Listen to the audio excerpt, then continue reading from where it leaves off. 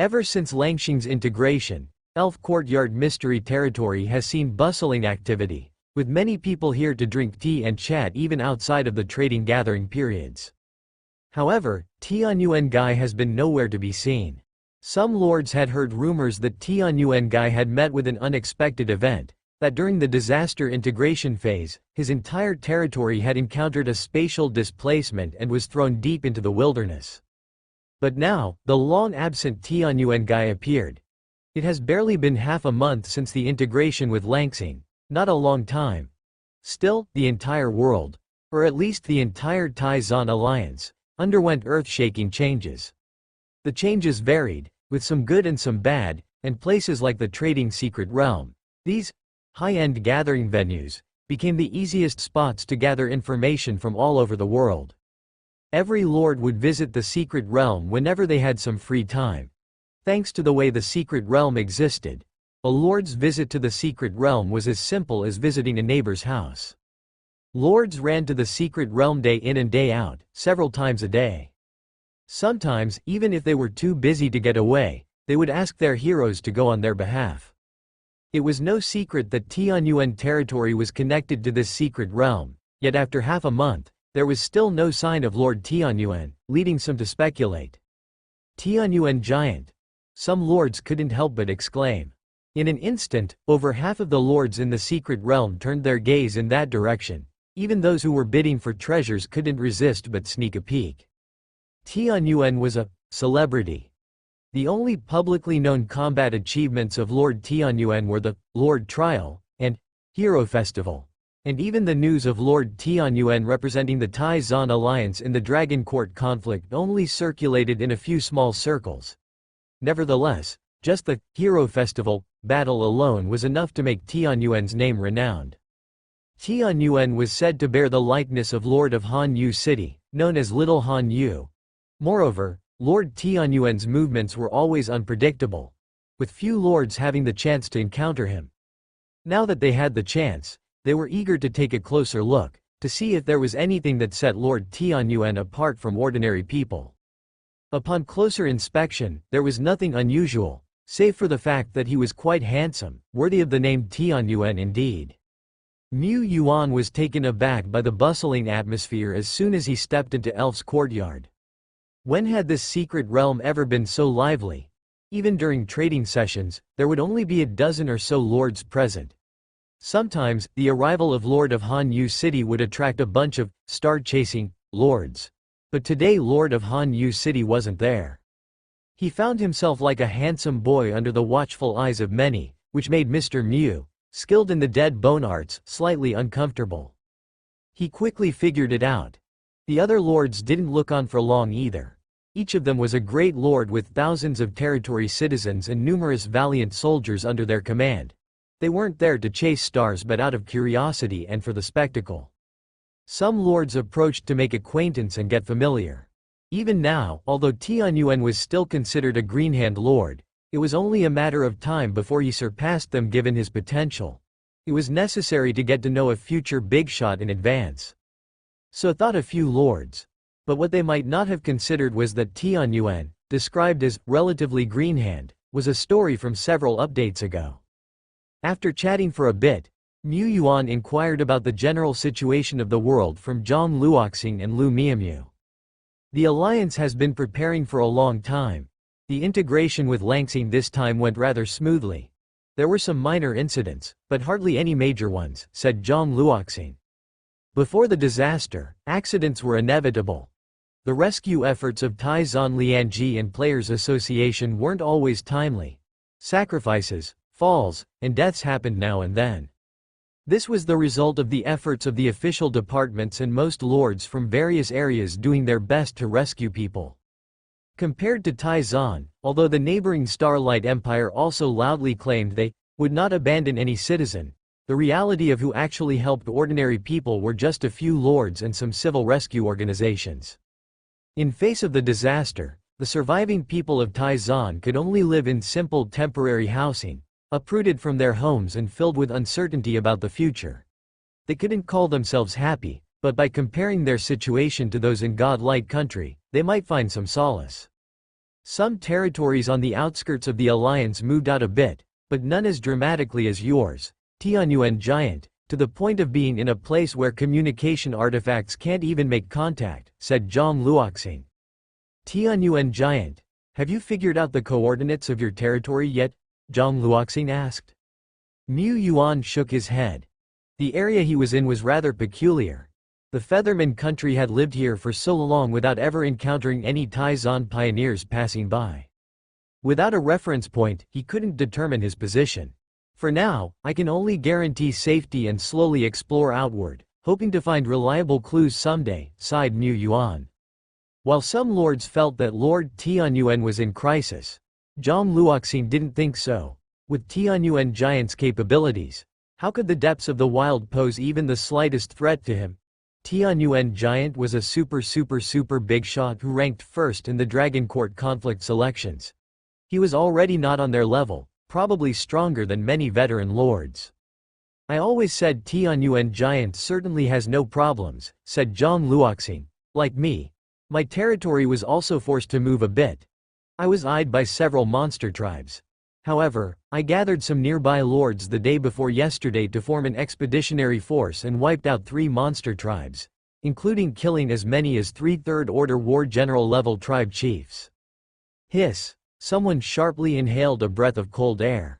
As relatively new lords, mediocre ones at this time wouldn't even have a single elite-level officer under their command, whereas outstanding lords like themselves often had already fostered 1 or 2 elite-level squads with high-grade elite officers in charge. Even so, they didn't dare to gang up and kill a third-order warlord-level boss, let alone attack a large tribe with a third-order chief in command. Such a tribe was frightful even to think about. The gap between lords indeed grew infinitely wider as time went on. This was actually also related to the era and circumstances. This batch of lords faced pressures far beyond those of previous times and, correspondingly, received more opportunities. At the Hero Festival, individuals like Zhang Luoxing and Lu Mianmu recruited extraordinary heroes. Once recruited, these heroes were high-ranking elites with great potential. Naturally, in a few months, they had stepped into the Third Order, possessing the power to directly suppress tribal chiefs. Some lords had also acquired upgrade fragments, allowing their own strong warriors to advance even further. The average power level of their period was more than double that of previous batches. Top talents like Lu Mianmu and Zhang Luoxing were gradually catching up with the new lords from earlier periods. Their achievements, without any boasting or fanfare, were inseparable from the example set by Lord Shepherd himself. Indeed, it was his presence that opened the minds of people like Zhang and gave them goals to pursue, filled their motivation to the brim. The peers from the same period were able to forge ahead courageously, and it truly couldn't be separated from his contributions. Lord Shepherd was extremely gratified.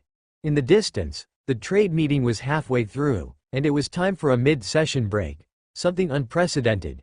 In the past, there weren't many treasure exchanges or sales, and the gatherings would end in no time, with the lords spending the rest of the time eating, drinking, and boasting.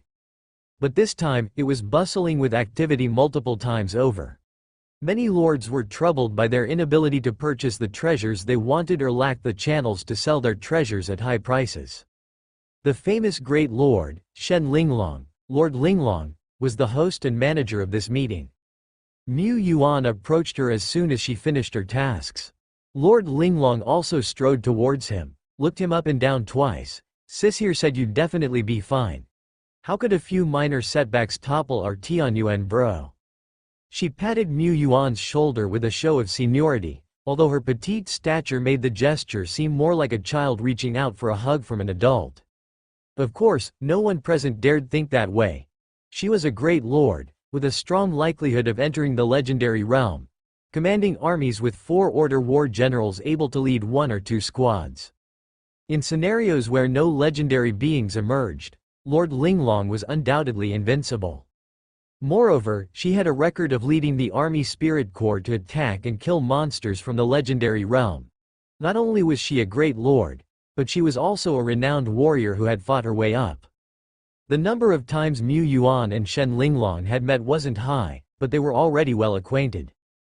Combat, after all, was the best form of communication, and he had engaged in an all-out battle with Lord Linglong.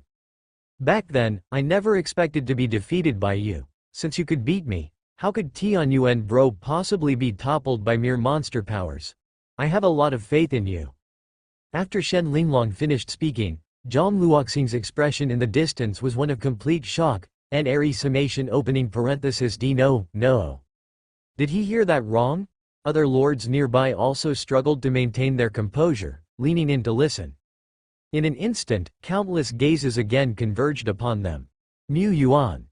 Can we not say things that lead to misunderstandings? I'm someone who prefers to keep a low profile. He added, in balanced mode, it was merely a slight edge. Oh, that's still pretty incredible, though, rather than say that.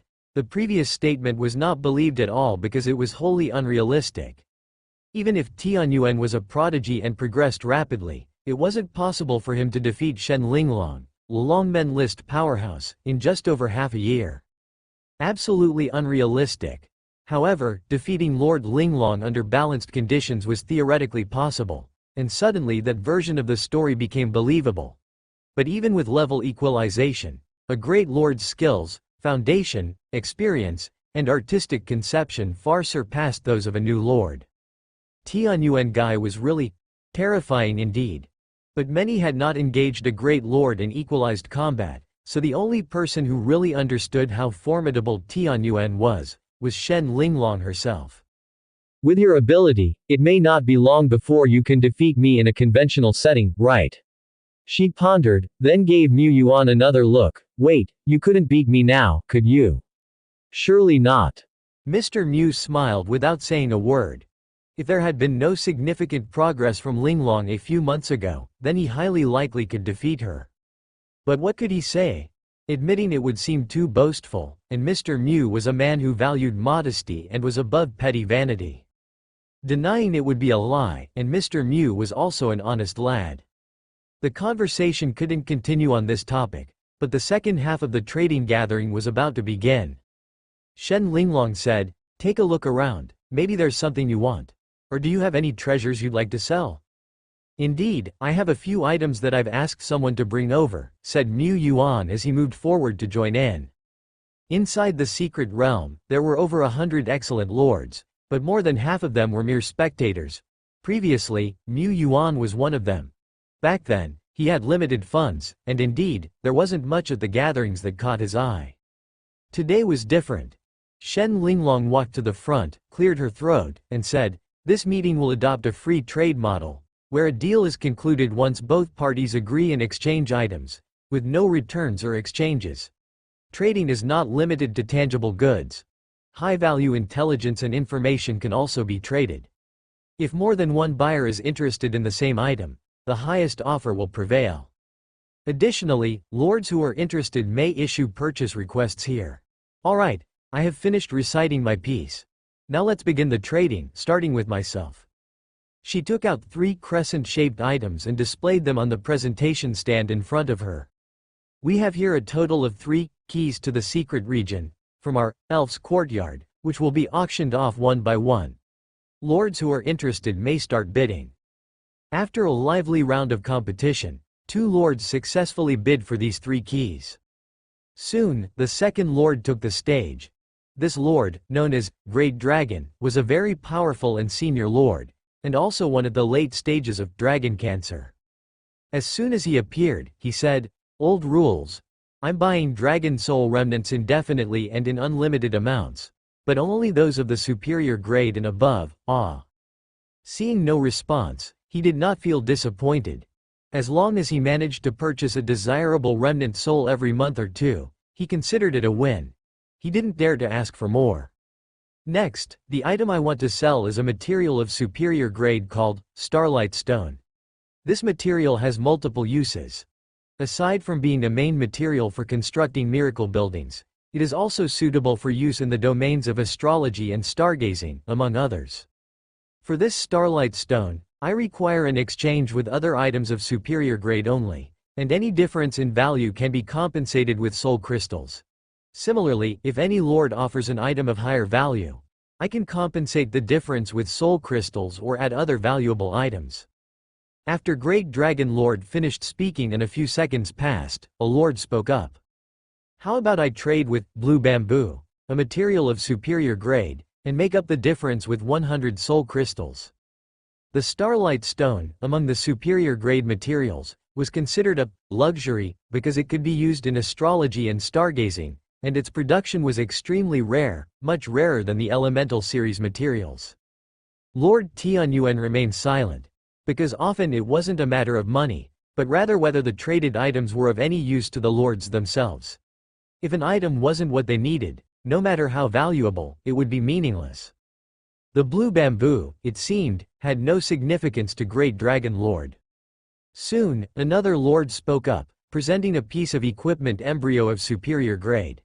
This was a versatile treasure, which somewhat enticed Great Dragon Lord. Mu Yuan spoke, I am also interested in this treasure. How would it be if I offer purest crystal, a material of superior grade, plus 100 soul crystals? What do you think, Great Dragon Lord? Great Dragon Lord hesitated. One could tell he needed the purest crystal, but the adjacent embryo was also a good catch. Mu Yuan then spoke again, purest crystal, plus 200 soul crystals. The neighboring lord's mouth twitched slightly. 200 soul crystals were something most people in attendance could produce without effort, yet this sort of bidding was unusual. These lords earned a lot but also spent much, as they had thousands of mouths to feed at home. If they didn't save, they would run out of money for baby formula. But young and talented lords like himself couldn't yet appreciate this point. Well then, no more competition, no more competition. Mu Yuan joyfully acquired the Starlight Stone. Following that, over a dozen lords came on stage, each offering treasures of at least superior or rare rank, even the lesser items being rare within their ranks. Most lords made trades that left them satisfied. Don't think that just because there were only a little over 100 people here, each one of these individuals controlled a domain, possessing numerous treasures and countless needs.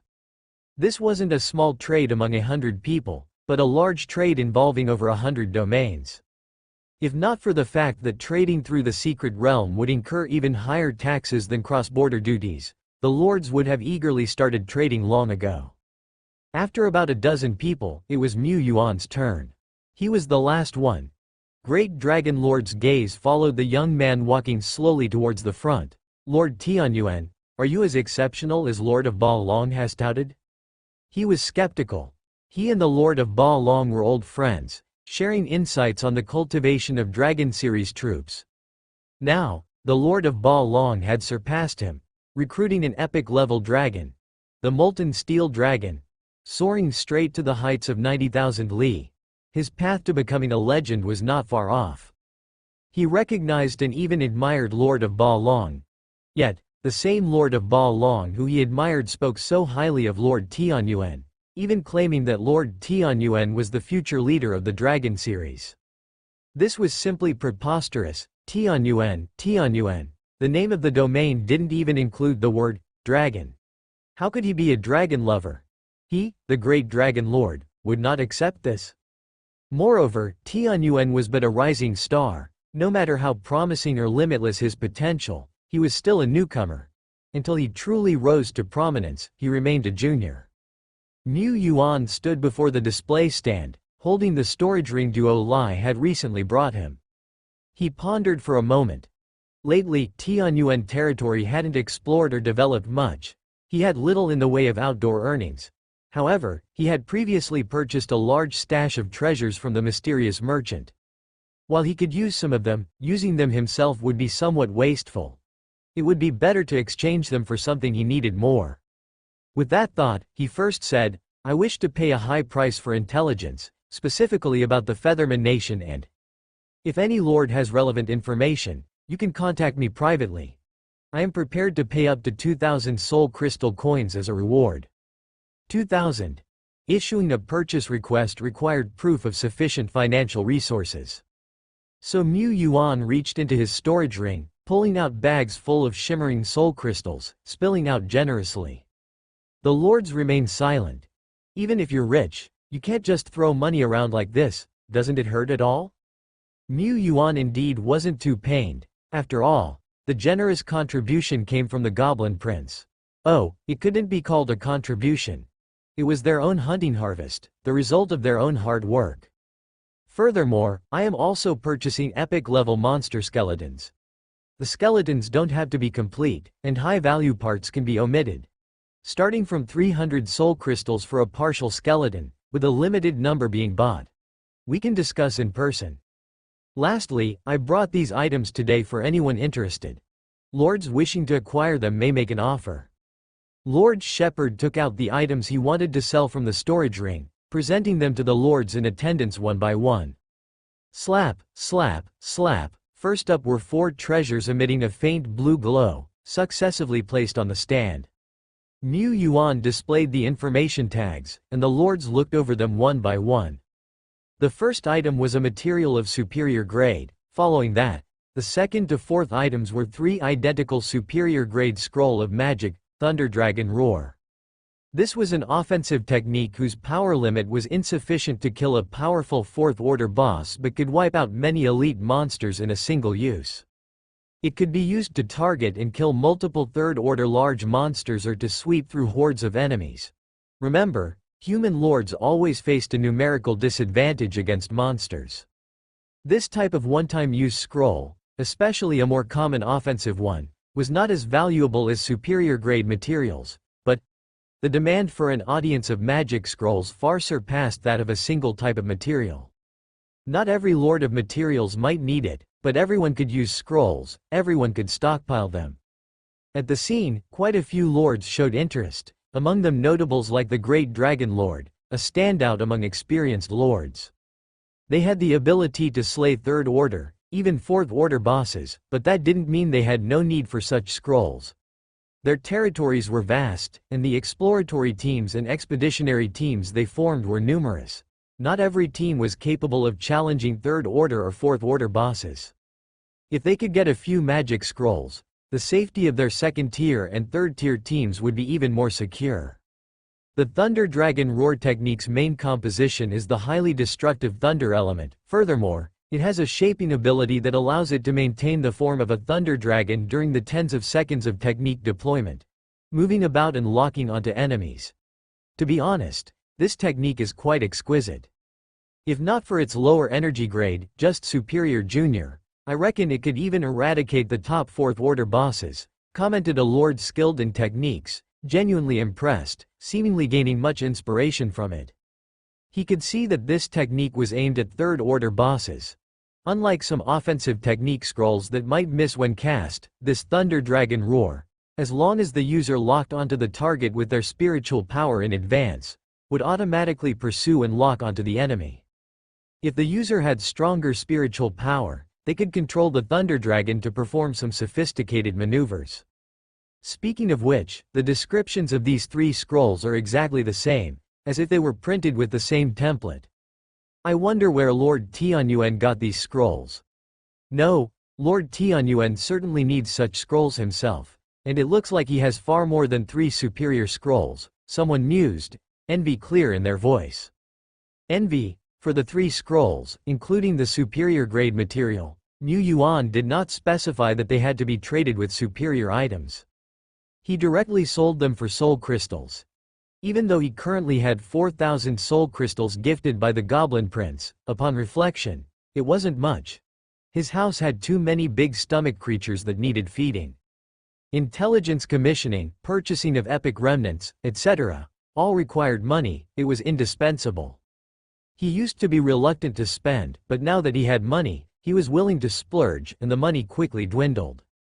The 4 items were sold one by one. The Great Dragon Lord, with deeper pockets, directly snapped up 2 scrolls. Lord Shepherd had to admit, "Bro, you're rich." After the 4 treasures were traded, the trade gathering was coming to an end. What followed was eating, drinking, boasting, with the lords eventually leaving. But Tianyuan showed no sign of stepping down from the stage.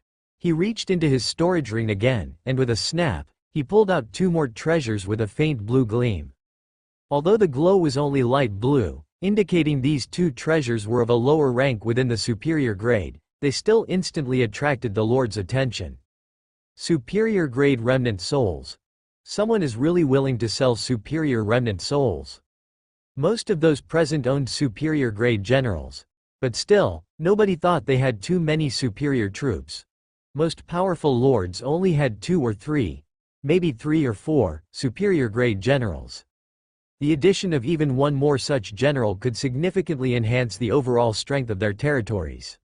Previously, they could only get one by pulling strings and owing favors, or by spending hard-earned contribution points to exchange on the Tai-Zan Covenant. In short, it was extremely difficult to obtain a superior grade remnant soul, so seeing one in this small secret realm was quite surprising and delightful. Black Knights and Rocky Giants were also very practical and strong types of troops, at least more favored than the likes of Goblin Chiefs and Leader of Tauren.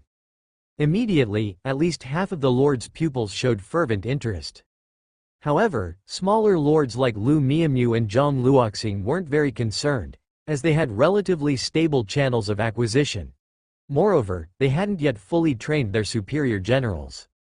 For them, the priority was to train their generals to 3rd order, even 4th order, as soon as possible.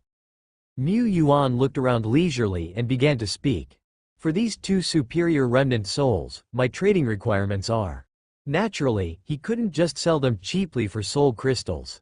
Superior remnant souls were not only far more valuable than materials and items of the same grade, but their target market was also very wide, making it a seller's market. Unless the lords present could offer epic remnants or specific treasures, blueprints, intelligence, he might consider selling the remnant souls. The 2 remnant souls were purchased from a mysterious merchant, and Mu Yuan had originally planned to use them himself, but now that the secret realm had reconnected, and he had opened the trading channel with the outside, using them himself seemed like a waste. He didn't lack 2 superior grade troops, but these 2 remnant souls could potentially be traded for something he truly needed. It's a pity I didn't know the secret realm would reconnect so soon. Otherwise, I would have gritted my teeth and bought 1 or 2 superior 3-star remnant souls. The attraction of a superior 3-star remnant soul is far greater than that of an excellent 1-star, enough to make many great lords tempted. However, when considering the value of a superior 3-star remnant soul, the market at Elf's Courtyard seems a bit too small. In the end, these 2 precious remnant souls didn't sell. No lord could come up with a treasure of similar value. Mu Yuan wasn't regretful. I will have a hero stay stationed here in the secret realm for a long time. If any lord obtains a suitable treasure, they can trade with me here anytime. He was only casting out a bait. With this bait, the buyers would inevitably put more effort into finding the treasures he needed, including epic-level remains. Only then did the trading gathering come to a satisfactory conclusion, and the lords left content. However, many kept casting frequent glances his way, making Mr. Mu feel somewhat uncomfortable. Is having 2 superior remnant souls worth such a fuss? Afterward, Mu Yuan continued to shoot the breeze with the lords he was more familiar with, as Zhang chatted extensively about his glorious achievements. Thinking back to that day, I was so brave that I just stabbed at the tribal chieftain with a spear. I stabbed him so hard he howled. Under my lead, we achieved one glorious battle after another. Subtracting 90% of the boastful content, Zhang Luoxing was indeed fierce. Their progress this term far surpassed previous terms, and now, Zhang Luoxing ranked among the top 10 among his peers. Boss Tianyuan, your victories must be remarkable too. Well, I just happened to encounter a surviving force from a former civilization and sniped a powerful enemy, that's all. A force from a former civilization? That's as rare as pandas. I'd really like to see that. It's nothing special. Forces like the Holy Griffin Empire, Star Luo Holy Palace, Kisuo Anti-Federation, and so on have been handed down since ancient times. It's just that they aren't remnants. They are great nation-level forces that have preserved themselves very intact. But these forces were too remote for them. Lords and powerful beings from the other 6 great nations rarely had the chance to encounter them, let alone those in more central and safer regions of the continent. For most people, including lords, their understanding of nations like the Holy Griffin Empire came from very limited texts. Mu Yuan didn't know much either. He only remembered the grand scene of angels lining up when a major figure from the Holy Griffin Empire visited the Dragon Courtyard a few months ago. Someday, I too will arrange for a giant dragon to cover the skies. Before leaving, Mu Yuan entrusted Lu Miamu to purchase some materials needed for the legendary realm breakthrough. Such materials were usually available in larger cities, so procurement wasn't difficult. Legendary breakthrough material? Just making preparations in advance. If I have extra money, I'll prepare more. It's always good to be cautious, just in case the secret realm's channel is cut off again. We won't be caught anxious, right? The others had a moment of realization. It's no wonder he's the Tianyuan giant, such detailed future planning. Even beginning preparations for the distant legendary realm breakthrough well ahead of time. It's no surprise he stands far above them, where they can't even catch a glimpse of his back. They still had so much to learn, but just now, they actually had the ridiculous thought, the absurd idea that, could the Tianyuan giant be close to breaking through to the legendary realm? How preposterous, how could they conceive such an idea? Mu Yuan gave Lu Miamu a sum of money and a fee for the procurement service. For him, it didn't matter who he entrusted the task to, of course, it was more reliable to entrust it to someone familiar, and let none other than friends profit from it. Zhang Luoxing's expression was a mix of grievance and bemusement. To be honest, Mu Yuan had initially planned to entrust Zhang, since he was swift with errands, but hasn't your territory also shifted outward? Now, it's not so easy for you to travel to key regional towns, is it? You're right, boss, but still, it's frustrating. I'm supposed to be the #1 lackey of boss Tianyuan. Mu Yuan sent Zhang Luoxing a red envelope and asked him to continue collecting information, any and all news, big or small. He was not picky. When it came to staying well informed, Zhang could leave Lu Miamu, that homebody, far behind. If you can get some more powerful intelligence, I will give you a 3-star remnant soul in a few months. He said. Zhang Luoxing, cough cough, I'm not particularly craving for a remnant soul, but I, Zhang, will definitely get the job done as per your orders, boss. He pondered for a moment and then said, I've also asked friends to inquire about the situation in Shilling Town, but the information is not flowing smoothly these days, so I only know the general situation. It's said that Shilling Town has also been relocated, but for now, there are no major issues, and some big shots from the Pioneer Group are rushing to Shilling Town. In the central area of Shilling Town, on the 3rd floor of the Cultivate Heart Pavilion, a superior-grade cultivation building, a woman with a high ponytail and wearing a snug outfit sits with her eyes closed. Around her, arrows gleaming with pale blue starlight move in mysterious trajectories, seemingly in harmony with some profound principles, mysterious and beautiful. She is 17, practicing the heart power. 17, in her God Archer stage, awakened the talent, Mind Arrow. In the ranks of superior-grade soldiers, this talent would be deemed quite high-class, rare, excellent, and practical. But among the category of epic lives, a talent like Mind Arrow would be considered rather common. This type of common talent, a certain general had awakened at least 10 of. But 17 had an exceptional gift for the Tao of the soul, and she had maximized and transcended the potential of Mind Arrow very early on. With this as her foundation, she had pried open the gate to the Tao of the soul. However, the Tao of the soul is difficult to enter, master, and advance in. 17, considering herself slow-witted, could only keep practicing and exploring, stumbling forward as she progressed. Latterly, she temporarily assumed the position of offering in Shilling Town, which allowed her to freely use the town's cultivation buildings. The message inside the brocade bag given by Lord said, "We will take action when the time is critical, so use these miracle buildings as needed.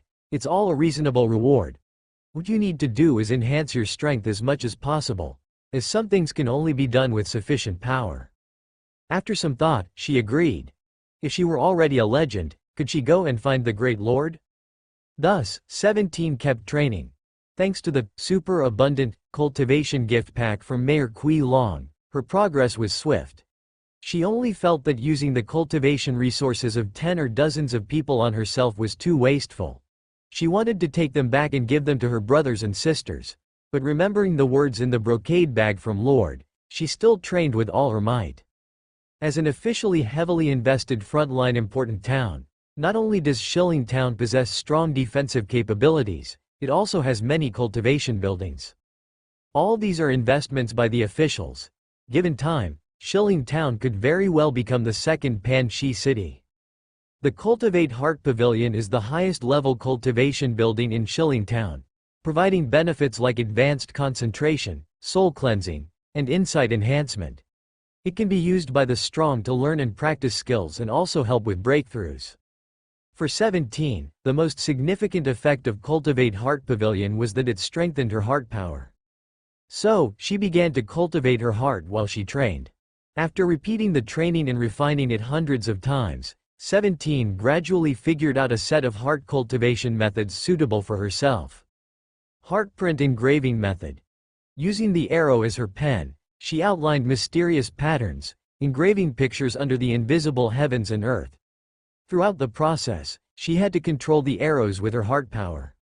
Heart power usually cannot interfere with reality, but thanks to this miracle building, and her connection with the Starlight Arrows and the 10,000 Arrows treasure, 17 turned the impossible possible. Every time she completed an engraving, her heart strength would noticeably increase by a fraction.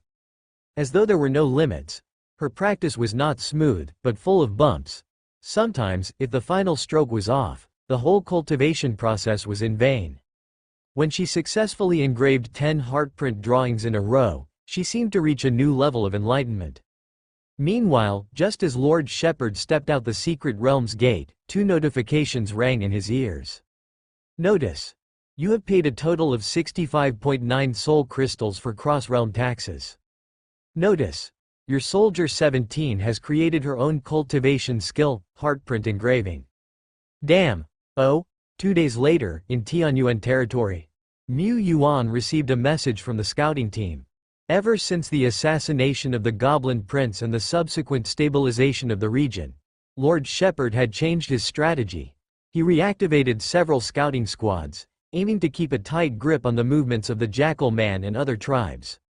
For this purpose, he was willing to sacrifice a bit of concealment. Today, numerous Jackal Man patrol teams left Tribe 1, seemingly in search of something. Mu Yuan pondered. If the Jackal Man tribes were to search southwards in a sweeping manner, it would only be a matter of time before they discovered Tianyuan territory.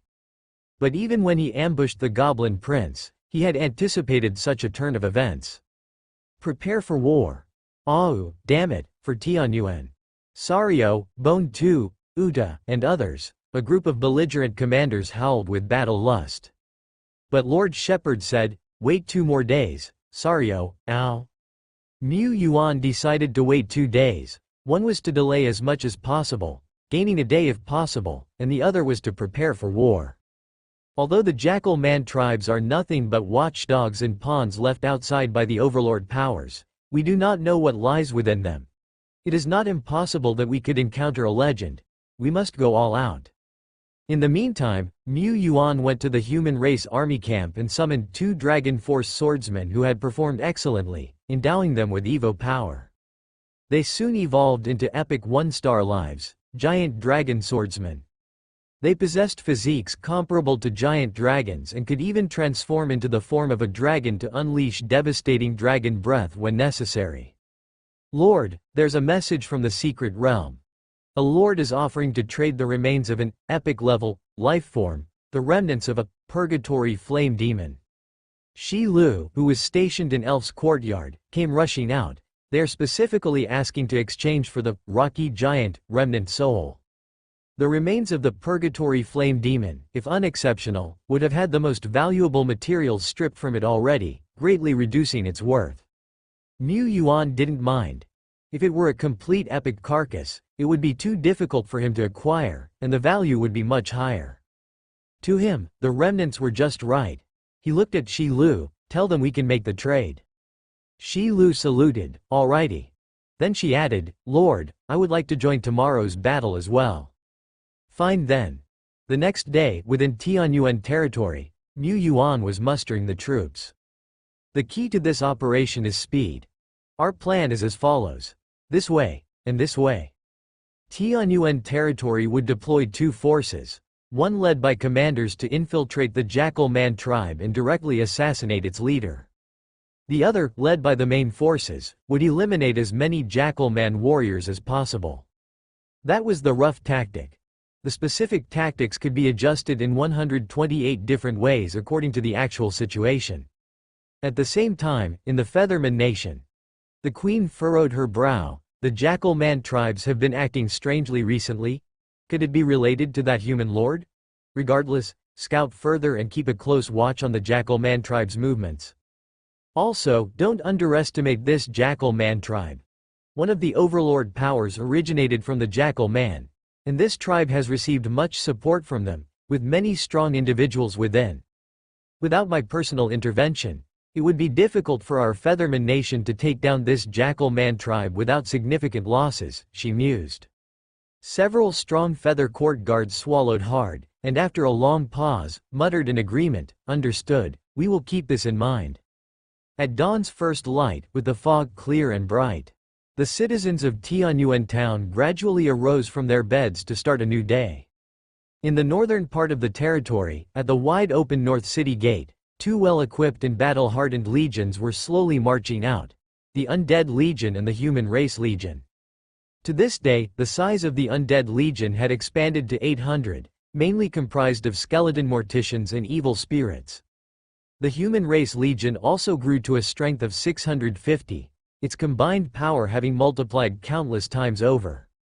Mu Yuan stood at the forefront of the troops. By his side were General Dead Bone, General Duo Lai, Uda, Shi Lu, Hong Yi, and other powerhouses.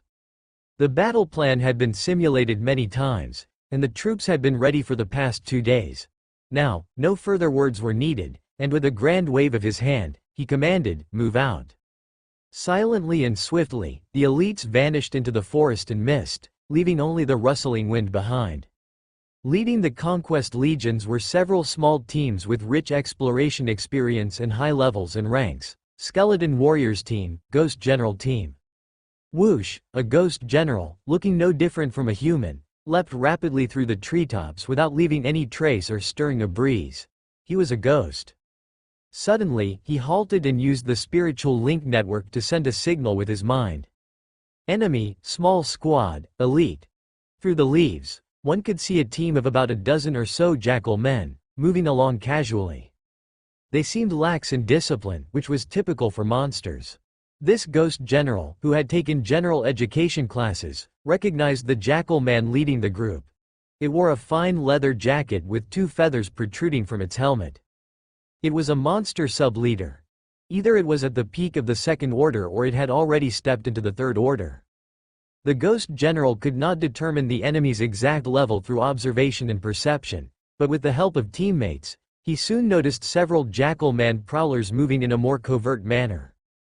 As the captain of this reconnaissance team, after ruminating for 2.5 seconds, he spoke in the spiritual channel, Tactic 3, Position 6. 226 seconds later, the Jackal Man squad passed by beneath the trees. The ghost general leapt toward the ground, and upon reaching midair, he stopped concealing his aura. The Jackal men realized something was amiss and looked up, just as the ghost general's pupils burst into a brilliant, sapphire blue light. Skill. Nightmare Pupil Prison. A dozen jackal men instantly became bewildered, and nearby, rustlings were heard in the shrubbery as bone spurs, sharp as arrows, pierced through them. At the same time, thud, thud, thud, in 3 other places, 3 jackal man nocturnes, who had just become alert, had their throats slashed in the span of a second. Similar scenes were not only happening on the path where the punishment army advanced. Over the past 2 days, Mu Yuan had dispatched several elite special operations squads to specific locations to stand by. At this moment, several squads, moving from the outside in, were reaping the lives of the jackal men.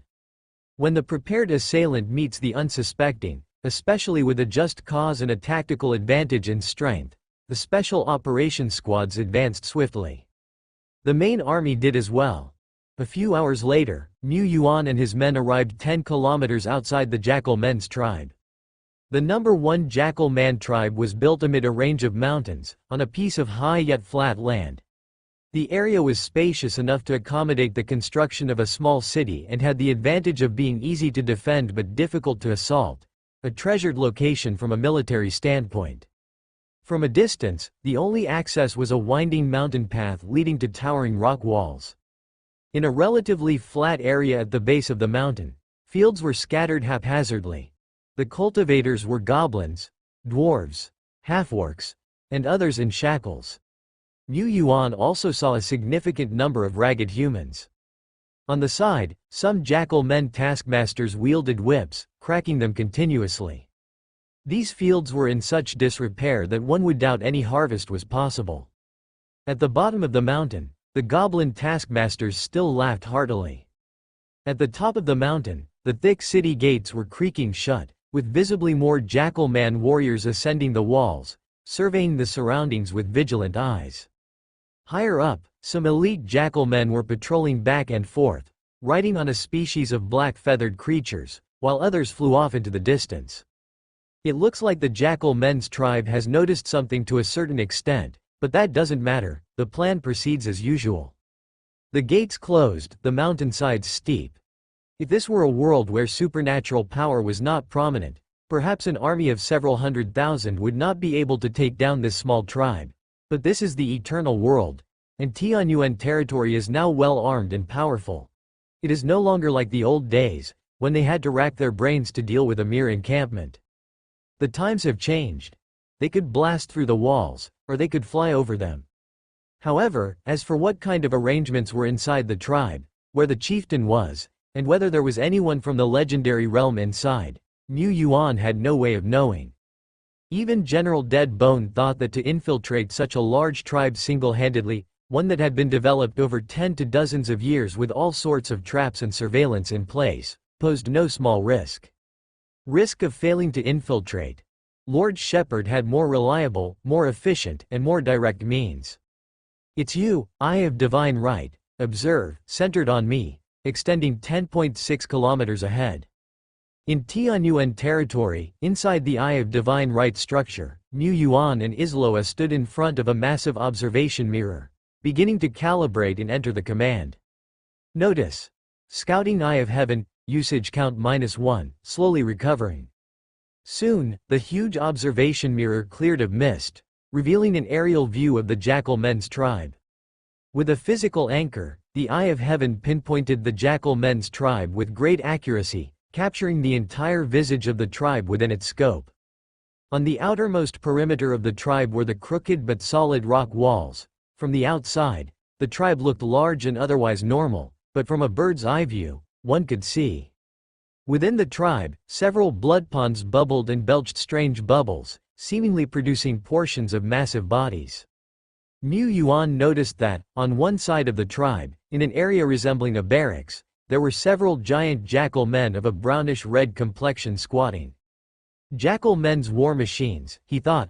Besides these, he also saw various areas within the tribe hosting tall towers fashioned from flesh. The towers were eerie, filled with danger and ominousness. Likely special defensive structures of the jackal men's tribe, crucial to be wary of. Indeed, this tribe is far from ordinary as it seems on the surface. With the Eye of Heaven's observations up to this point, Mu Yuan had a clear understanding of the entire tribe. This method of reconnaissance was 100 times more efficient and safer than infiltrating alone or using battle falcons for scouting. And yet, this was still not the limit of the Eye of Heaven's probing capabilities. Mu Yuan continued to issue commands on the control panel, and soon, the map zoomed out, revealing numerous large and small luminous dots. These were energy-level responses, and his greatest reliance was on this as well. Even General Dead Bone initially couldn't escape the scrutiny of the Eye of Heaven, let alone the jackal men. Third-order monsters, a total of 122, each one a minor leader or chieftain. Fourth-order head monsters, there are 33, mainly concentrated in this area. Only 33? Mu Yuan felt it was a bit too few, or was he becoming complacent?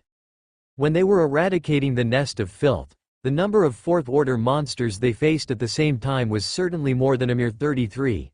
Of course, there are differences between fourth-order creatures. Those he had faced before were mostly unit-type Fourth Order, Wild Fourth Order, Low-Intelligence Fourth Order. The Fourth Order within the Jackal Man tribe could be expected to have some strong warriors.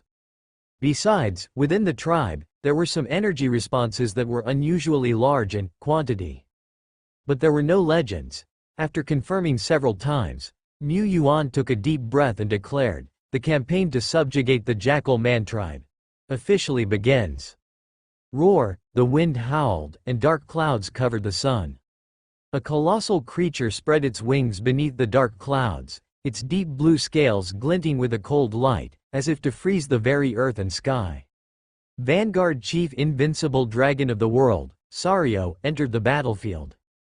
It immediately attracted a flurry of glances and firepower. Soon, from two different areas, the Undead Legion and the human race's army rushed out, with arrows quickly cleaving through the air from afar. The fields at the base of the mountain were thrown into turmoil as the Jackal Man overseers roared orders.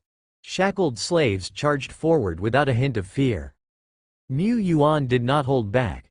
Some of the slaves were human, their eyes bloodshot beneath tattered clothes. They were tainted through and through by filth, no different from monsters. War erupted in an instant. One side was the Tianyuan Legion, not numerous but each a super elite. The other, the Jackal Man tribe that had occupied this land for countless years, numerous in number, their eyes blood-red, completely boiling with fervor. Meanwhile, Dead Bone, Duo Lai, Uda and others were infiltrating the tribe in a more low-key manner. In the heart of the Jackal Man tribe, the chieftain's tent. Chieftain Lang Mie was drinking. He was well versed in the ways of the human race, having dismembered dozens of humans years ago and learned from them the wonders of human civilization. Since then, he personally presided over building this luxurious residence. He had wanted to call this place the City Lord's Mansion and the tribe the City of Jackal Men, but he couldn't.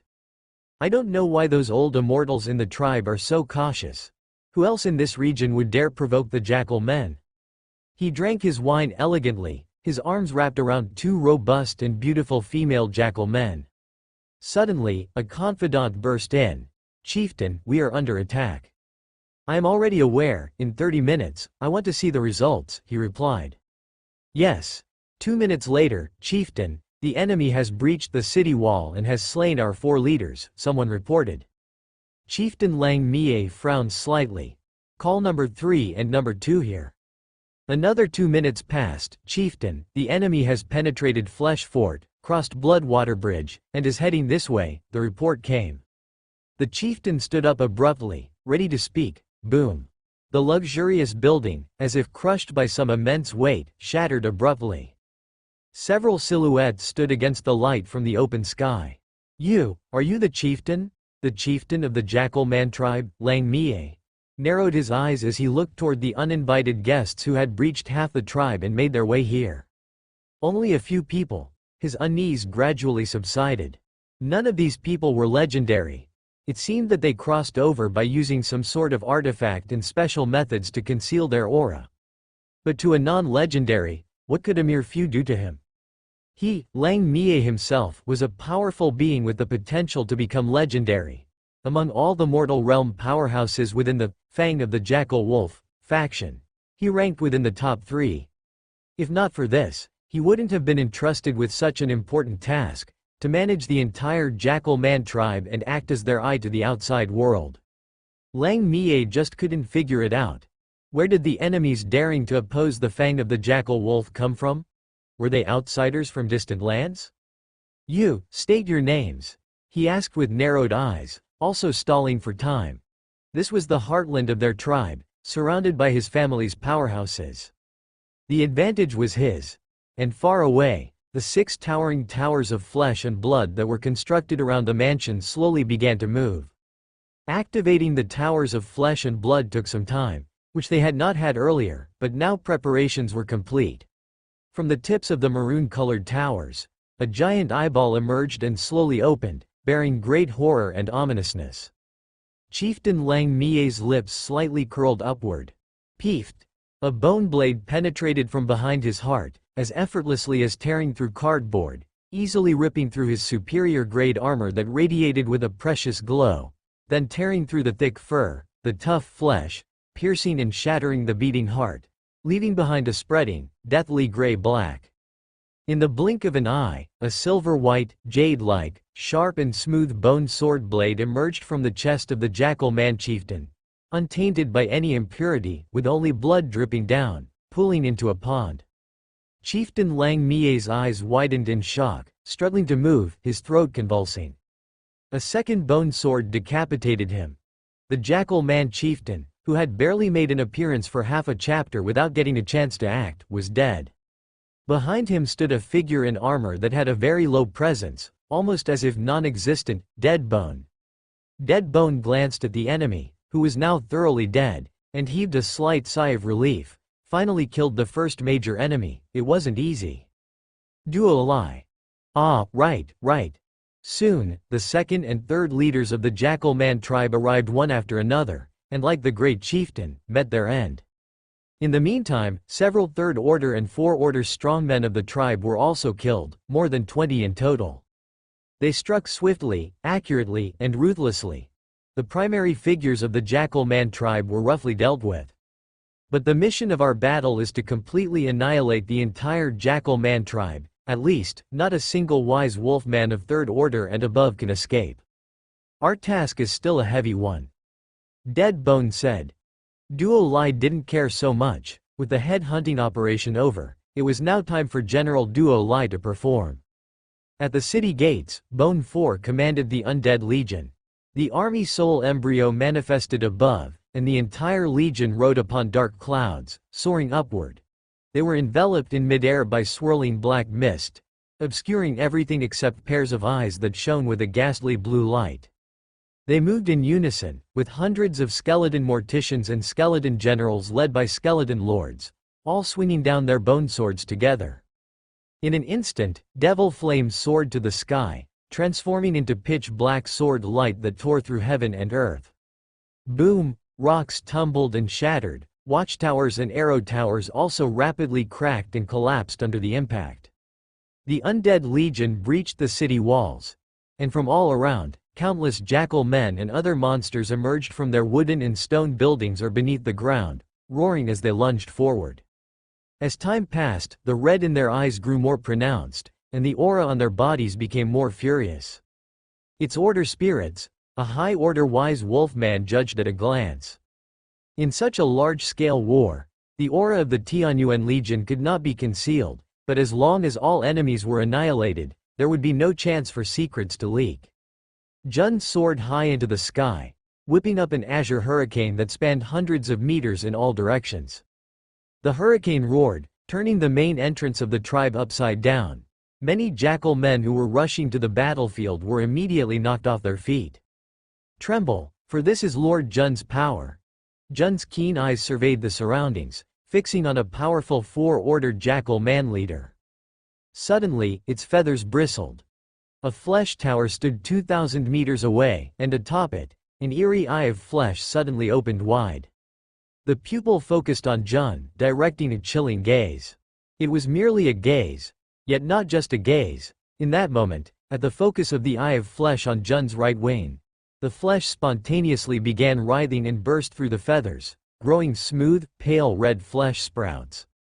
The flesh sprouts grew rapidly as if alive, devouring Jun's flesh and growing larger. On its right wing, the crimson flesh sprouts continued to spread. Screech! Screech! Damn it! What's happening? Jun flapped its wings desperately, but to no avail. The right wing seemed about to detach from its body. In fear, it hurriedly landed, but even as it gathered its wind power to resist, it only reduced the activity of the flesh sprouts. It couldn't eliminate them or even stop them from spreading, unless it was willing to be ruthless and completely cut off its own right wing. Jun is still a baby, and can't bear to do this. It wasn't until the chief Nanny Laney rushed over that she was able to purify the flesh factors on Jun's body with her vast holy light power. At the same moment Jun was attacked, the Undead Legion, with its grand momentum, also fell under the assault of the Eye of Flesh. The Undead Legion reported no harm. The damage they sustained was first weakened by the power of the Legion, then distributed among hundreds of teammates. The fierce attacks from the enemy felt like a gentle breeze to the undead. Even if they lost a few bones, it meant nothing to them. They could immediately reconnect them and continue fighting. Besides, Bone 2 wasn't with the Undead Legion. It was breaking into the Jackal Man tribe from another location, cutting down countless enemies like an unparalleled warlord. It too was subjected to the gaze of the Eye of Flesh. Fleshy buds began to grow on Bone 2, but like rootless trees, they couldn't draw nutrients and quickly withered. Bone 2 watched this happen and fell into thought. What were the enemies doing? Was this some kind of joke? Unable to figure it out, it decided not to dwell on it and continued to slaughter, wielding its sword. In the heart of the tribal area, 6 flesh towers stood. Duo Lai and others were right in the center of the Eye of Flesh's gaze area. Before the Eye of Flesh opened, General Duo Lai, who had inherited Lord's spirit of no need for martial dignity when fighting monsters, had already made the first move. With a thunderbolt in hand, he cast with a chanting speed far exceeding that of a fourth-order magic profession, unleashing 6 thunderous beams of light. Thunder glow struck the flesh towers. The towers crackled with lightning, disintegrated inch by inch but also regenerated inch by inch. Duo Lai was somewhat surprised. A single bolt from him could destroy a large area, and rare level walls would shatter instantly, yet he couldn't destroy or even disturb the distant flesh towers. The Eye of Flesh opened. This Eye of Flesh seemed to be of a higher level, with blood waves surging in its pupils, casting the surrounding world in a faint crimson hue. General Duo Lai instinctively sensed danger. He fought on instinct, his mind not quick, but he received hints from the Lord. I transform. Duo Lai quickly morphed into a skeleton. He wasn't used to the skeleton form, as it did not allow him to use his full combat power. His strongest forms were his slime form, girl form, and the form of a girl riding a slime. Still, his other mimicry forms were perfect. When he mimicked a skeleton, he became a skeleton just then. The fleshy buds passed through the bones, not sticking to him in the slightest. Not far away, Hong Yi, who was aiding the team, floated around in a smaller form, also largely unaffected by the light from the Eye of Flesh. Only Uta. Uta was purely. Oh, he wasn't purely human race either. But Uta had a very freshly alive flesh body. His body was the perfect breeding ground for flesh buds. No less than 4 gazes from the pupils focused on him. At that moment, Uta's hair stood on end and his bushy eyebrows shot up. He stomped, and stones scattered in all directions. The gazes passed through his afterimage. It seemed as though fleshy buds were sprouting in the air, spreading and chasing his afterimages, but they could never catch up. Even though the gaze was too fast to avoid, Uta still moved quickly to dodge it based on his instinctive warning. The gaze was always a step behind him. He leapt in front of a flesh tower, charged up, and struck out with a punch. The tower first dented inward, then bulged out from the back, and exploded. Much like a giant pustule bursting, blood sprayed in all directions. Meanwhile, Uta transformed mid-punch, each strike causing the earth to tremble and the flesh to explode bit by bit. Seconds later, normal state Uta demolished the first flesh tower. Flesh towers not only have quirky attack methods but are also tough to take down. This defense structure is quite formidable, thought Mu Yuan. Despite the Eye of Flesh's gaze being limited, its method of attack was very peculiar, and its effects were almost impossible to defend against. Even a being from the legendary realm could be fatally gazed at by multiple eyes if caught off guard. The Jackal Man tribe, indeed terrifying. So, what about the Wolfman overlord behind them? The 8th minute into the war, the 4 dead bones had killed over 100 third-order and fourth-order powerful monsters. With Dead Bone present, they were not afraid of being surrounded. General Dead Bone alone was equivalent to an army. Boom, Duo Lai turned around. Behind him, dazzling red and blue light bloomed, engulfing an area of 100 meters and annihilating everything within it. The 20th minute into the war, Bone 4 temporarily stopped the power of Army Soul Resonance. On such an intensely fierce battlefield, their resonance could only last for less than half an hour. It felt that it was necessary to save some power for potential emergencies. Without the power of army spirit, the Undead Legion, engulfed by enemy forces, started to struggle. At this time, the second main force of the human race took over and exchanged positions with the Undead Legion. The Undead Legion moved to the second line, the 30th minute into the war. By now, the wise wolfmen had started to sense that something was amiss. It seemed that it was always their tribe dying in battle, and their speed of killing living beings was very limited. Moreover, their entire Jackal Man tribe was in utter chaos. Lower to middle-ranked Jackal men and other monsters all rushed in with blood-red eyes. Utterly without order, utterly without strategy. Often, the monsters would clash with one another, resulting in a tumultuous mess. Where is the chieftain? Where are the second and third leaders, up to the 10th leader? The chieftains with commanding power, each one of them, were not present. The lesser ones completely lost their reason in front of the scent of living beings. Thinking of this, the wise wolfman already harbored thoughts of retreat. In his mind echoed a demonic voice, urging him to charge forward, to leap at the prey, to tear into the flesh and blood of living creatures. But he was an old slicker among the wolfmen, well versed in the art of slacking, capable of repressing his bloody instincts. He looked around, scaled a cliff, and escaped down a deserted slope towards an unpeopled rear flank. Until shadows overtook him, and a cyan wind wrapped around him from all sides. He lost consciousness. The war had been raging for 40 minutes. The resistance of the Jackal Man tribe had gradually weakened, but apart from a few wise wolfmen, the rest of the monsters were like zombies, viciously unafraid of death, fighting till the last moment. To be fair, the type of troops was fierce, but this kind retained some habits of their race before life, and they also required orders from a lord to fight continuously for 3 days and nights. Whereas monsters, at the scent of living beings, would howl and charge forth. The two were completely incompatible forms of life. By the end, the main forces of various corps were already quite exhausted, with Dead Bone and a few others bearing the brunt of the pressure and attracting the most fire, depleting them significantly. There are over 20,000 monsters in total. This number might be far less than the siege wave, but the wave contained a large number of minor monsters just to make up the numbers. Here, more than half are elites.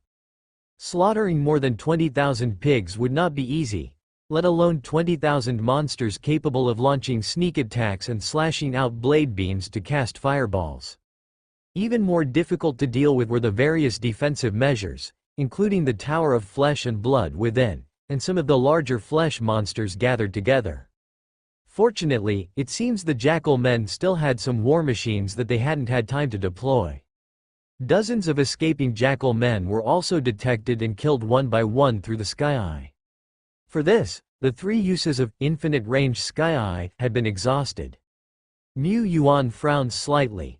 To attack such a large tribe, or rather, monster city, their intention to conquer and kill any escaping monsters was indeed a bit strained.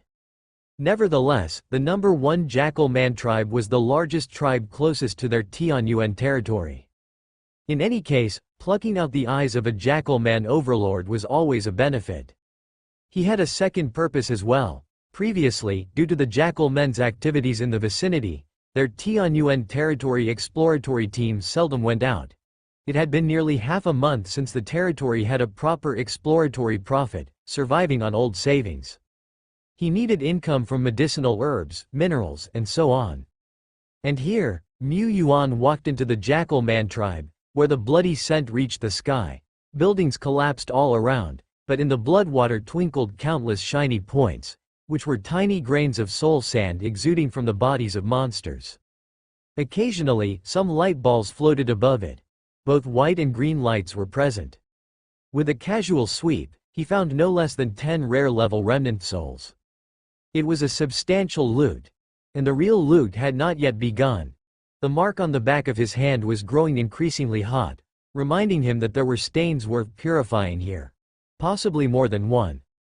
Lord Shi Lu, bathed in blood with wings on his back, descended from mid-air. Sister Duo Lai says she has found quite a few good things. They're mineral deposits.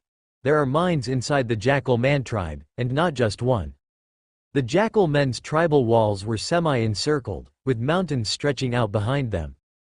At the edge of the tribe, away from the main residential area, were two veins of ore with sizable reserves buried deep.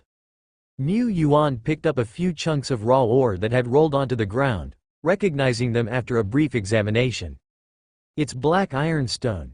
The other vein was that of red copper ore.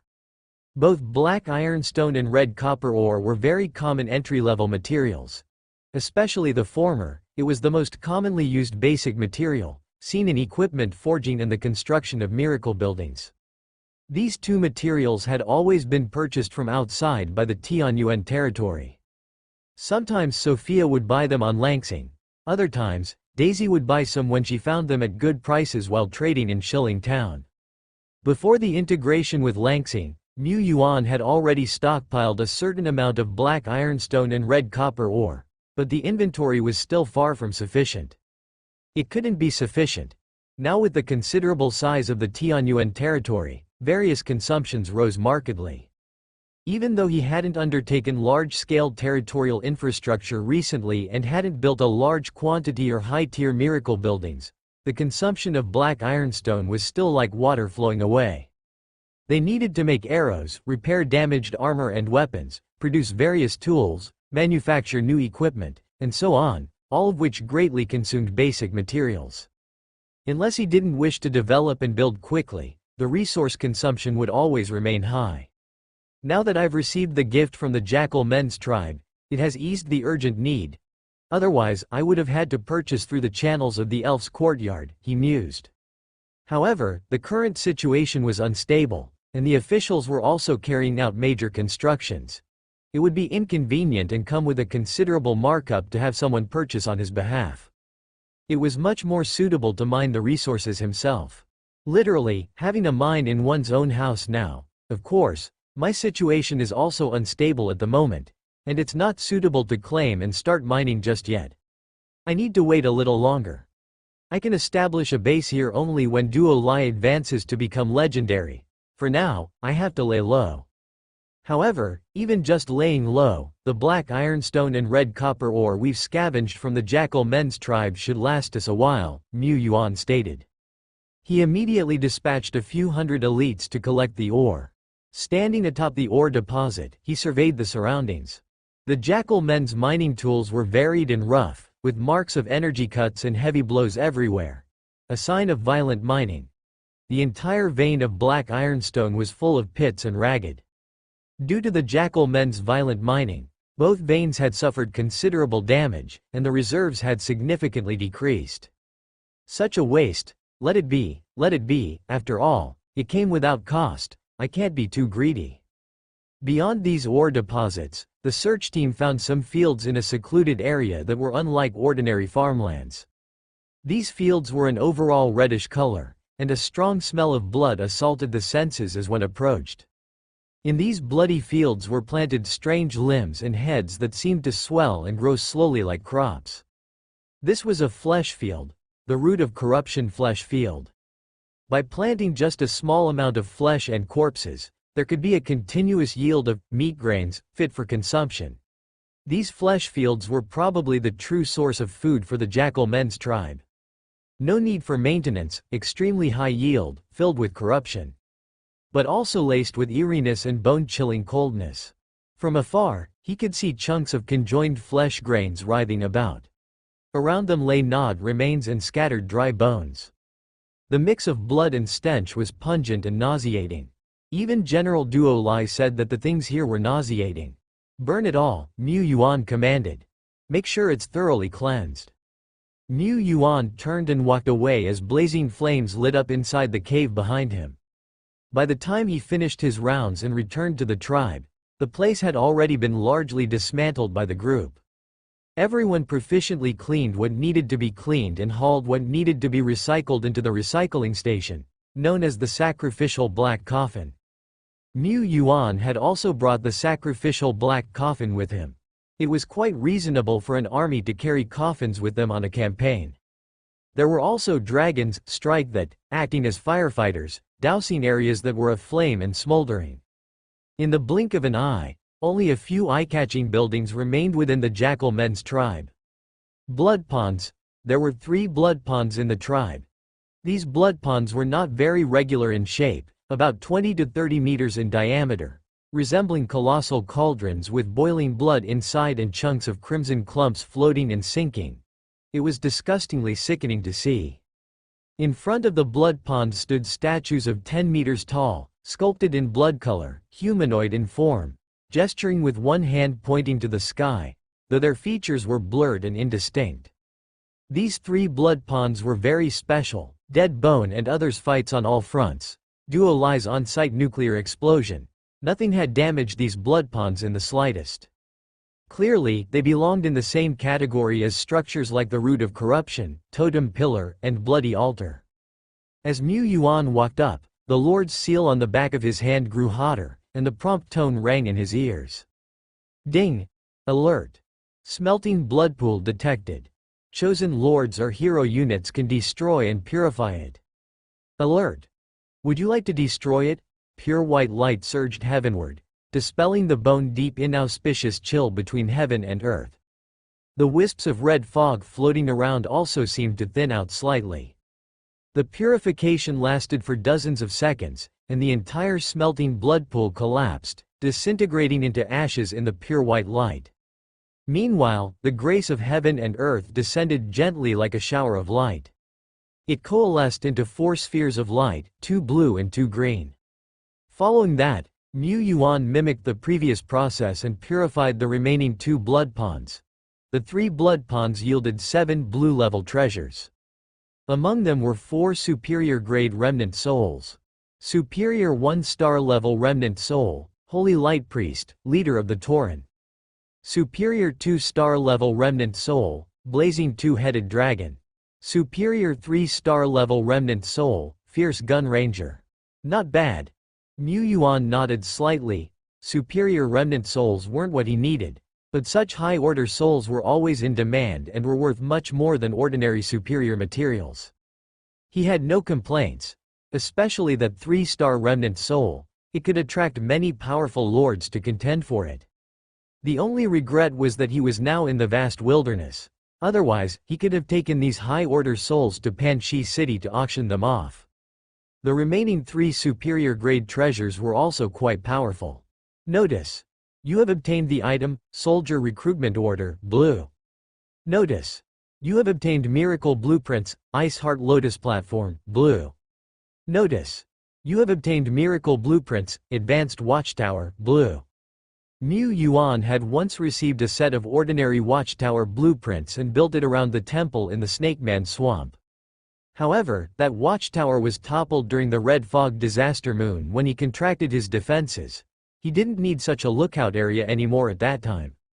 The Advanced Watchtower is an upgraded version of the ordinary watchtower, offering a broader lordly vision, with certain scanning and reconnaissance capabilities.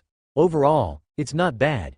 If I need to construct an outpost in the Jackal Man tribe area, building an advanced watchtower in the mining area would provide a foundation for constructing various types of defensive buildings around it. Ice Heart Lotus Platform. Description.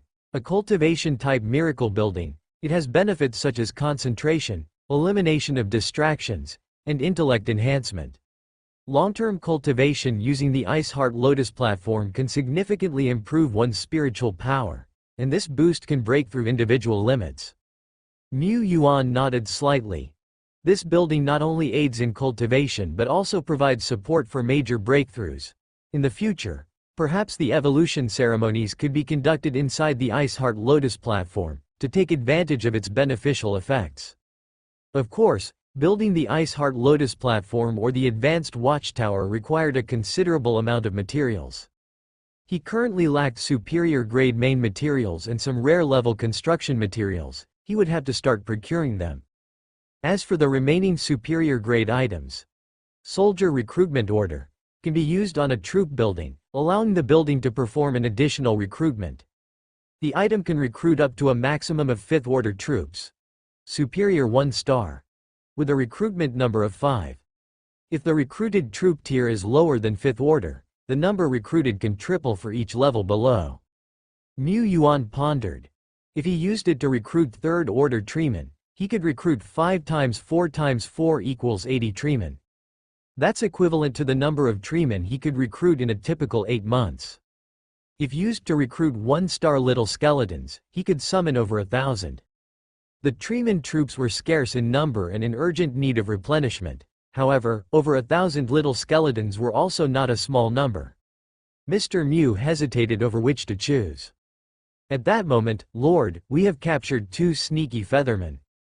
Jun swooped down from the sky, clutching a little featherman in his talon. The 2 feathermen looked utterly forlorn. Soon, Mu Yuan figured out the cause and effect. From the hesitant demeanors of the 2 feathermen, it seemed Jun hadn't made a mistake in capturing them. Half an hour earlier, 2 strong members of the Feather Court Guard had noticed the great commotion here. They approached quietly, watching from a distance. A few minutes ago, 2 members who had edged closer couldn't contain their curiosity. "The battle seems to be over. Let's sneak up and take a look. After all, the Queen ordered us to keep a close watch on the Jackal Man tribe, yet we're unclear about what exactly happened. We can't stutter and be unclear when reporting to the Queen, can we?" Another featherman agreed. "Brother, you're right. We'll just sneak up to the side of the city wall and take a peek. Surely nothing will happen. And even if we do run into danger, with our capabilities, couldn't we just flee if we can't fight?" After all, they were from the Featherman tribe. The Featherman tribe, most adept at flight, soaring high above in the sky. Once, they were the kings of the skies, several dozen seconds later. Looking at the enormous bird head beside them, 2 feathermen fell into despair. They couldn't fly over, they truly couldn't. Mu Yuan didn't make things difficult for these 2 little third-order feathermen. If he were in their shoes, he would definitely have sent scouts to investigate as well, but it's quite embarrassing to be caught due to inferior skills. He said, "Convey a message to your queen. We wish to eradicate the 3 major minions of the Jackal Man Overlord. This tribe is the first. In the remaining 2 tribes, there are many resources. If your queen is interested, we can each attack a tribe and occupy a resource site. It would be quite strenuous for them to subdue these tribes by themselves. They could fight, but not within today's time. If the Queen is willing to cooperate and promptly root out the Jackal Man Overlord minions and spies, it would be most appropriate. Also, inside the 2 other large tribes, there are likely to be abundant mining resources, as well as pollution that can be purified. Both tribes are valuable, but Mu Yuan can forsake them, as long as it satisfies the requirements of the grand strategy." However, several hours later, Mu Yuan and his group, having returned to their domain, received a message from the Featherman Kingdom. The Queen had rejected the proposal. Naive, too naive. Inside the palace, the Queen, listening to the report of the Feather Court Guard, shook her head with a sigh. "Even at the peak of our Featherman Kingdom, we were no match for the Jackal Man Overlord. How could we be now?" The large tribes under the Jackal Man's command, once faced with a legendary realm, are indeed not difficult to break through, yet attacking such a tribe will only fully anger the Jackal Man Overlord and draw their attention. She could never have imagined that this human force would be so aggressive. Were they really so daring? This move was far from a crushing blow to the Jackal Man Overlord. Not worth it. Not worth it at all. In such a situation, she couldn't help but want the Featherman Kingdom to distance itself as much as possible from this human force, let alone cooperate with them to annihilate the monster tribe. She indeed coveted the resource-rich lands occupied by the monster tribe. Year after year, the resources of the Featherman Kingdom had become increasingly scarce. That was also why, even with rest and recuperation, the number of their strong could not increase. However, even so, to survive in the eternal world, one must first have wisdom and know how to exercise restraint. Only by doing so can one live among the cracks of various powerful overlords. Acting on impulse is useless. Many civilizations that shine too brightly for others are those that do not understand the value of lying low. They are the ones who perish in the river of history. In this region, there have been forces stronger than our Featherman Kingdom in the past. They have long since dissipated into smoke, while we are still here. This is the way to survive. The Queen looked at the young Featherman in front of her, clamoring to go to battle. When the Jackal Man Overlord truly turns his attention here, That will be the day of the human force's downfall. This time, at most, will not exceed 2 months. Perhaps, only 1 month is left. She felt some regret. She sighed with pity. What is the Featherman Kingdom thinking? Not wanting to take the chance to weaken the monster overlord. And it's us who are at the forefront. Duo Lai was infuriated. It couldn't understand. It was about to blacklist the Featherman from its list of friends. Well, it's not that surprising, about 50-50 I guess. Mu Yuan pondered. The Featherman Kingdom has its own considerations, they have their strategic policies. From the perspective of the Featherman Kingdom, cooperating is a risk. But by maintaining the status quo, the Featherman Kingdom will only continue to weaken, until one day, they perish with little resistance amidst calamity. Mu Yuan didn't want to place his hopes of survival on the enemy's lack of concern. He wanted to grasp the future himself. By eradicating the Jackal Man tribe, firstly they could harvest a large amount of resources. Secondly, they could fight for time. For them, cutting off one eye of the monster overlord would effectively buy time. He could seize the initiative.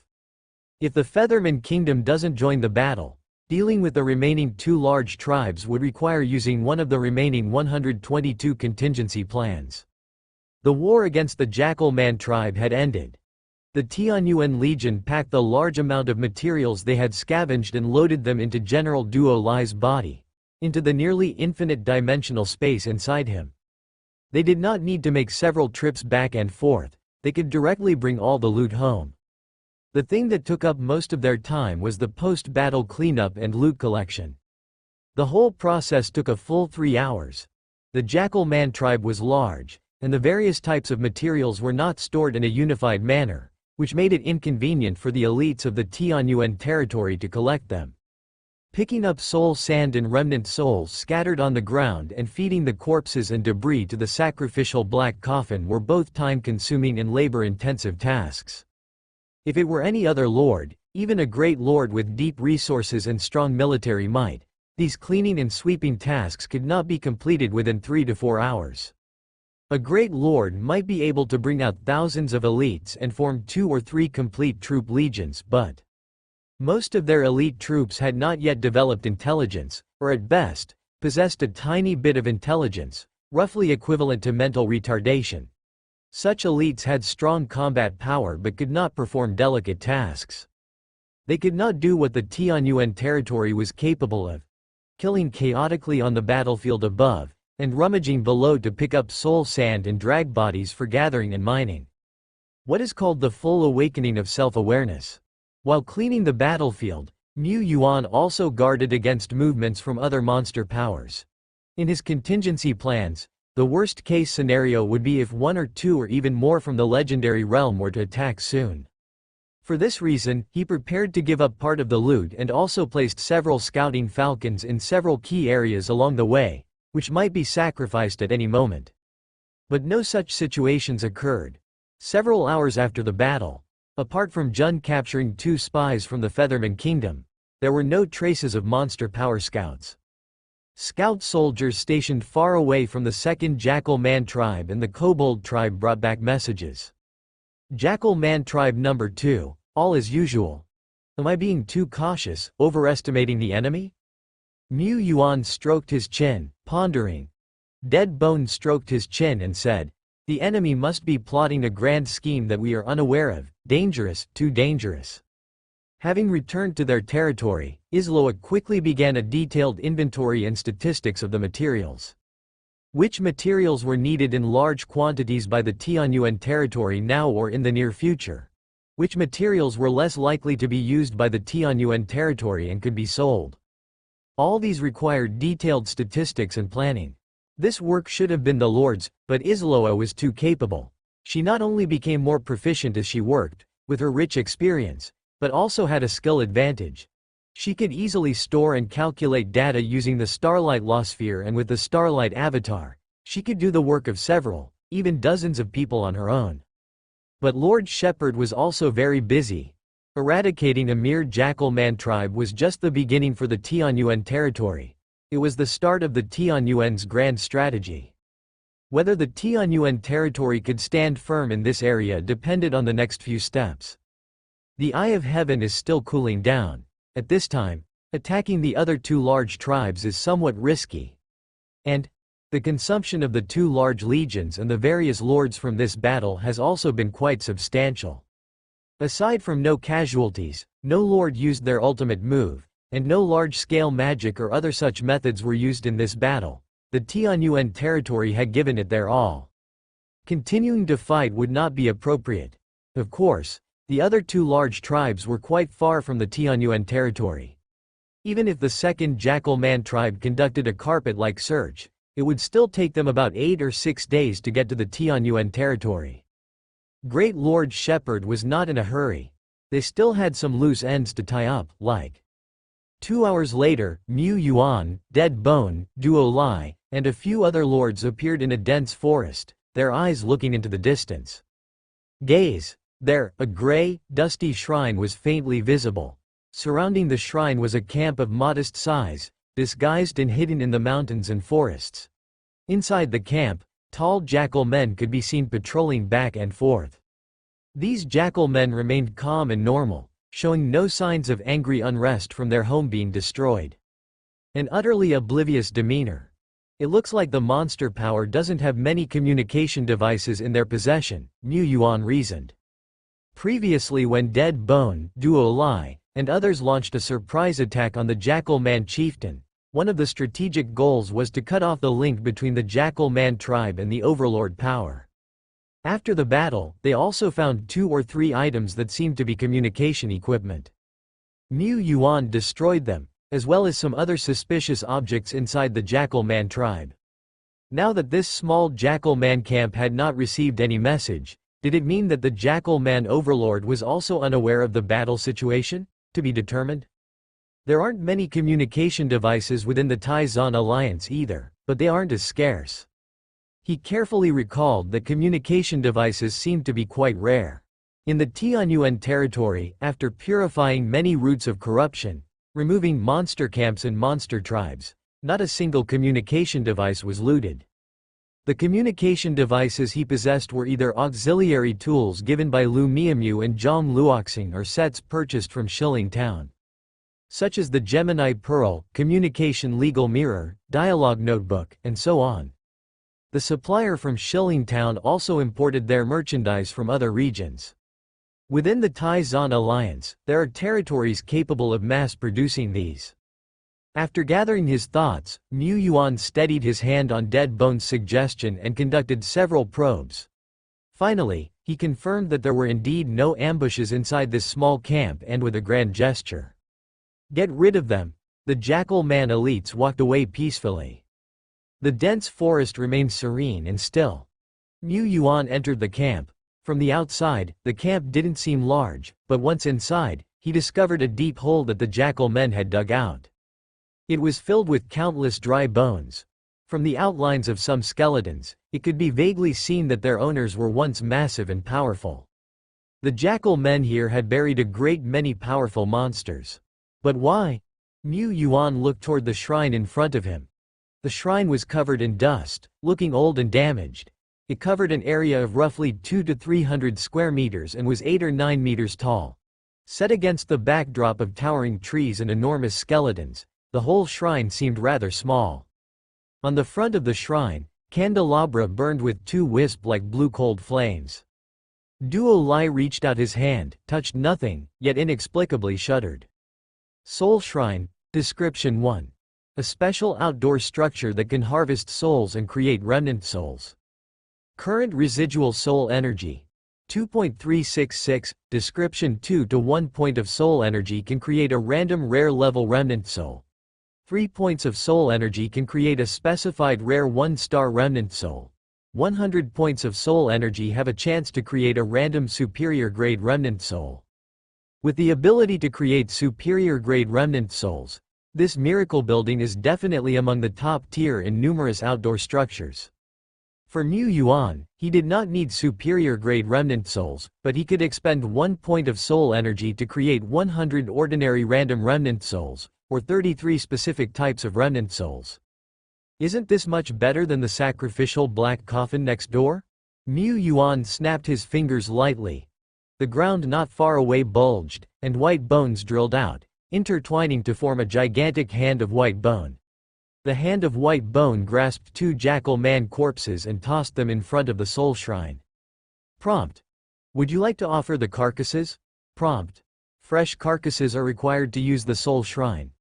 Once the carcasses are stored for too long, the residual souls will dissipate completely and cannot be harvested. Prompt: would you like to harvest jackal man brutes times 2 feet? Prompt: harvesting completed, gained soul energy, 0. Mu Yuan. Duo Lai glared at the soul shrine with malice. Did this broken structure just swallow our stuff for nothing? He kicked it fiercely, and the ground trembled while dust showered down. But General Duo Lai was misunderstanding the situation. Although the soul shrine seemed a rather eerie and ominous structure, as a miracle building, it still observed the basic rules. The reason it hadn't harvested any soul energy was most likely because the 2 carcasses we provided, they don't have souls. They're just ordinary, non-sentient little monsters. To verify this guess, General Duo Lai brought over a carcass of a jackal man sub-leader that in life was of 3rd order warlord level. Prompt: would you like to harvest jackal man hunting general? Prompt: harvesting completed, gained soul energy, 0.366. This robust jackal man carcass too turned into numerous pale blue light particles in front of the shrine, fluttering and then disappearing. Mu Yuan harvested all the jackal man elites present. More than 2/3 of the jackal man carcasses could not harvest soul power, while the remaining 1/3 could harvest at least 0.1 units of soul from a single individual. A single entity, at most, yielded 1.233 units of soul energy, contributed by an elderly jackal man priest. With that, the shrine's accumulated soul energy reached 6.222 units. Create all little skeleton remnant souls, commanded Mu Yuan. Outside the shrine, the 2 wisp-like blue cold flames flared up, flickering continuously. Along the vast hall inside the shrine, clusters of blue cold flames began to light up as well. They all flickered, spreading a chilling and ominous aura, as if a strange ritual was being performed. This outdoor building seems to have a few issues, much like the sacrificial black coffin. After shivering for several seconds, ripples ran through the shrine, and a total of 207 little skeleton remnant souls appeared in succession. Mu Yuan inspected them for a while and then had Duo Lai collect them. The harvest is good. If the carcasses in the jackal man tribes had still been there, it would have been even better. For the next 3 days, Mu Yuan closely watched the movements of the 2nd jackal man tribe and the kobold tribe. Both tribes were relatively calm, their daily routines not much different from the past: hunting outside, holding blood sacrifices. There were occasional minor conflicts between the 2 tribes, sometimes resulting in hundreds of casualties, but the ones who died in battle were just minor creatures from the jackal men and kobolds. The scent of blood within the 1st jackal man tribe gradually dissipated. No jackal man powerhouses were seen coming here. Instead, with the disappearance of this significant local power, monsters started to become active in the surrounding areas. Yesterday, a group of wild giants defeated several competing monster groups and took over this feng shui treasure land of the jackal man tribe. They began to construct their own buildings here and gathered and called upon their kin from around the area. In just 1 day, the number of the entire giant group had doubled, reaching 112. Not many in number, but not weak in strength. After all, even the weakest giant was of rare 2-star grade. And the trace of the jackal man overlord was still not to be found. Mu Yuan watched for 24 hours almost without sleep, even deploying more reconnaissance methods around the jackal man tribe. He did not wait for news on the jackal man overlord but instead got news from the elf's courtyard. The legendary package I asked Lu Miamu to purchase on my behalf has arrived? And 2 lords expressed that they have access to epic remnants and asked if I still wanted superior grade remnant souls. Of course, he did. Although no trading gathering was held today, the secret realm was still bustling, with at least 20 to 30 lords present. It said that the Lord of Han Yu City had released quite a number of keys to the secret region at the last gathering, and the membership of the entire secret realm had also noticeably increased. The Tianyuan giant is here, someone shouted. Of course, Mu Yuan wasn't some major star, just a newcomer with some battle achievements and a bit of a promising future. Not enough to frequently attract the Lord's attention. Only when big figures like the Lord of Han Yu City arrived would the entire place focus on them. Here, the goods you wanted are right here, check them yourself. Lu Miamute took out a standard storage briefcase, which contained a total of 4 sets of legendary breakthrough materials. The Tai-Zan Alliance possessed a complete method for breaking through to the legendary realm. The breakthrough material packages had also been optimized several times and had easy-to-purchase, wide applicability, and high auxiliary effects among others. The only drawback to the Legendary Realm Breakthrough package is, it's expensive. A complete set of Legendary Realm Breakthrough materials, including auxiliary materials, venue rental, and so forth, roughly needs about 2,000 soul crystals. Mu Yuan had no venue to rent. The package he asked Lu Miamute to purchase wasn't the complete set of materials either. He didn't need that many materials. What he primarily purchased were the enhanced sublimation state, solid wool, enhanced stamina, and most importantly, the small sets for survival. This simplified version, set he bought cost him about 500 soul crystals. Still very expensive. Mu Yuan directly bought 4 sets, each with different property tendencies. But the price of 500 soul crystals is what he would have paid if he went to the large city and bought them at the ordinary price. Now he was entrusting Lu Miamute to buy them on his behalf, and he not only had to pay a purchasing fee but also a cross-regional trading tax for 2 people. He needed to pay a high price of 700 soul crystals for 1 set. Painful, too painful. After Duo Lai and Dead Bone had broken through, he'd have to draw on the experience to optimize the legendary packages again. He couldn't withstand such expensive costs every time.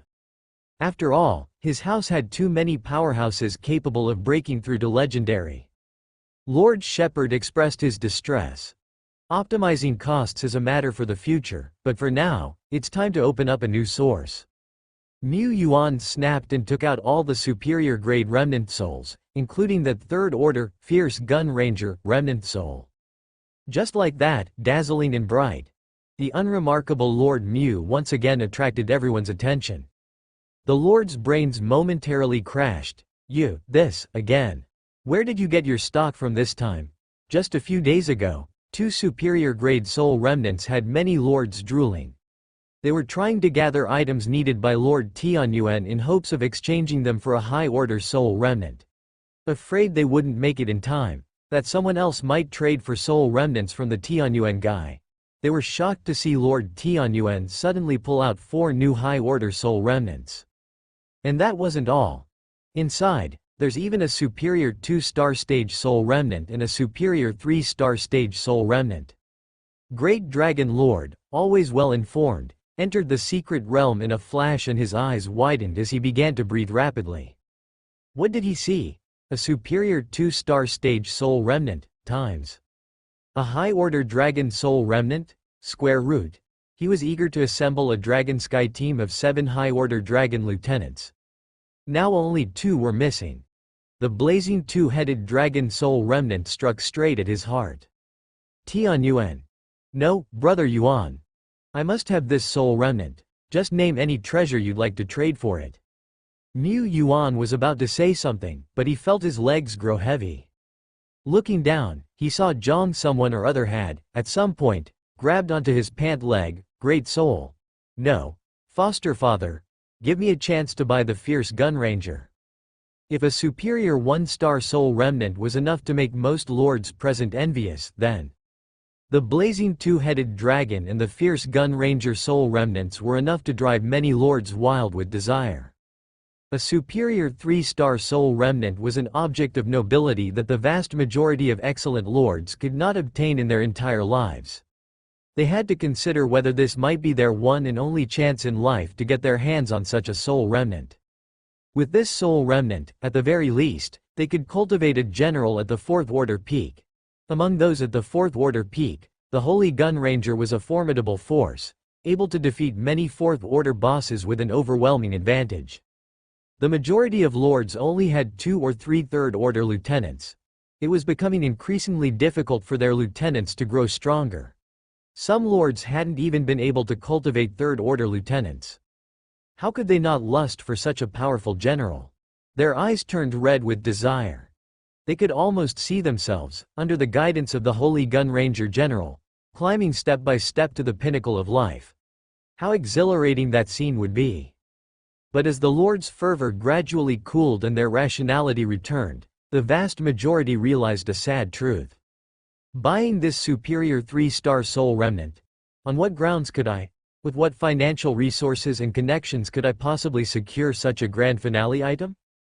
On the other hand, up-and-coming lords like Zhang Luoxin had some decent competitive edge. He might not have enough money, but his dad sure did. For Zhang Luoxin, he had to seize this opportunity. It would be incredibly difficult for his dad to get him a superior 3-star soul remnant, with connections and favors possibly taking 2 to 3 months. It couldn't compare to buying directly from Great Soul Tianyuan. Right, foster father, what are your requirements? This material, as well as this material. Mu Yuan stated his need for the main components of the Ice Heart Lotus platform and the advanced watchtower. The value of these main components naturally paled in comparison to the value of a superior grade soul remnant.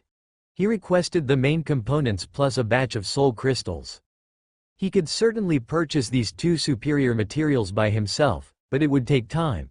Sometimes, it might take 2 to 3 months to get what he wanted. Now it was different. Lords eager to buy soul remnants would be even more diligent than he. He would be able to quickly construct the Ice Heart Lotus platform and acquire more epic wreckage. Foster father, isn't that requirement too commonplace? You'll be at a loss. That's why, when the time comes, it depends on who offers the higher stakes. The superior 1-star soul remnants are available for exchange anytime here. The blazing 2-headed dragon and the fierce gun ranger soul remnants will be auctioned 3 days from now. 3 days. Just 3 days. Often, an auction would be advertised half a month to a month in advance, but Lord Tianyuan had allowed only 3 days.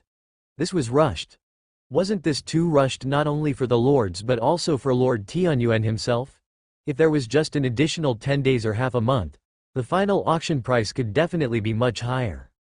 Mu Yuan didn't see this as a problem. A few high-order soul remnants weren't worth so much of his time. Besides, the Elf's Courtyard Secret Realm had limited membership. It wasn't a bustling city with throngs of visitors. He wasn't aiming to get a high price for the auction. If he could get a superior grade miracle blueprint, that would be delightful, but if not, trading for more common treasures or equipment wouldn't disappoint him. The miracle blueprints were harder to come by and pricier than soul remnants.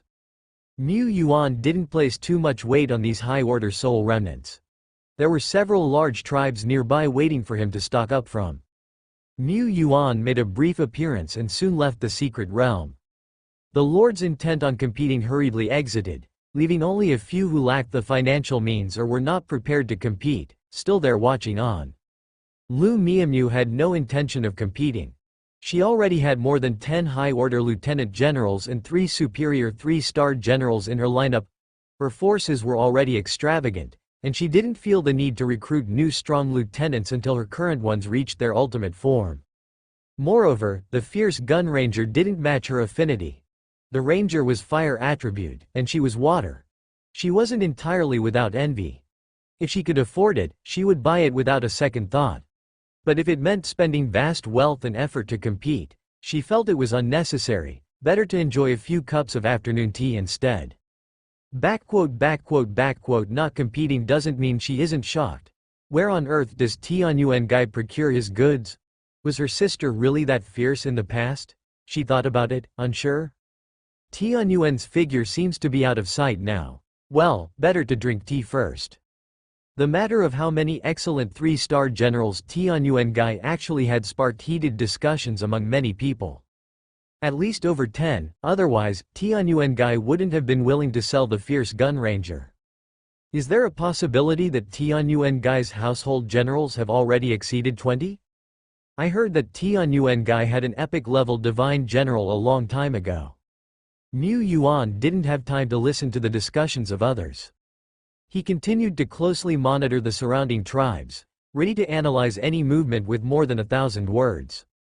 In the afternoon, Mu Yuan re-entered Elf's courtyard, trading 2 high-order soul remnants for epic remnants from the hands of 2 lords. One was a purgatory flame demon, the other, an ancient mammoth. The value of the ancient mammoth was much higher than the former. The remains were better preserved, with fur and other parts intact except for the most valuable tusks having been removed. As both were of epic grade, the nutritional value contained in the ancient mammoth far surpassed that of the purgatory flame demon and the extreme cold crystal beast. Its flesh was edible, and very tasty, thus, Mu Yuan directly exchanged the carcass with 2 excellent 1-star soul remnants. The next day, the surrounding area remained calm. The Jackal Man's first tribe was still occupied by the giants, without a sight of the Overlord Power's Jackal Men. The Jackal Man's second tribe continued to maintain its previous life rhythm. Mu Yuan was also unsure whether they had received the news of their kin's destruction. Today in the Tianyuan territory, there was a rather important task to be completed. It wasn't throwing a feast, but it was somewhat related to a feast. Mu Yuan laid out the 2 epic ingredients he had purchased the day before, along with many superior grade dishes, one by one on the plates. In the middle of the dining table, in the middle of the giant ritual array, sat General Duo Lai, restless and fidgety. Placing the ingredients in front of her, yet being unable to eat, was indeed a test of Miss Duo's willpower. Today, she would evolve. Looking back, her last evolution seemed like a distant memory. The glory of Tianyuan, born by me, Duo Lai, gurgle gurgle. Duo Lai rubbed her hands together eagerly. The distance between General Duo Lai and the rise to legendary realm was not far off. Mu Yuan arranged for Duo Lai's evolution at this point because the evolution points had barely come together. 80,000 points of Evo power was quite substantial. As for how to gather the evolutionary force for a legend in the future, Lord Shepard felt quite a headache, as it couldn't always take half a year to gather enough for one legend, could it? At 6-month intervals for a legend, it didn't seem too long after all. He had never seen the shadow of a legend so far. The legends he had indexed were narrated with a storytelling tone, and their veracity was questionable. Legends, they seemed to exist only in storybooks, entertaining to listen to but taken lightly by most. Duo Lai's current evolution, before stepping into the legendary realm, would save a lot of time that would otherwise be spent realizing her potential. Duo Lai's evolution would significantly enhance her potential, which could lead to an extended refining period. For this reason, Mu Yuan specifically prepared this table full of dishes. Evolution is a miracle. Dead Bone often made use of the residual power of miracles to create skills and achieve things that were difficult to do on ordinary days. Duo Lai couldn't create skills, but it should be possible for her to digest a large amount of ingredients with the help of miraculous power, right? No problem, of course, no problem. Duo Lai thumped her chest vigorously, confident in her strongest area of expertise. If she wouldn't even be able to digest, what face would she have left to face her kin? Today, she was to shoulder the responsibility and clear all these delicacies. Hiss, ah. Duo Lai wiped away the drool that had involuntarily leaked from the corner of her mouth, glanced around with lowered brows, and seeing that no one was paying attention, continued to pretend to sit obediently on the platform. Twisting her body, she became increasingly impatient. The evolution array base has been tuned and is now fully operational. Auxiliary materials are in ample reserve, and the 3-style incense is already lit. The wind is moderate, the sunlight is moderate, and there are 66.2 seconds left until the auspicious time. The shadow mirror has been adjusted and focused. Domain interferer is enhancing, 10%, 20%, 50%. The 6-style concealing array has been activated. The night-hidden starry sky is operating normally. No abnormal movements from the monster power. Isloa held a thick book, wearing glasses with data collection capabilities, standing half a step behind Mu Yuan to his side, reporting the situation. In front of them, one after another, Isloas were stepping out of the land of evolution, lining up. Mu Yuan saw this and nodded slightly. He gazed intently, and within the depths of his eyes, an invisible spectrum of colors rippled. An intangible miracle power fell and transformed into a pure white light visible to the naked eye, radiantly bursting forth from the bodies of the evolvers. Evolve! Evolve! Evolve! Pillars of light soared into the sky. Clouds of rosy light enveloped the azure sky. The king of the slimes continued to sing loudly today, taking a big step forward towards the seat of legend. The slimes seemed to sense something, with their big eyes wide open, staring straight at the sky. The evolution lasted for a long time. The purple clouds in the sky, like a celestial river, flowed magnificently, splashing up mysterious blossoms. After a while, prompt sounds came one after another beside Mu Yuan's ear. Many of Duo Lai's skills, with the ascent of the devouring power inside its body, had likewise ascended. It was about to wake up from this profound and enigmatic state. But General Duo Lai, firmly remembering its mission and already immensely eager, extended dozens of tentacles within the soon dissolving white light. These were tentacles of its condensed body, formed and extended, and also part of its slime physique.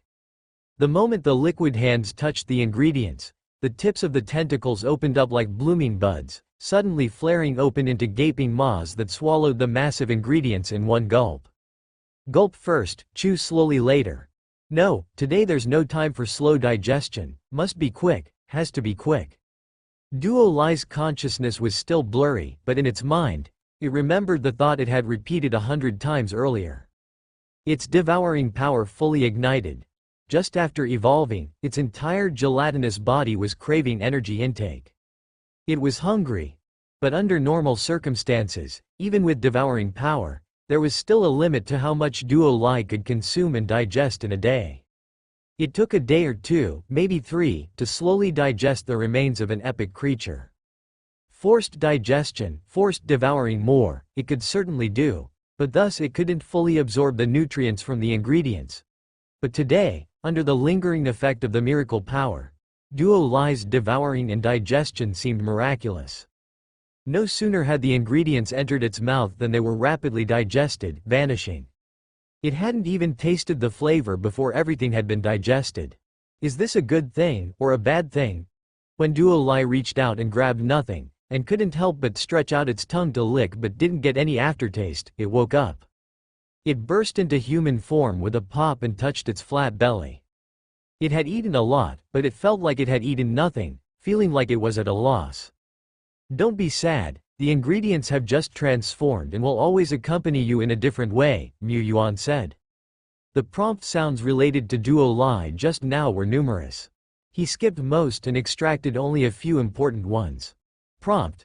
The hero, Duo Lai, has devoured an ancient mammoth. Energy increased, physique improved, awakening skills, Mount Tai crushing down, and weight doubling, awakened.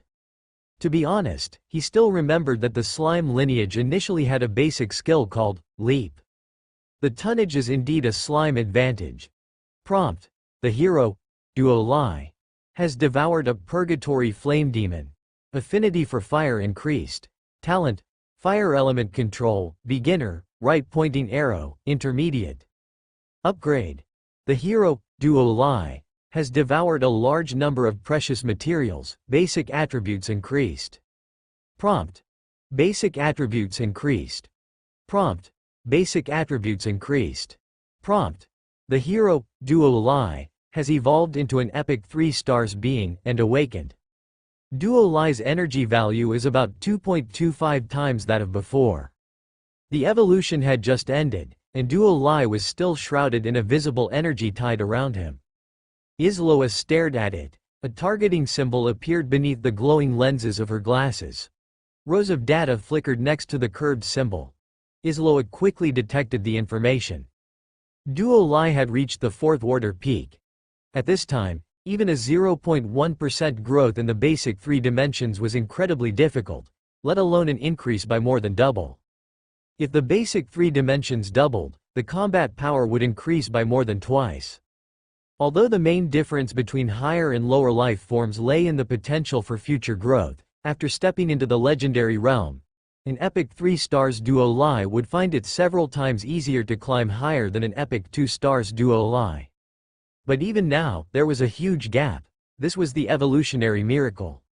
No matter how many times one witnesses it, the power of miracles never ceases to amaze. Isloa pushed up her glasses, fervent and devout like a zealous believer.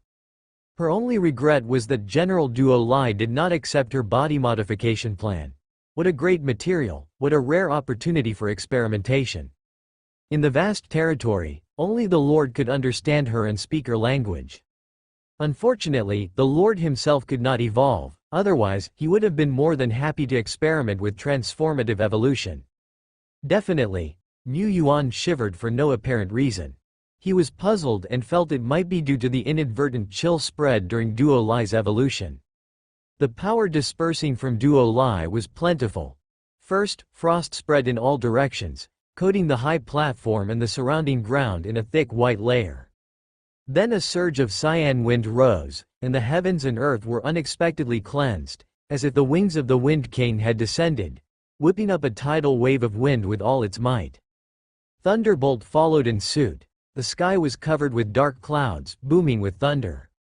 And the fire was the most intense, pushing away the other three elements, glowing fiercely as if a red sun was about to rise.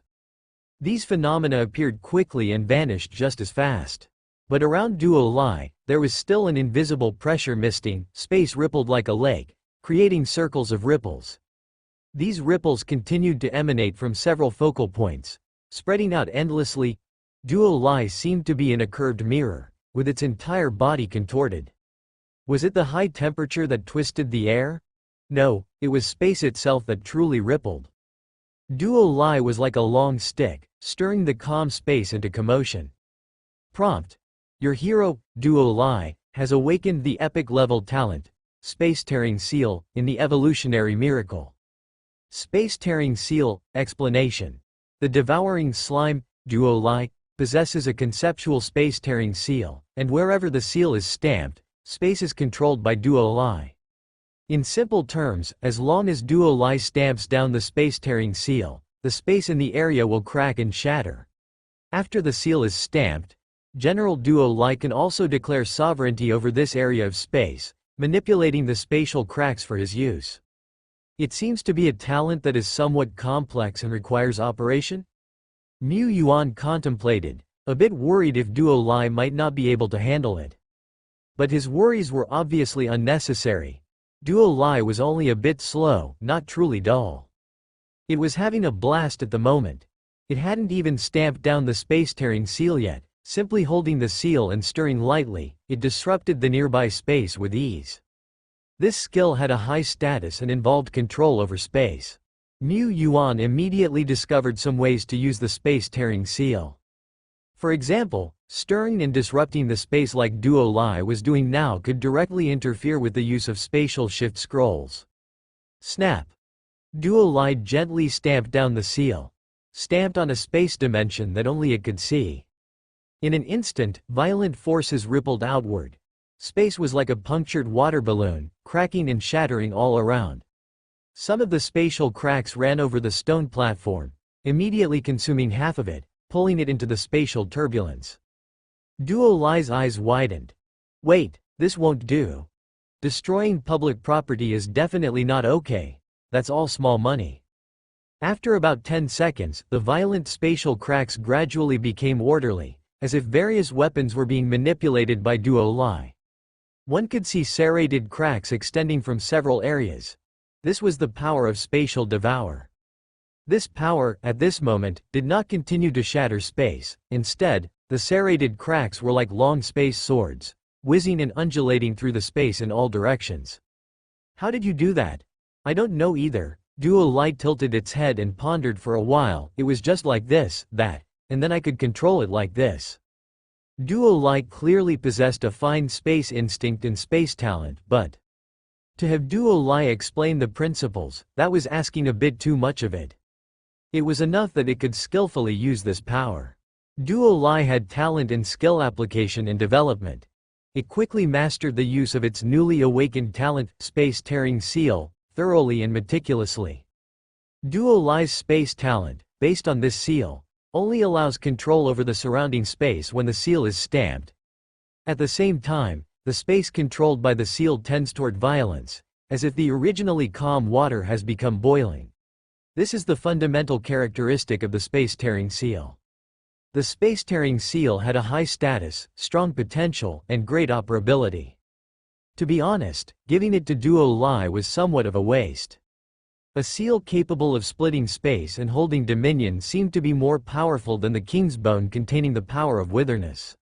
However, space-tearing seal has its flaws. The space-tearing seal must first imprint the current space to take effect and make subsequent operations possible. When Duo Lai cast the seal, according to itself, the process had a certain pre-release and wasn't instantaneous. This is one flaw. The space-tearing seal can only imprint a space at a time, and the imprint has a time limit. This is its second flaw. If Duo Lai actively retracts the seal's control over the space, it must wait a period of time before it can recast the space-tearing seal. This is the third flaw. Despite the numerous restrictions, the space-tearing seal is still a divine ability, a god-level talent. It involves the noble element of space. The talent of the space-tearing seal still has much potential to be unlocked. The devouring slime itself already possesses spatial abilities. The early, dimensional space, mid-phase, spatial devour, and Duo Lai's realm of infinite serpents all relate to spatial power. However, in the past, Duo Lai's use of these abilities was basic, direct, and brutal. It's not that Duo Lai was too dull, but rather spatial power is inherently high-ranking. The majority of the legends have no experience with space, let alone a common realm creature like Duo Lai. It's like a child holding a weapon, managing to pull the trigger is already remarkable. But now, with the space-tearing seal imprinted, Duo Lai seemed to have mastered an array of martial skills, and its use of dimensional space and spatial devour was gradually becoming more sophisticated. Benduo is truly a genius, suitably impressive. After evolving, Duo Lai shouldered heavy responsibilities, operating around the clock, either practicing skills or refining its body. It was advancing step by step towards the pinnacle of fourth order limit, the great perfection. It was just a few steps away. Today, Duo Lai received a message from Lord. What, a mission? A streak of azure hair on its forehead perked up at once, just like its suddenly bouncing head and the increasingly bright eyes. Mission. Mission. Mission. It was not that it couldn't sit still, nor did it lack the patience for closed-door cultivation, but, given the chance to venture out, Duo Lai was naturally more exhilarated. No, this was a heavy duty, and General Duo Lai must rush to the battlefield immediately. However, what is it? Just now, Lord Shepard jolted fiercely, quickly connecting with a scouting falcon 200 kilometers away. His pupils darkened, assuming the likeness of a shadow-capturing surface, reflecting the distant mountains, rivers, and seas of clouds. The forest sea was vast, with strands of red mist drifting between heaven and earth. A giant bird spread its wings, soaring freely through the sky. This was a fourth-order boss-level monster, almost without natural enemies, its enormous eyes sweeping across the land, searching for today's prey.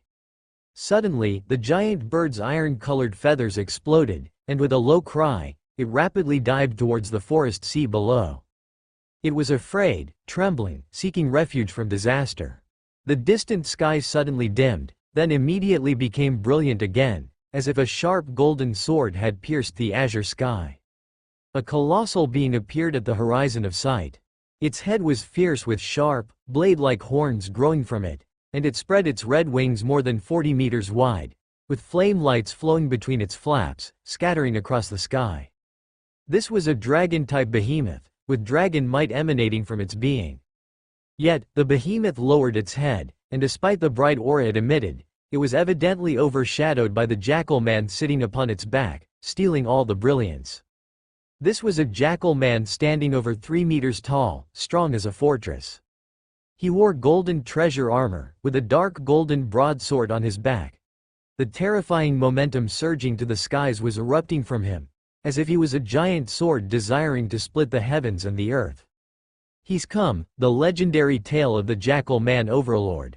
This direction, He indeed aims to proceed towards the number 1 Jackal Man tribe. Based on the direction he came from, the Jackal Man overlord might be in this area? Of course, the likelihood isn't high. This kind of speculation relies on the assumption that the Jackal Man makes no attempt at concealment. The experienced scouting falcon quickly bowed its head, using only peripheral vision to observe, tracking the trace of the werewolf legend through the golden light and red flames filling the sky. The werewolf legend did not notice the falcon. Or perhaps, he viewed it as one of the countless creatures in the surrounding area and didn't care about it. Scouting Falcon number 33 continued to play the role of a trembling creature, refraining from pursuit. Soon, Scouting Falcon number 18, positioned outside the first Jackal Man tribe, captured the figure of the legendary realm creature. The roaring dragon beast hovered high above the tribe. It surveyed from above as sparks drifted down. Below, the giants that had occupied this land began to grow restless. The leader, a supergiant well over 30 to 40 meters tall, let out a fierce roar. It raised its arms high, condensing a boulder in its palms. The giant hurled the boulder, as if tossing a meteor. But in the next moment, a supremely dazzling golden radiance enveloped all the giants. The golden light was blinding, too brilliant to look at directly. And those who did look could only see the splendid golden glow that filled heaven and earth. In an instant, when the resplendent golden light dissipated, the 100 or so giants who had defeated numerous formidable rivals and taken this precious territory were all lying askew on the ground. Their bodies were all dismembered, heads and torsos separated, hands and feet severed, without exception. Their massive corpses released streams of blood, flowing from the mountain top down to the foot of the mountain, watering grotesque flowers. The werewolf legend merely snorted coldly, seated himself back atop the dragon-type behemoth, scanned the surroundings, and then tugged at the dragon saddle, heading off in another direction. This direction is towards the second Jackal Man tribe. The previous speculation wasn't wrong. The Jackal Man overlord control over the outside world relies on his subordinates in these large tribes. The Jackal Man overlord needs to go to the second tribe to gather more information. So, what should we do? Ambush. The werewolf legend was riding a 4th-order peak dragon-type monster, and its flying speed was no slouch. Trying to ambush him before he arrived at the second tribe would not be easy. Furthermore, using the same tactic twice in a row carried too much risk. He decided to implement Plan B outside the second Jackal Man tribe.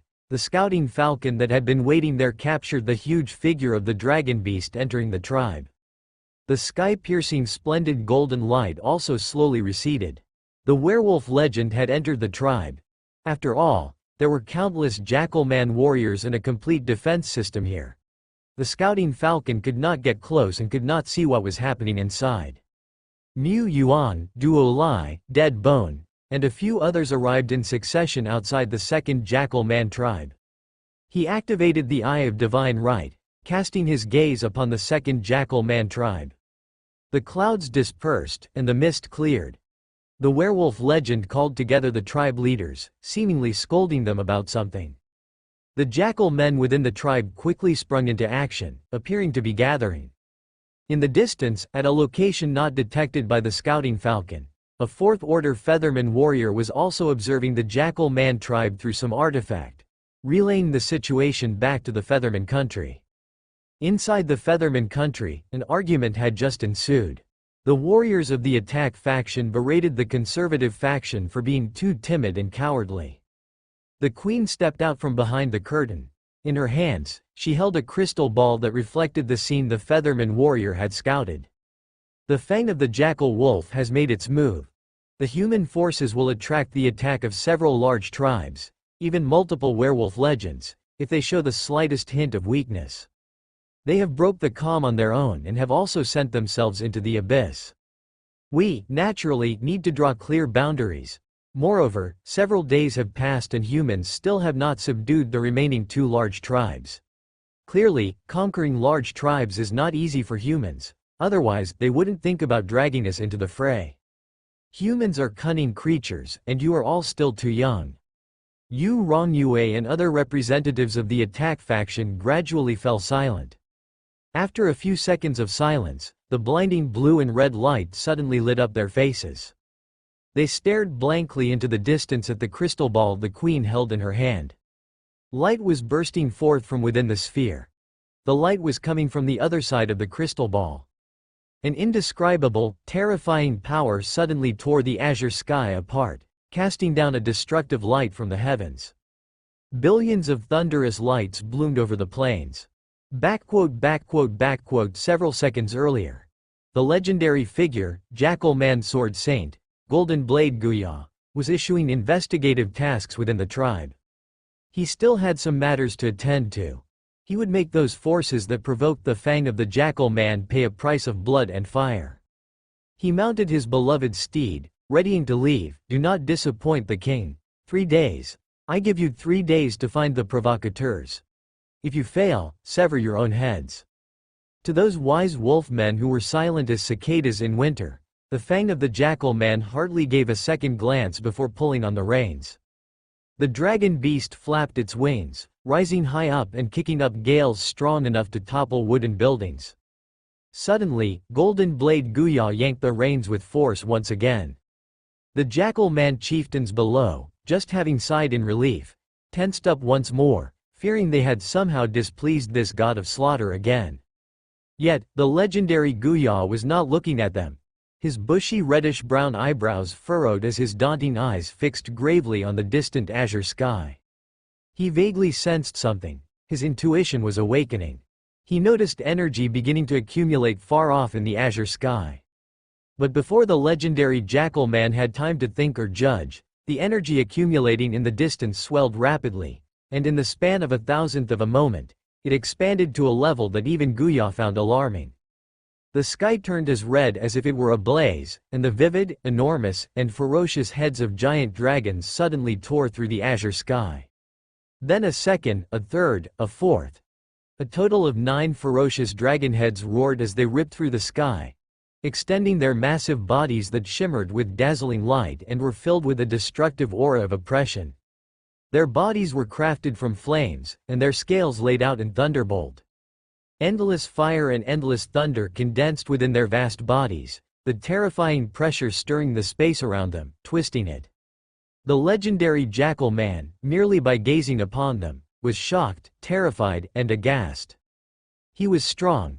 Therefore, he understood even more the horrifying energy contained within the 9 dragons' magic that entwined before him. What in the world is going on? Such immense energy, where did it come from? It was as if some great being, separated by thousands of mountains and rivers, had hurled a devastating strike at him. He didn't understand. He was frightened. Thoughts raced through his mind like lightning. The next moment, the legendary Jackal Man abandoned his dragon beast mount and burst forth with tremendous momentum, flying towards the outskirts of the tribe. The dragon beast was too slow. He no longer had time to fly leisurely. He had to escape the coverage area of the 9 dragons' magic. But Guya found he still couldn't fly out. Compared to the 9 dragons' magic that tore through the azure sky in an instant and descended roaring before him, his flight speed was still too slow. The space around him, under the pressure of the vast energy, became viscous. He was stuck within it. Having just begun to soar for a second or two, the blinding light of the thunder flame already illuminated his face. Under the flashing red and blue lights was his pale, ashen face. Guya ceased his attempted escape. He raised his sword, his eyes wide as copper bells, bloodshot, and filled with amazement as he stared directly at the oncoming 9 dragons' magic, his aura bursting forth even more terrifically. The space grew increasingly stagnant, the oppressive force weighing down like mountains upon the second Jackal Man tribe. Fear filled the eyes of many high-ranked jackal wolves. Some jackal men were crushed to the ground by the heavy weight. Others bared their teeth, striking out fiercely alongside the legend. The domineering and sharp golden sword light soared to the heavens, like a colossal golden sword standing erect upon the earth. Around the sword, steep mountains shaped like blades stood tall and majestic. This divine and extraordinary scene rippled outwards, reaching in all directions. That was the domain of the legendary Jackal Man. In the bright gaze of the overlording Thunder Dragon, the divine and extraordinary domain seemed insignificant, and so did the resplendent towering golden sword. The 9 thunder flame dragons, each hundreds to thousands of kilometers in length, hovered over the tribe, and then, as if they were tearing through the sword light, the domain, space, and the world itself, they dived down. Endless light, endless flames burst forth over the vast plain, creating the most dazzling fireworks of that moment. Far away, in a hidden sanctuary within the overlord power of the fang of the jackal wolf, an elderly jackal man patriarch suddenly rose to his feet, his face illuminated by the treasure mirror filled with billions of glimmers of light. Half a second later, crack, the treasure mirror shattered. A round of Dari rose slowly above the horizon, its shockwaves visibly sweeping out in all directions. Towers, walls, and every building that had been painstakingly polished fell apart like fragile building blocks when swept by the blast. This was a scene witnessed from a somewhat distant area. Near the epicenter of the 9-headed roaring thunder flame dragon, everything in the fraction of an instant was annihilated, incinerated, and reduced to the purest of particles. The endless light engulfed the entire area, its blinding intensity forcing onlookers to squint their eyes. The furious gale spread out for dozens of kilometers, bending and snapping trees in the distance. Bracing against the head-on gale, Mu Yuan raised a repulsion barrier to shield against the flying debris and broken branches, widening his eyes to observe. Beside him, after waiting for a few seconds, Duo Lai couldn't help but ask, "That Jackal Man legend, we killed him, right?" Dead Bone said, "From a perspective of assuredness theory, we must treat the Jackal Man legend as alive and possessing considerable combat power." Mu Yuan thought the same. Yet the power unleashed by the 9-headed roaring thunder flame dragon still left him dumbstruck. This was the version 3.1 version of the 9-headed roaring thunder flame dragon, and its techniques were based on Duo Lai at the epic 2 stars 4 order peak stage. Duo Lai of this period was already in possession of destructive power. And this large-scale magic technique was equivalent to 10 over-limit swallowing extreme state Duo Lais. Their techniques hand-twisted and then fused together. After fusion, it went through a systematic upgrade via the construction of the Staff of Divine Right, and only then was the 3rd generation of the 9-headed roaring thunder flame dragon officially born. Mu Yuan had not really tested this generation of the 9-headed roaring thunder flame dragon. He dared not test it. The effects and impact force of the previous generation's large-scale magic falling down were already terrifying enough, let alone now? This is the art of explosion. Such grand energy was enough to overwhelm and destroy everything. Big is strong. Big is beautiful. Big is invincible. Even the domain of the legendary realm had its limits of bearing, and the range covered by the 9-headed roaring thunderflame dragon was even bigger than that expanded by the legendary Jackal Man. As a technique that had been upgraded through the iteration of epic buildings, this large-scale magic seemed also to possess an incredibly high rank of destructive power. It wasn't just about the quantity, it could almost be considered an epic-level large-scale magic. The only flaw in this technique was, Mu Yuan could not control it. The caster could only designate a location for the large-scale magic to fall, and after that, all that was left was to wait for the magic to explode on its own. If they had been inside the Jackal Man tribe at that time, they probably would have been obliterated and incinerated among the billions of thunder flames just like countless jackal men, with not even their bones left.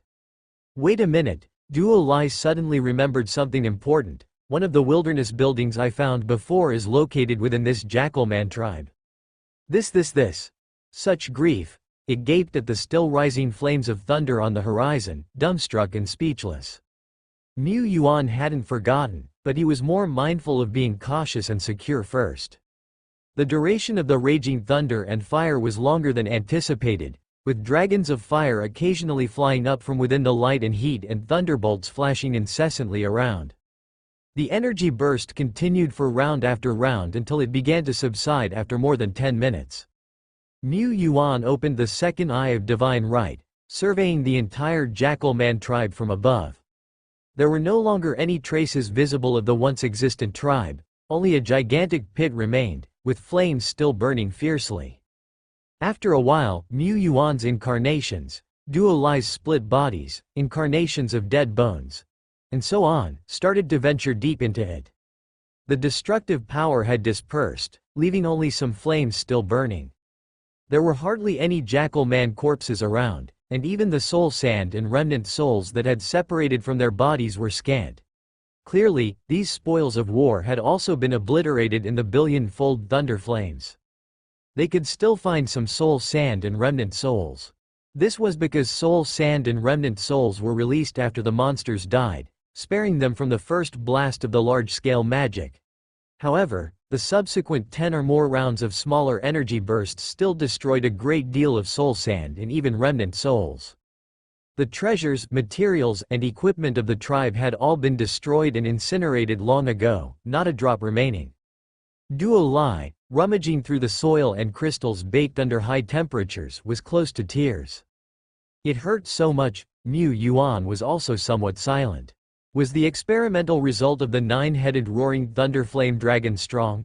Too strong. But it was so strong that not a single spoils of war remained. Wait, there's still something left, Duo Lai exclaimed in astonishment.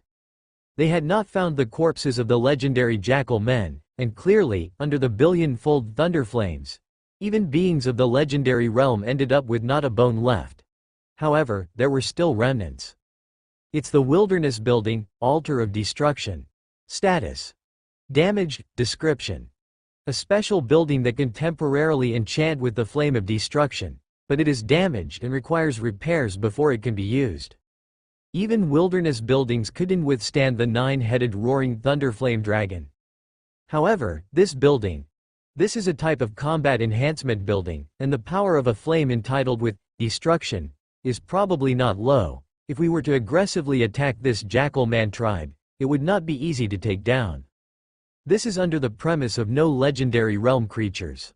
The moment the legendary Jackal Man entered the tribe, Mu Yuan immediately dismissed the idea of a strong attack. The last time they ambushed a goblin legend, they only managed a narrow victory. To kill a legend within the territory of a tribe was simply unrealistic. Indeed, it was still best to clear the area with large-scale magic, brutal and simple.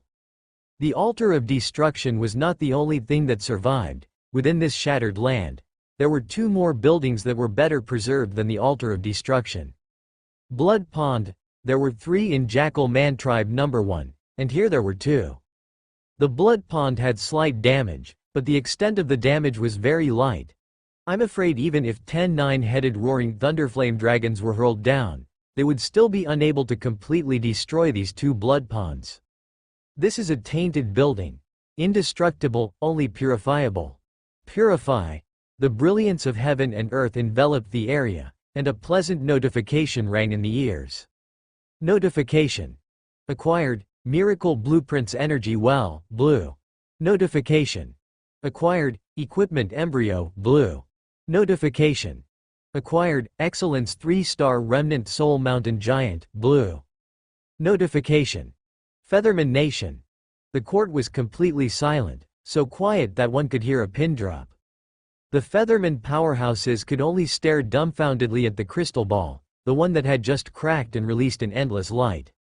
Despite the vast spatial distance and merely observing through the crystal ball, they still deeply felt the terrifying destructive power.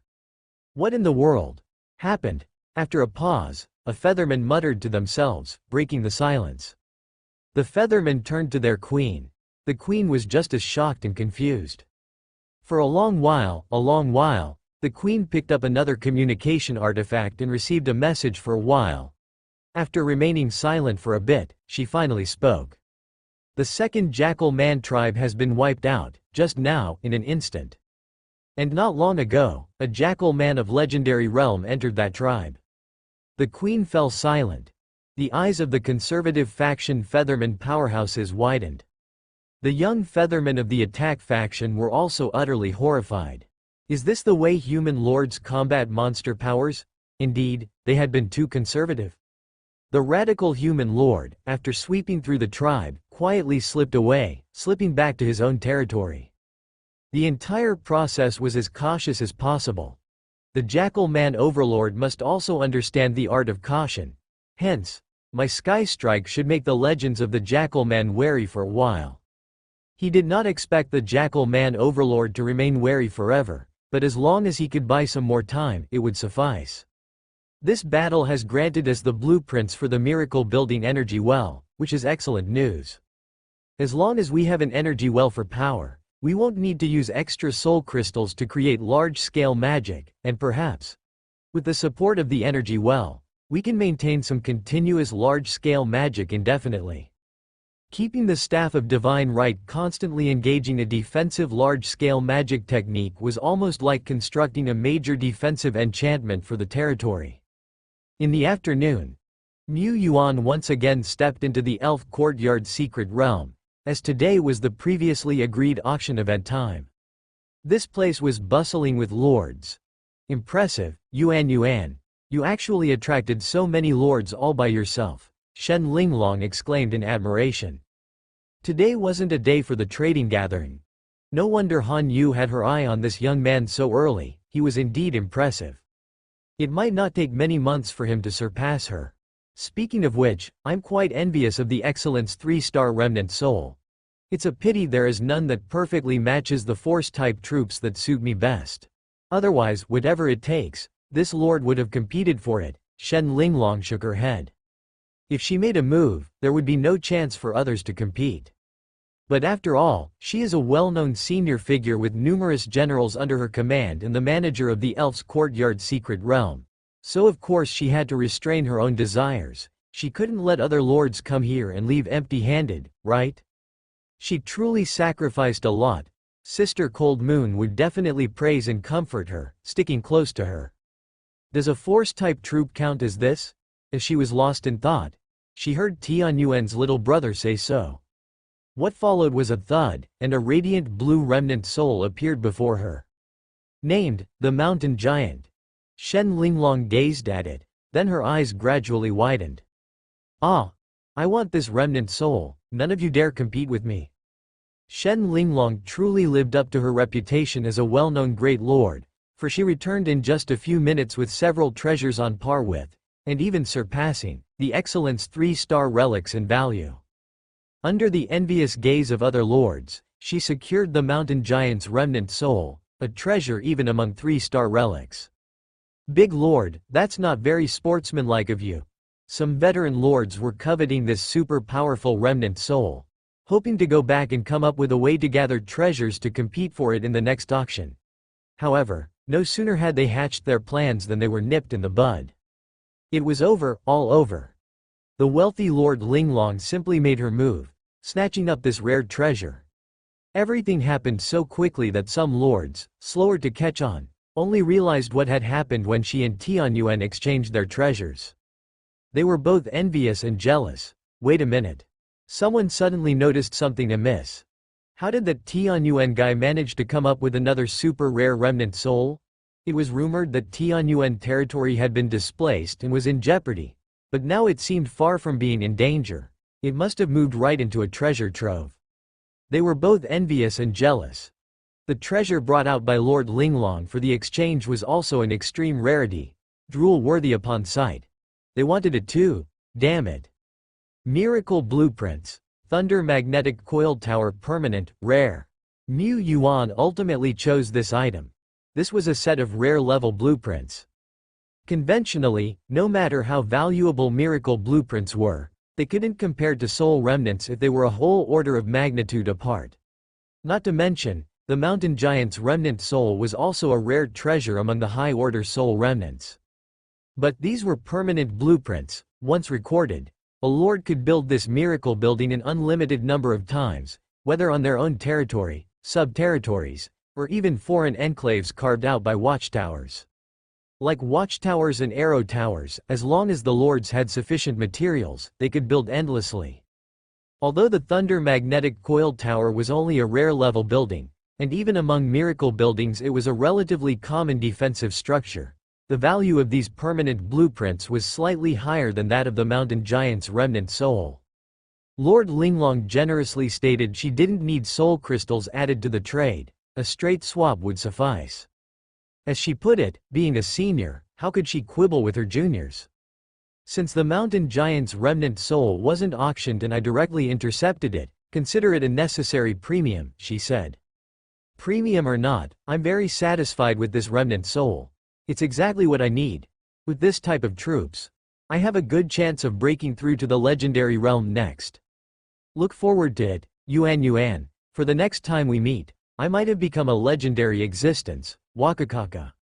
Shen Linglong stood with her hands on her hips, dreaming of the future. In truth, she didn't lack the combat power of a mountain giant. Even if she trained a mountain giant, at best, it would just be another strong fourth-order peak strongman. And such a mountain giant couldn't step into the legendary realm in the short term, at least. For a great lord like Shen Linglong, unless she could recruit an epic-level general, it was difficult to see a significant breakthrough in her overall strength. However, Shen Linglong seemed to have a unique talent related to strength-based troops. As long as she assembled a certain number and quality of high-order strength troops, she was confident she could break through the Great Barrier and transcend into the legendary realm. This was about concentrating all the strength of her territory within herself. On this path, the Lord themselves are the strongest in their territory and the most likely to step into the legendary realm. With control over territory power, possession of the Lord's power, abundant resources, and even some unique strategic talents, such lords indeed have a slightly higher chance of entering the legendary realm compared to ordinary high-order generals. Some extreme lords even forego developing their territories, investing all opportunities, treasures, and hopes onto themselves, aspiring to go even further. After all, by entering the legendary realm, not only does one's life undergo a transformation and they wield great force, but their lifespan greatly increases as well. Many lords find such temptation irresistible. Compared to just one general stepping into the legendary realm, they would rather become legends themselves. Even if not taken to the extreme, the path of the unparalleled Lord remains a mainstream choice in the Lord's world. Over half the great and veteran lords have chosen this path, although the vast majority who do, fail to make a name for themselves. It's not just by walking the path of the unparalleled Lord that one has a chance to touch upon the legendary realm. Most lords don't even come close to the fourth order peak. More precisely, these lords haven't even crossed the threshold. Lord Linglong seemed to have a good chance of truly embarking on the path of the unparalleled Lord. And within the Tai-Zan alliance, the most dazzling figure on the path of the unparalleled Lord was undoubtedly the Lord of Han Yu City. It was said that recently, the Lord of Han Yu City had delved into the Red Mist land again, slaying countless legendary creatures. Next time there is a strength-based high-order troops, I'll save it for you, Mu Yuan said, looking up at Shen Linglong who was a head shorter than him. Thanks a lot. Even though I'll soon break through to the legendary realm, I still have a huge demand for strength-based troops. Bring them on. Of course, they should at least not be much inferior to the mountain giant. Since you said so, I'm looking forward to it, she replied. Possibly in another month or two, Tianyuan might just pop out several high-order soul remnants. The thought is indeed quite exciting. I can't lag behind either. If by the next time we meet, I'm still not in the legendary realm, that would be rather embarrassing. I did just brag about it. No problem. After chatting for a few moments, Shen Linglong hurried off to take care of some necessary preparations. The small auction at Tianyuan territory went ahead as scheduled. As expected, not everyone was as wealthy as the little rich lady Shen Linglong. It took time to arrange for the exchange of treasures, so naturally, they could not produce anything as precious as miracle blueprints. Two lords brought out epic-level remains. One of them was Zhang. He added a piece of superior-grade equipment, 2 superior-grade materials, and a batch of soul crystals, exchanging them for the coveted superior 3-order Holy Gun Ranger Remnant Soul. With a superior 3-order ranged major character who can also buy all sorts of powerful enchanted bullets through Krypton gold means, with this major character, the future of Luoxing territory is promising. Gaga. The auction ended quickly. Although he didn't swap for miracle blueprints, Mu Yuan also obtained some treasures he had been longing for, which were of equally great value to him. Upgrading fragments. These fragments of rules that have a chance to be born at the junctions had also emerged in considerable numbers with the integration of Langsing. These are likely the last batch of fragments. Perhaps due to the vast scale of Langxing's integration, these fragments, formed from clashing rules, were more resilient, shrinking in size slower than before. A few days ago, the exploratory team of Tianyuan territory restarted and discovered a domain fragment in the wilderness. And today, he used 2 high-order soul remnants to exchange for a total of 8 upgrading fragments, large and small. I've made a fortune, Mu Yuan thought so. The trading lords thought the same. To them, even using upgrading fragments wouldn't help their major characters to break through if they were slated to hit a plateau. They simply didn't have the conditions to make use of the fragments. Is it not a great profit to exchange, bland to use, heartache to discard, fragments for subordinates with immense potential? Before the gathering dispersed, a lord who didn't manage to compete for a soul remnant couldn't help but ask. Lord Tianyuan Giant, when will you hold the next auction for high-order soul remnants? Hey, Zhang Luoxin interrupted. Are you really treating Tianyuan like General Duo Lai's magic pocket? Such high-order soul remnants aren't just available whenever you want. How could Lord Tianyuan give you a precise time? Mu Yuan opened his mouth. He originally wanted to say definitely in a few days. But on second thought, given the current unsettled circumstances and the fact that he was not planning on taking action against the Kobold tribe just yet, he indeed could not confirm when he could acquire more high-order soul remnants. It could be a few days, or half a month, or even longer. He couldn't make any promises. Back in Tianyuan territory, Mu Yuan closely monitored the movements deep in the wilderness while holding a copy of Legendary Cultivation, from beginning to end, slowly flipping through it. He had briefly looked over it before, but this time he read with more attention to detail. Combining his current state with the teachings of the book, Lord Shepherd gained a deeper understanding of the legendary realm. The life tier of beings in the legendary realm has undergone a metamorphosis which is reflected in every aspect, including the basic 3 dimensions, one's own thought process, comprehension, and even lifespan. In the mundane realm, from 0-order apprentice to 4th-order leading realm, there has been no enhancement to the essence of life. Even though a leading realm strongman is capable of splitting mountains and rocks, they still possess a mortal body, with only a slightly longer lifespan than that of an ordinary person. The Taishuan Alliance is still young, but scholars have conducted relevant research.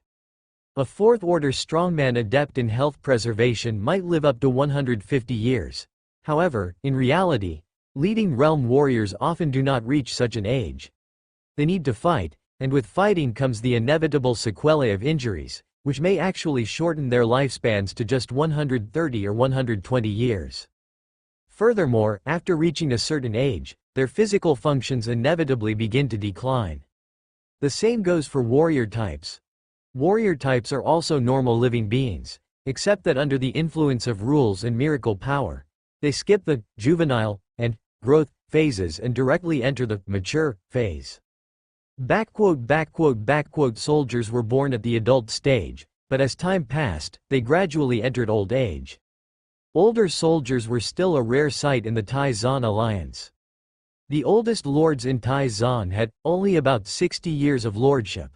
Many lords and soldiers of the Tai-Zan alliance had died in battle, but barely any had died of old age. The group had yet to reach the phase where they had to worry about the old soldiers. A lifespan of 150 years, this refers to humans, whose lifespans often differ greatly from one race to another. And humans don't have particularly long lifespans compared to many other races. The Featherman tribe, for instance, generally lives longer than humans do. There are also those with lifespans shorter than humans, like goblins. Undead, such as skeletons, also have lifespans, but it refers to the lifespan of the soul. If it's an epic life like a giant dragon, even if it can't advance to legendary, it has a considerably long lifespan. High elves are similar in this regard. Once humans ascend to legendary, their lifespans directly climb to 300 years. Not only that, legendary beings can wield the power of heaven and earth and can comprehend the universe. Looking back at the techniques one mastered before entering the legendary realm, one can have a completely different comprehension. Before becoming legendary, mortals stand on a mountain surrounded by sheer cliffs. After becoming legendary, the strong stand at the peak, with all mountains within their gaze. A legendary being, even starting from scratch in some side professions, such as pharmaceutical making, forging, enchanting, or creating scrolls of magic, would need only a few short years to surpass experts who have spent decades on these paths. In ancient times, some small countries viewed legendary beings as gods, and this is by no means an exaggeration. However, legendary beings have many things to do. Especially those striving for higher realms. They cannot possibly delve into side professions. 300 years may seem long, but for legends stuck at various bottlenecks, it's quite brief, without a moment to waste. From the legendary realm onwards, the strong must study the true methods of cultivation, not just blindly absorb soul sand. In ancient times, true cultivation techniques were always necessary.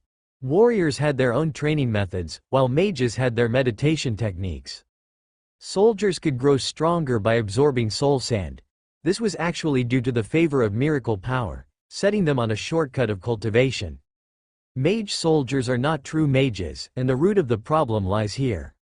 These cultivation shortcuts have no side effects. After all, they're miracle power. Soldiers themselves are a manifestation of miracles. But once one enters the legendary realm, these shortcuts come to an end. The strong must then be self-reliant and strive on their own. Some are able to break through realms effortlessly, treating each bottleneck as if it were nothing. Others stumble and stagnate at the starting point after entering the legendary realm. This primer is called, from beginning to end, because some legends, until their death, have been unable to find the cultivation method that truly suits them. Mu Yuan stroked his chin. Now that Duo Lai has entered the legendary realm, it also needs to find its own cultivation path. It should be fine, right? Mu Yuan felt uncertain, which prompted him to start reading primers on becoming a legend. At the critical moment, it might even need him, the all-capable Lord, to dispel the confusion in Duo Lai's heart. It's just, I feel like I'm about to enter the earth, just looking at these basic cultivation techniques. Before the integration with Langxing, Mu Yuan had used a hefty amount of contribution points on the Taishuan Covenant platform to exchange for a few basic cultivation methods. Physical Series, Undead System, Fire Series, Blue Wood Series. Legendary beings could directly learn these cultivation techniques and practice according to them, but the progress would be very slow. After all, these were basic versions with a wide range of applicability. Mu Yuan exchanged for these cultivation methods mainly for reference. Legends who wanted to find their own cultivation methods certainly needed reference manuals. The reason some old legends hadn't been able to find their path until their death was that they had no one to discuss with and no previous path to refer to. With the backing of the Tai-Zan Alliance, he had quite an advantage. On the Taishuan Alliance platform, there were also some profound cultivation methods available for exchange. Those were expensive and difficult for beginners, so Mu Yuan planned to wait until Duo Lai's advancement before deciding whether to exchange for them or not. It's just that his current Tai-Zan contribution points were running low. Now isolated, he had no way to earn more contribution points. As for the future, I'll think about that later, and now. With two epic ingredients on hand, the time needed for Duo Lai's limit refinement could be shortened further. The day General Duo Lai would enter the legendary realm was just around the corner. With the right timing and location already prepared, it's just the human element that's pending. With Tianyuan territory about to give birth to a legend, and Shen Linglong envisioning her legendary future, everyone's tomorrow looked bright. The Tianyuan territory's region briefly calmed down, seemingly the quiet before a storm.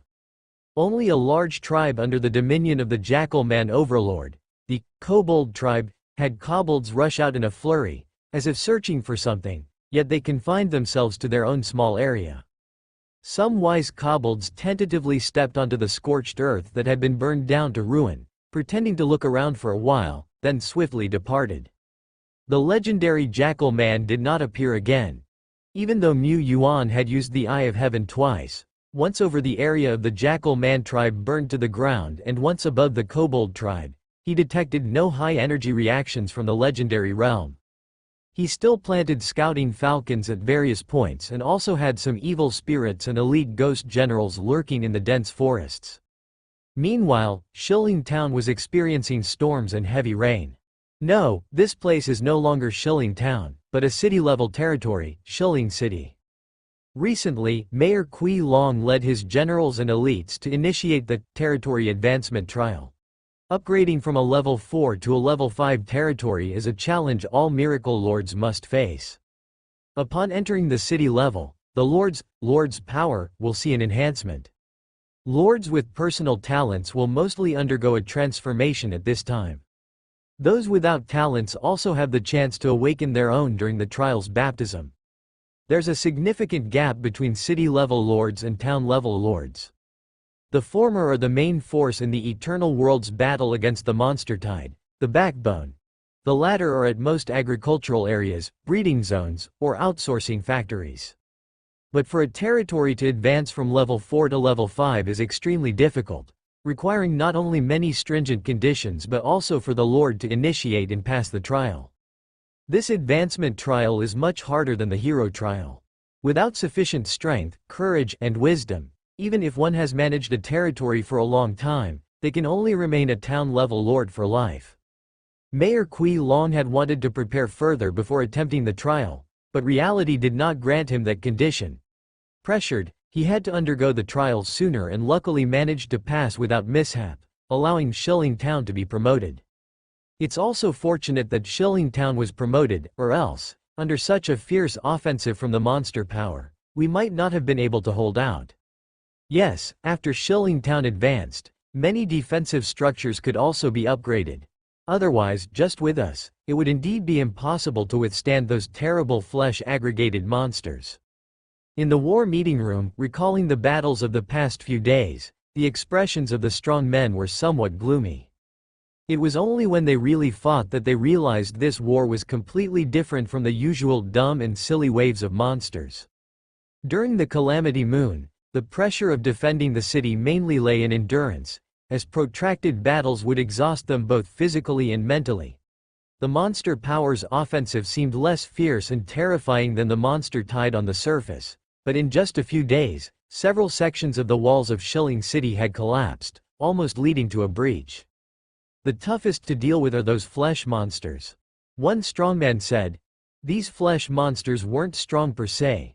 In a one-on-one situation, a third-order warlord-level strongman might have a chance to slay an aggregated flesh monster. However, these aggregated flesh monsters were enormous, measuring 20 to 30 meters, and the energy within their bodies far exceeded that of a third-order strongman. On the battlefield, a single aggregated flesh monster's impact could be more terrifying than 10 or 20 third-order monsters. Not even third-order or even fourth-order strongmen could withstand the charge of a massive flesh monster. Unless they possessed existences like the mountain giant, which in no way fell short in physique. In Shilling City, there indeed was a mountain giant, but there were dozens or even more flesh giants. Several times the city walls of Shilling City were toppled because they couldn't stop the flesh giants. Thankfully, our city defense weapons in Shilling City are powerful enough, and we have 1,000 Stars Arrow God holding the fort. Indeed, the high-order intelligent monsters killed by the Arrow God alone probably outnumber all of us here combined.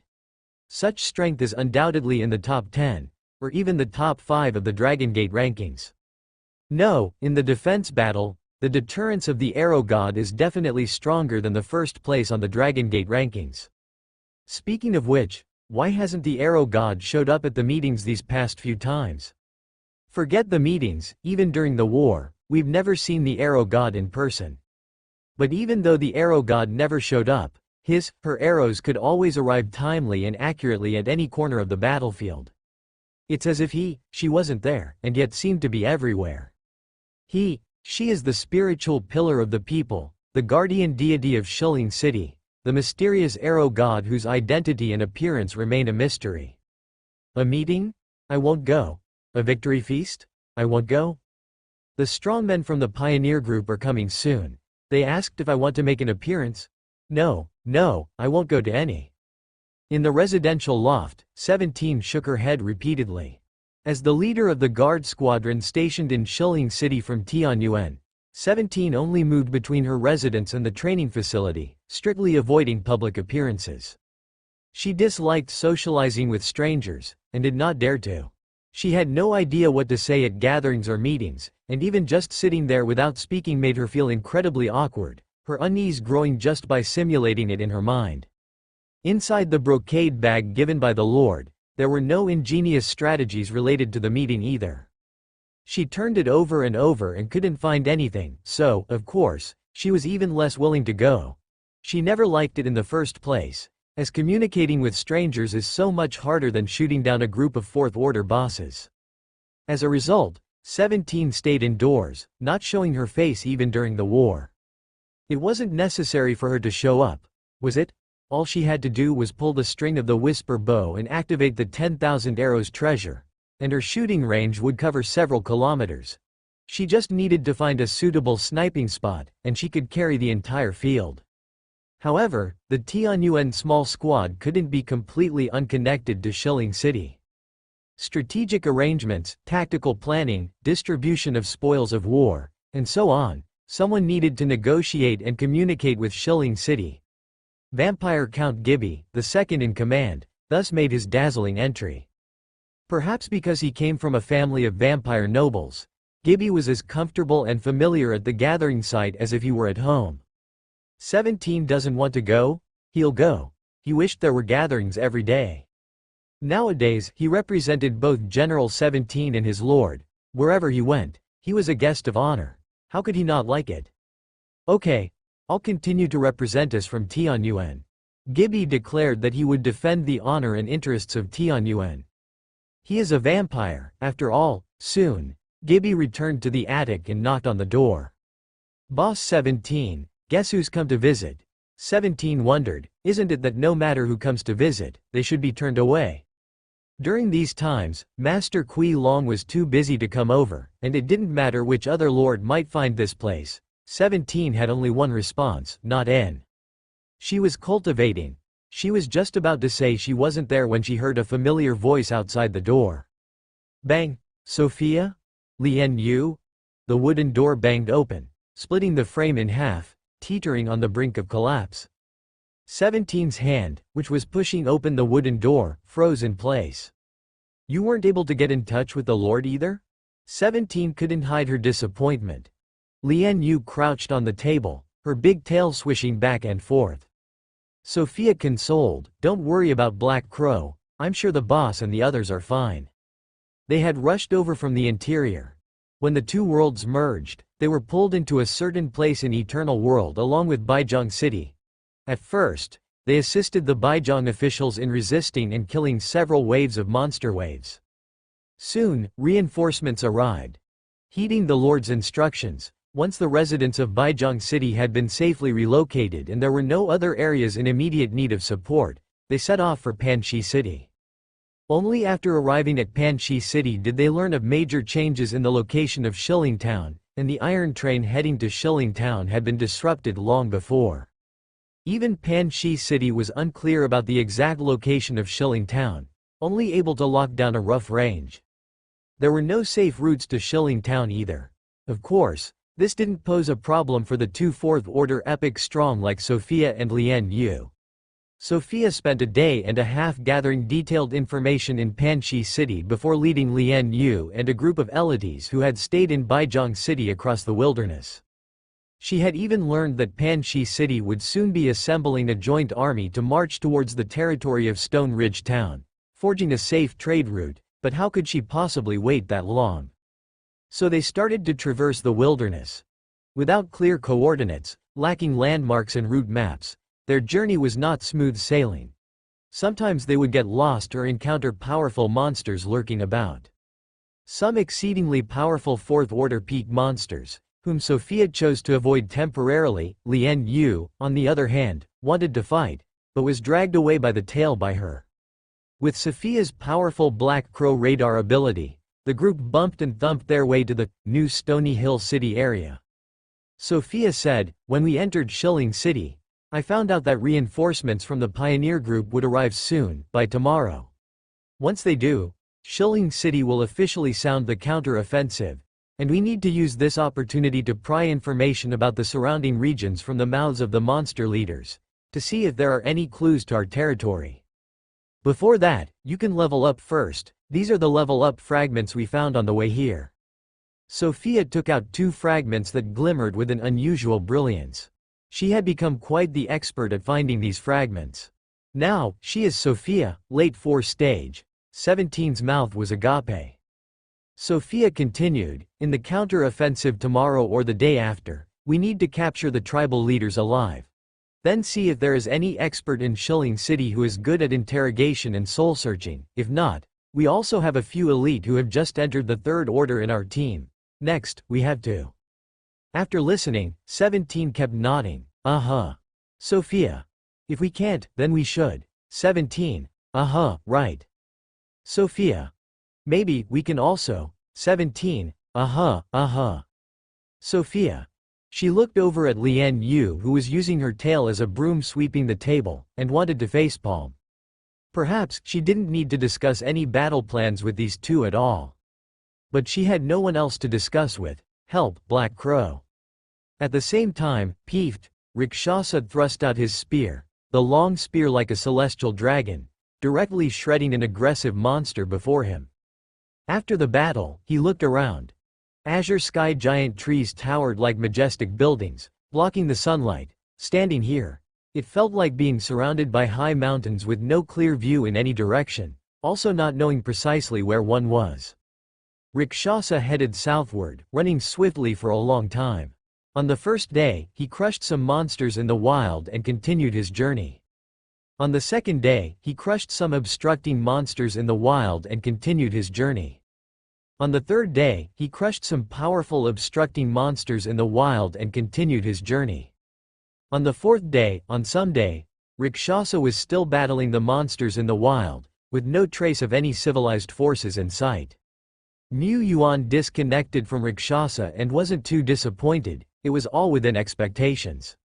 He had long prepared for the worst-case scenarios. What was called a master of contingency planning, the attitude of the Featherman nation has changed a bit. The Featherman Queen still does not support trade exchanges and continues to blockade her borders, but she has freely revealed more information. The overlord power to the north is called Fang of the Jackal Wolf, an absolute sovereign that rules over thousands of miles around. The power possessed by Fang of the Jackal Wolf is extremely terrifying, and the monster tribes that are its underlings far exceed 3. However, some monster tribes are situated further north and at more distant locations. Back then, during the pinnacle period of Featherman Nation, it seems they had a frontal war with Fang of the Jackal Wolf, and as a result, the Featherman Nation was hugely defeated. In that battle, the Featherman Nation seems to have lost several figures of the legendary realm, and has remained weak ever since. It's clear that, at a minimum, Fang of the Jackal Wolf has several of the legendary realm in their presence, and in reality, that number could far exceed that. The good news is, Fang of the Jackal Wolf is quite far from here. This territory is the boundary area between the overlords, Fang of the Jackal Wolf, and Bloodsnake in case, relatively safe. The bad news is, Fang of the Jackal Wolf and Bloodsnake in case appear to be allies. At least, there has never been a war between these two overlords, and the occasional wars among their underling tribes are merely petty skirmishes. The good news is, Fang of the Jackal Wolf has enemies of its own. Hostile monster powers even fight among themselves with increased ferocity and brutality. Moreover, the living civilizations under the influence of Fang of the Jackal Wolf are not limited to the Featherman Nation alone. The Vitality forces are unable to confront the monster overlords head-on, but those that have survived to this day all have certain countermeasures and can play a role in containment. Besides that, one must learn to survive in the crevices. The overbearing are sure to break. Only by being both firm and flexible, learning to give up appropriately, can one truly survive for a long time. These were the exact words of the Featherman Queen. But to survive in the crevices is too difficult. In the eternal world, if you do not advance, you fall back. Mu Yuan does not seek to defeat Fang of the Jackal Wolf, but at the very least, he needs his own space for development. This requires the Tianyuan territory to have a genuine power of deterrence. And the staff of divine right is not enough. That is but a false, unsustainable power. Moreover, employing large-scale magic incurs heavy losses on both the enemy and oneself. If the enemy discovers the Tianyuan territory and launches a surprise attack, he surely cannot cast a 9-headed roaring thunderflame dragon during the city's defense, can he? Soon, 2 days have passed. General Duo Lai had fully digested the remains of 2 epic lives. Its potential and abilities had slightly increased.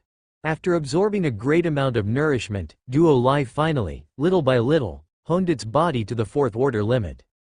The ultimate Duo Lai is here. It wasn't easy at all. Mu Yuan shed tears.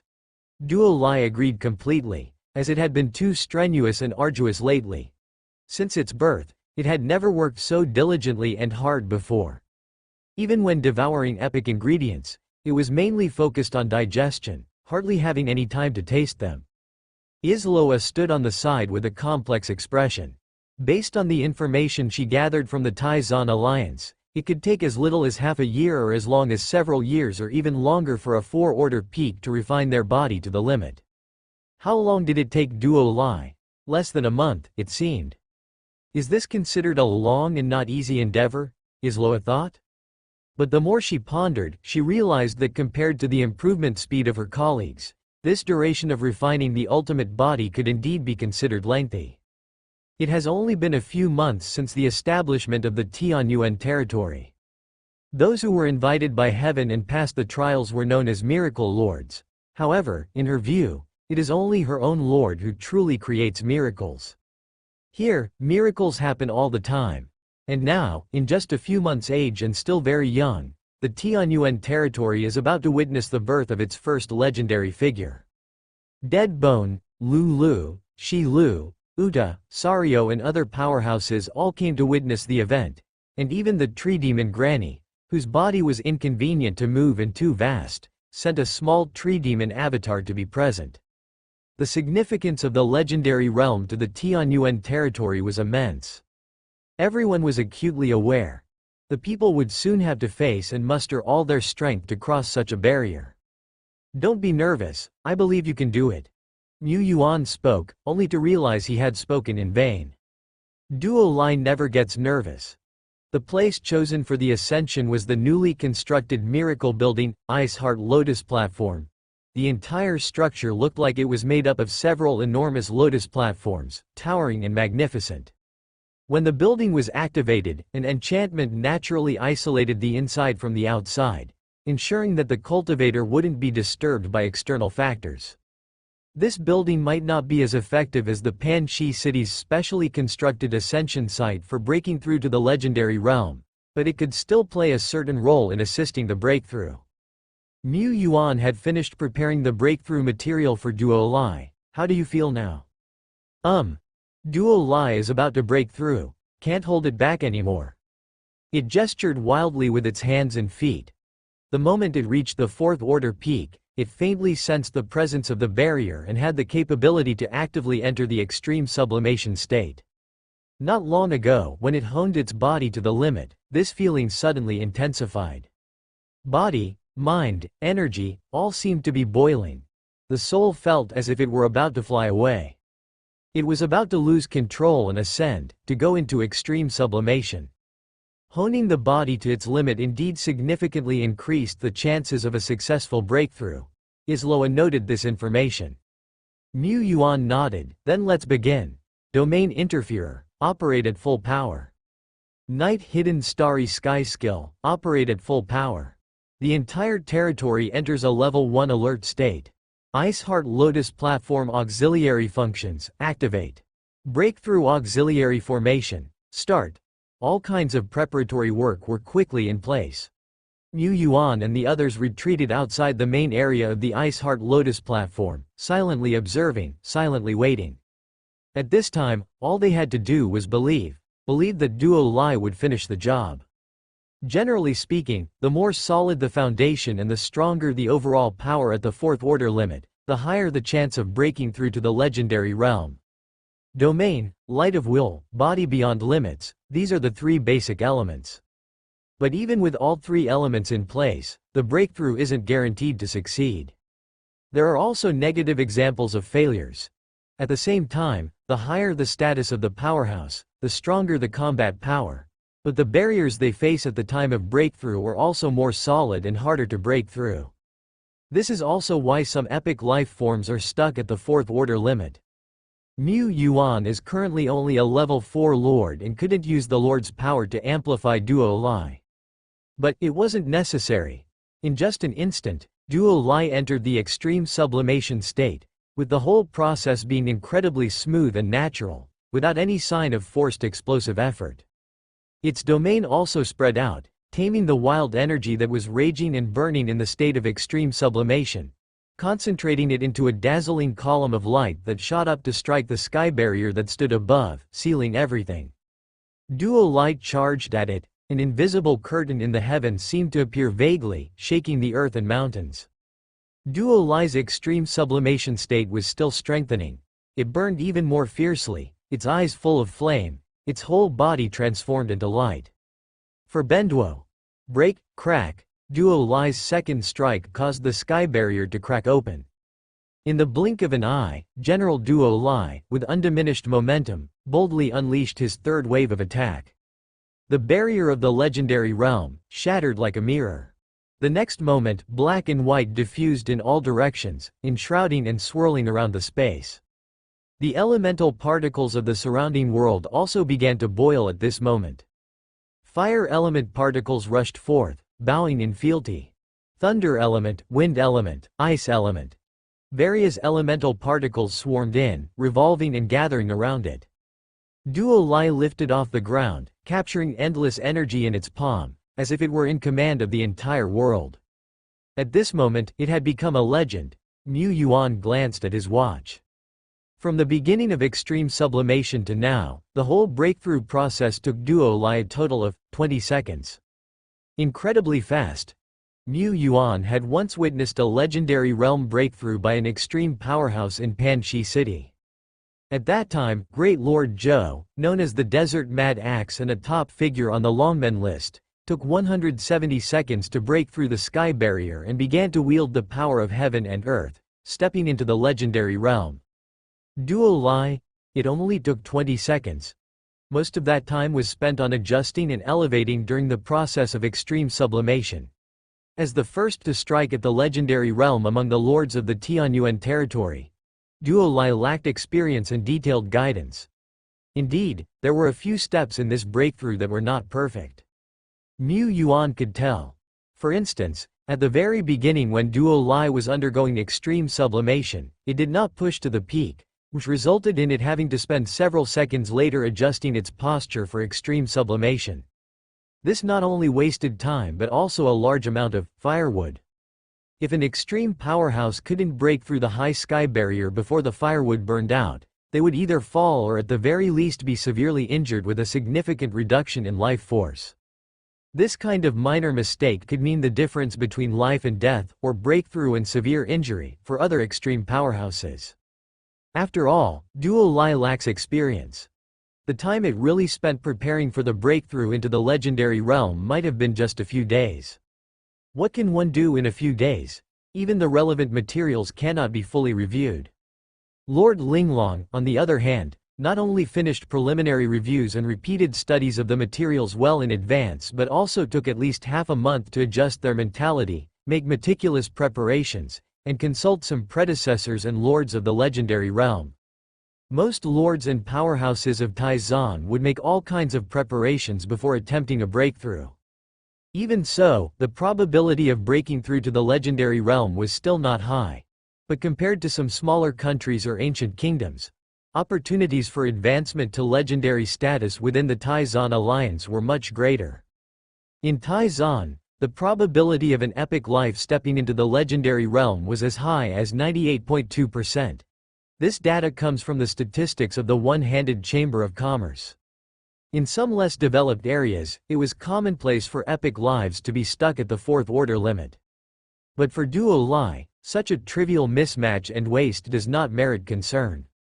Its breakthrough process was very relaxed. This made sense. When comparing the basics and foundational dimensions, Duo Lie was far superior to Dead Bone. It was not just an epic 3 stars life form, but also a super epic 3 stars that had repeatedly raised its own limits through the devouring talent. Even if it didn't prepare various breakthrough materials, auxiliary materials, or rituals, given Duo Lie's foundation, there was a very, very high probability of breaking into the legendary realm. Spending hundreds of soul crystals on preparing materials might seem somewhat wasteful. But it was necessary. How could Mu Yuan let his general take such a risk without any preparation? Even with a success rate as high as 99.8%, the risk was still too high for him, because they could not afford to fail. A naked attempt to break through to the legendary realm would result in an extreme powerhouse burning up all their firewood and perishing upon failure. However, once the Tianyuan territory accumulates enough experience in legendary breakthroughs, we can try to optimize the breakthrough package, eliminating some unnecessary auxiliary materials to reduce the cost of breaking through.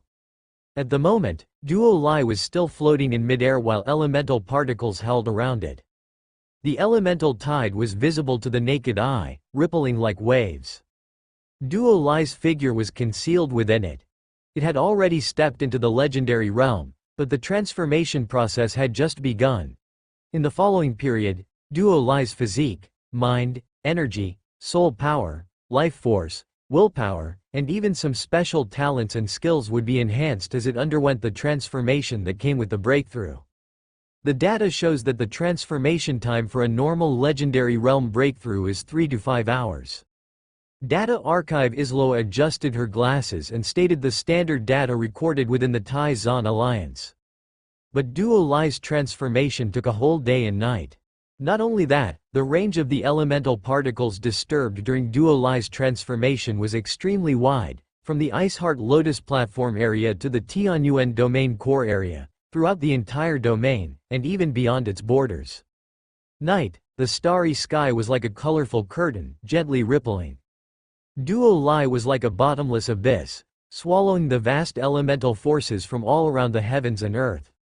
Luckily, with the domain interferer and the large-scale magic night hidden starry sky in place, all these miraculous sceneries were concealed within it. The following day, the surging energy tide began to subside, and the newly transformed General Duo Lie made a brilliant appearance.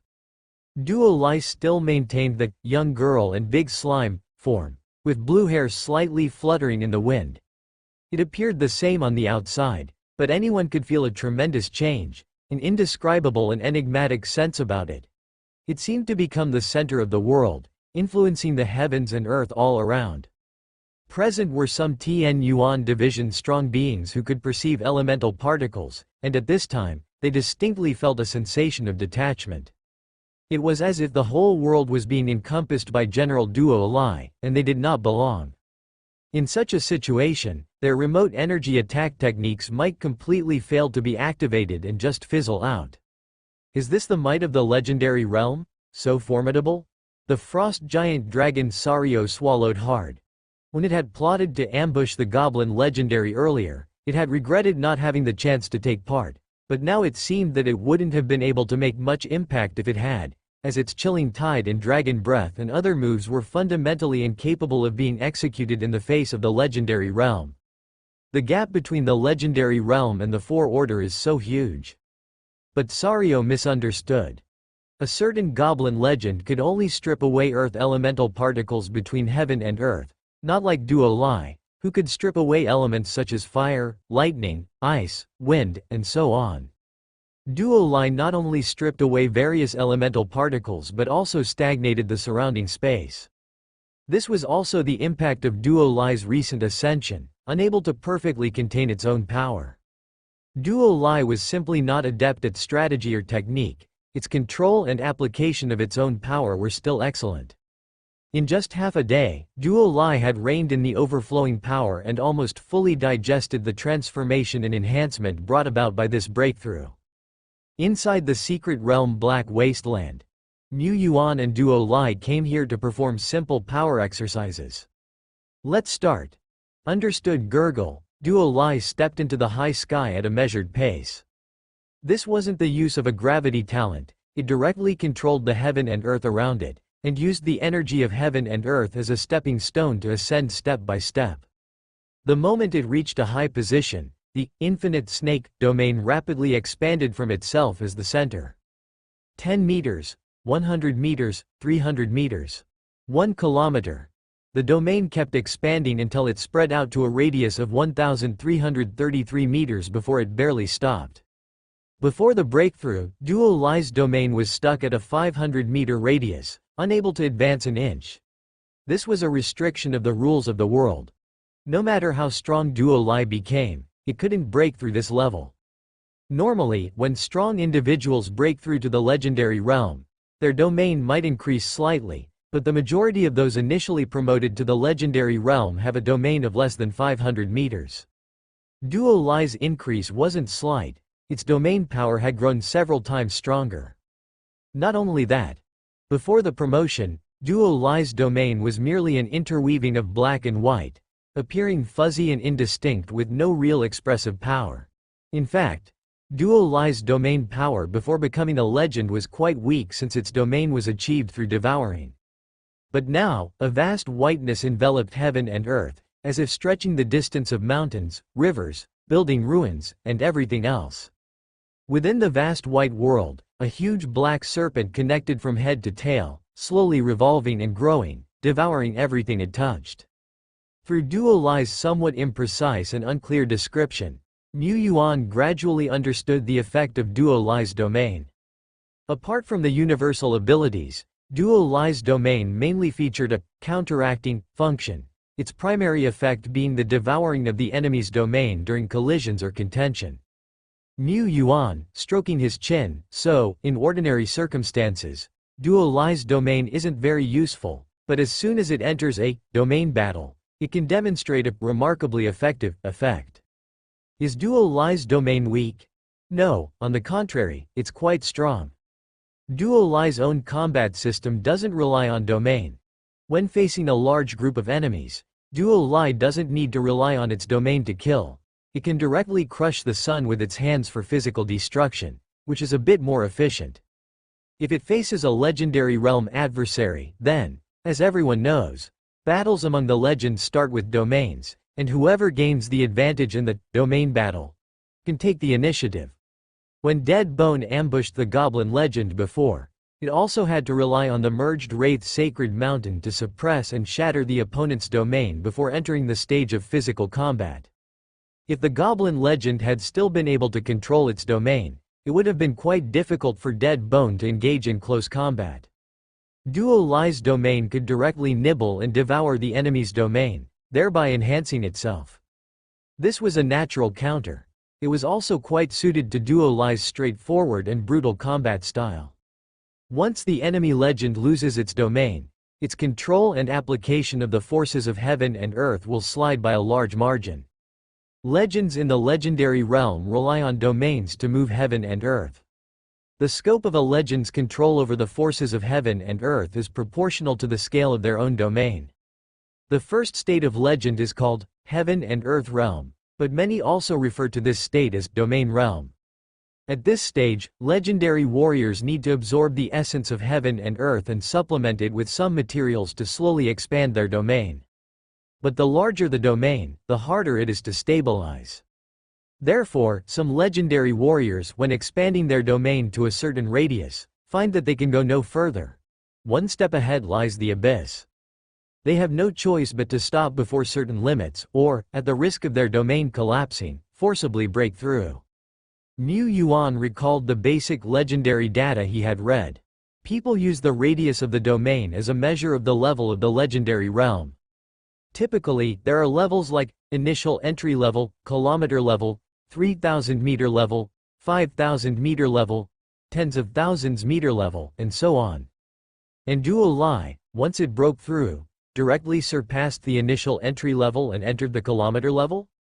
Of course, Duo Li's overall combat power is definitely more than just the kilometer level. Mu Yuan, stroking his chin, the Goblin legend before had a domain apparently 3,000 meters wide, truly a senior legendary realm. However, the Goblin legend was still far from being a powerhouse in the heaven and earth realm. The sword Saint Tianhe, who could easily defeat this legend, was at the first stage of legend. The Moon Sword Immortal, who could kill a legend with a single blow, seemed to only be at the legendary earth realm as well. The difference within this realm still resembles a chasm as deep as the sky. The water is still very deep. Without having truly fought, Niu Yuan was also unclear about what standard Duo Lai was currently at. He looked towards Duo Lai, which was still maintaining its domain, and said, "The cultivation in the legendary realm from now on can only depend on yourself. No one in our territory can provide you with experience." He paused. "You should first explore for a while and find the cultivation direction that suits you best. When the time comes, I will also find you the most suitable cultivation manual." His remaining Taizan contribution points were not enough to exchange for a high-order cultivation manual, but there was no other way. He would have to figure something out. One cannot let their own generals suffer hardship. By the way, Duo Lai scratched his head sheepishly. "During my transformation, I seem to have received some inheritance messages, the inheritance messages of the devouring slime. It's not very complete, but it seems to include mystery skill of the heaven and earth realm." It was too excited and overjoyed about its breakthrough that it had forgotten to mention it. After a while, Niu Yuan figured it out. This was an inheritance gift from an epic life, the most famous of which was the giant dragon inheritance. Many giant dragons were born with extremely detailed inheritance information in their minds and were naturally gifted with many inheritance skills. But not every epic life came with its own inheritance. Niu Yuan had thought that Duo Lai didn't have one. Duo Lai did have one. It just hadn't fully released the epic 3 stars potency and lineage until after its breakthrough to the legendary realm. The limitation was lifted. The method of cultivation in this inheritance goes like this, and then like that, and again like this and that. Duo Lai gesticulated, also trying hard to write it down on a piece of paper. But after a long while, Niu Yuan still gave up on understanding this particular cultivation skill. Perhaps, the applicability of this inheritance skill was rather limited. After General Duo Lai's breakthrough, a grand feast was held, and everyone had a joyous time. Having solidified its status as Tianyuan's strongest, Duo Lai was particularly thrilled. Even though it would have to relinquish its title of the strongest once Mr. Deadbone broke through, but just ask it now, isn't it Tianyuan's strongest? Isn't it? This might be the only chance in its life to sit on the top seat. So what if it reveled a bit? Duo Lai enjoyed itself just for a few days before it started to get bored. Wielding great power yet unable to use it, it was somewhat frustrated. Understandably, it snorted and gritted its teeth, throwing itself into cultivation, aiming to shock everyone by extinguishing legends when the opportunity to act came. Just thinking about it made it look forward to it, alleviating much of the bitterness of cultivation. As Duo Lai cultivated, Niu Yuan was planning the next stage of development for the territory. Right now, time was still the most crucial resource for Tianyuan territory. After a few more months, when the legendary realm beings within Tianyuan territory surged, he wouldn't have to fear the overlord Power Fang of the Jackal Wolf at all. For now, they still needed to lie low. But Tianyuan territory already had a true legend and possessed some capability to flex its muscles. There was no need to lie low like a pig if they could avoid it.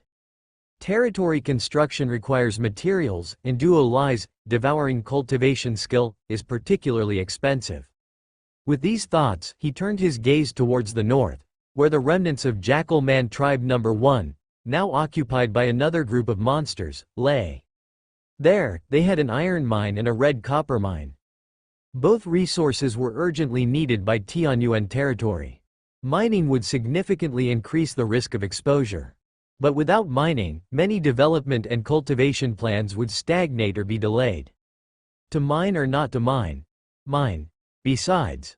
Buzz. The domain interferer buzzed to life once again. This was passive activation. In the past 3 days, the domain interferer had been running at full power more than 10 times. Without any surprises, This was the overlord power fang of the jackal wolf using various divination methods to gather their information. Unless like the Featherman Kingdom, they completely sealed themselves off, not garnering any external resources, being discovered was just a matter of time. Their concealment and hiding abilities were far from as strong as those of the Featherman Kingdom. If there's to be a battle sooner or later, then, might as well set the battlefield right there. At the Jackal Man tribe ruin. Advance, and they could mine. Retreat, and they would be secured. This was his plan. At the same time, in the Featherman Kingdom. Lately, the Featherman Kingdom had tripled its efforts to collect information from the outside world. Some of the young Featherman warriors from the attack faction were also allowed to step into the wilderness. Any recent movements from the fang of the jackal wolf and the human territories? The queen asked. A Featherman warrior replied. No, nothing. It seems the fang of the jackal wolf has not sent out any legendary beings again, and the human lord has not initiated an extermination war against the kobold tribe. Both sides remain in peace. Wait, hold on. New information just came in. The human lord has sent out a battalion and has taken over the Jackal Man tribe located at Wolf Head Mountain. The queen. What kind of maneuver was this? Ever since the nine-headed thunder flame dragon erupted in the plains, the Featherman Queen realized that she had somewhat underestimated this human force. Human lords might be rash, but they are meticulous in their rashness. A person both fierce and meticulous, she couldn't help but put the human force on an equal footing with her own. Humans have a trump card that, if used properly, can even blast a legendary realm existence on the spot. The Featherman Nation also has its trump cards.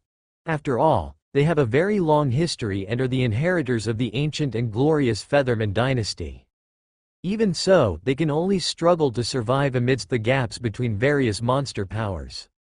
In the Queen's view, it wouldn't be surprising if the human lord were to take advantage of the situation and annihilate the kobold tribe. Or find a way to lay another ambush for a Jackal Man legend, or even sever an arm from the fang of the jackal wolf. Of course, in this process, human powerhouses might also fall into an ambush and be caught by the fang of the jackal wolf's elite, meeting their demise on the spot. All these are normal possibilities that could occur. But she never expected that the human lord would choose to occupy the Jackal Man tribe at Wolf Head Mountain. What was the human lord thinking? Indeed, Wolf Head Mountain possesses rich mineral resources. The queen was very clear about this. But these vitality forces were only capable of surviving in cracks and didn't have the capacity to occupy external treasure lands. Her Featherman Nation was also in dire need of various mineral resources, and she coveted those mines. But did she dare to occupy them? She did not. They could take down a monster tribe, but did not have the capability to defend a resource mine. Once they occupied a mine, it would be akin to exposing themselves to the fang of the jackal wolf's sight, putting themselves in a dangerous situation. There would be no room for maneuver. They would have no choice but to confront the fang of the jackal wolf head-on. Did human powers have the capacity to openly confront monster overlords? Of course not. If the human forces were strong enough to confront and defeat monster overlords head-on, they wouldn't be so unknown, nor would they need to use a trump card to blast a legendary realm existence. After all, such trump cards and foundations diminish with each use. The queen truly didn't understand. Perhaps the human lord just wants to destructively mine resources and then make a quick withdrawal? What we need to do is not to mine destructively, but to turn the entire Wolf Head Mountain into a frontline fortress. It will be both the #1 mining area and our predetermined battlefield. Soon, Dead Bone led a group of elite undead on an expedition. They didn't move in a straight line but relied on the concealing pearl and scrolls of magic for cover, moving east for 200 li first, then veering north. After several detours like this, the elite undead troops arrived in front of Wolf Head Mountain. Once there, Dead Bone stored the concealing pearl in his storage equipment. Before coming, Mu Yuan had used the Eye of Heaven to scout Wolf Head Mountain and found no traces of a legendary realm being. However, over the past few days, the ownership of the Jackal Man tribe on Wolf Head Mountain changed batch after batch. First came a pack of underworld humans from an unknown location, who gathered above 2,000 to 3,000 in number, repelled many competitors, and took over the entire tribe. They began to dig holes and tunnels on the mountain and started mining the black iron and red copper ore. These underworld humans even knew how to smelt ores and forge weapons. Within just 2 days, many underworld human weapons were upgraded to those made from black iron ore, but then, they were defeated by a group of lizard men who came from the north. The newly established underworld human tribe declared extinction, and in their place, the lizard people tribe emerged. After investigation, there are over 420 lizard men on Wolfhead Mountain, of which 30 are suspected to have giant dragon bloodline. Their leader is a dragon blood lizard leader with a red dragon bloodline. Deadbone conducted a stable reconnaissance and then flattened this group of lizard men. Tianyuan territory officially occupied this area. Within the ruins of the Jackal Man tribe, buildings collapsed, and corpses were strewn everywhere. Just a few days ago, when they left the Jackal Man tribe, they had cleaned up here, sweeping away the carcasses. But now, the smell of blood, decay, and all sorts of excrements were overwhelming, with pale red and yellow mists diffused in the air and earth, making people uncomfortable. Lord Shepherd was not a delicate person, but he also did not want to wade into a land of filth. Luckily, he had many capable skeletons. The skeletons were not bothered by the dirt, stench, or chaos and possessed boundless energy. To clean up the entire Wolfhead Mountain thoroughly for the construction of the frontline fortress, Mu Yuan pulled a large number of low to medium intelligence skeletons from his main force. He fully utilized the advantages of the skeleton horde. Each of the skeletons was an expert at work. Not willing to work? There were plenty of other skeletons ready to step in. They even started to compete. Only the intelligent skeletons were assigned simple tasks. The old skeletons who had awakened their self-consciousness were responsible for leading the green-hand skeletons and dealing with more complex tasks. In just half a day, they had cleaned up Wolfhead Mountain decently. Buildings here had been dismantled, with usable materials collected and stacked aside by the skeletons. The scattered corpses were also sorted, low-level carcasses were given to the sacrificial black coffin. High-level carcasses were handed over to the transport team for delivery to the Soul Shrine. Even a few rare ingredients were approved by Chef Dolai and preserved. Tianyuan territory fully embraced a spirit of thrift, not wasting, strike through, any monster carcasses. Once the skeletons had nearly finished cleaning up Wolfhead Mountain, Duo Lai clapped his hands together, spell of water, torrential downpour. Boom! The sky darkened suddenly, as gathering clouds veiled the sky above Wolfhead Mountain, with arcs of lightning crackling through them. Within seconds, large droplets began to fall, swiftly turning into a heavy downpour.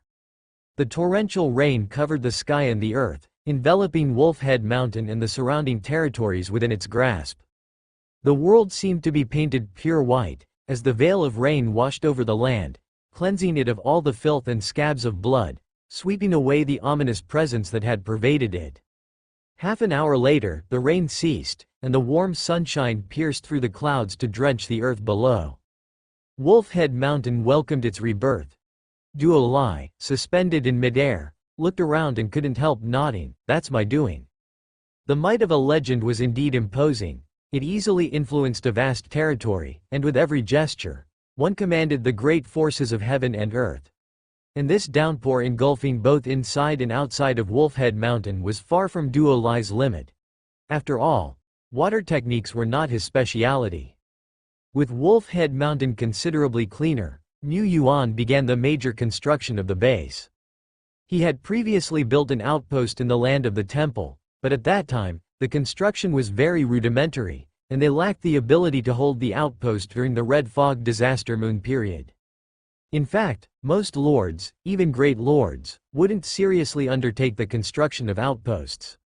Firstly, they lacked treasures like the Lord's Heart or lookout towers, high-grade lookout towers. Secondly, not all lords have the strength to defend these external bases.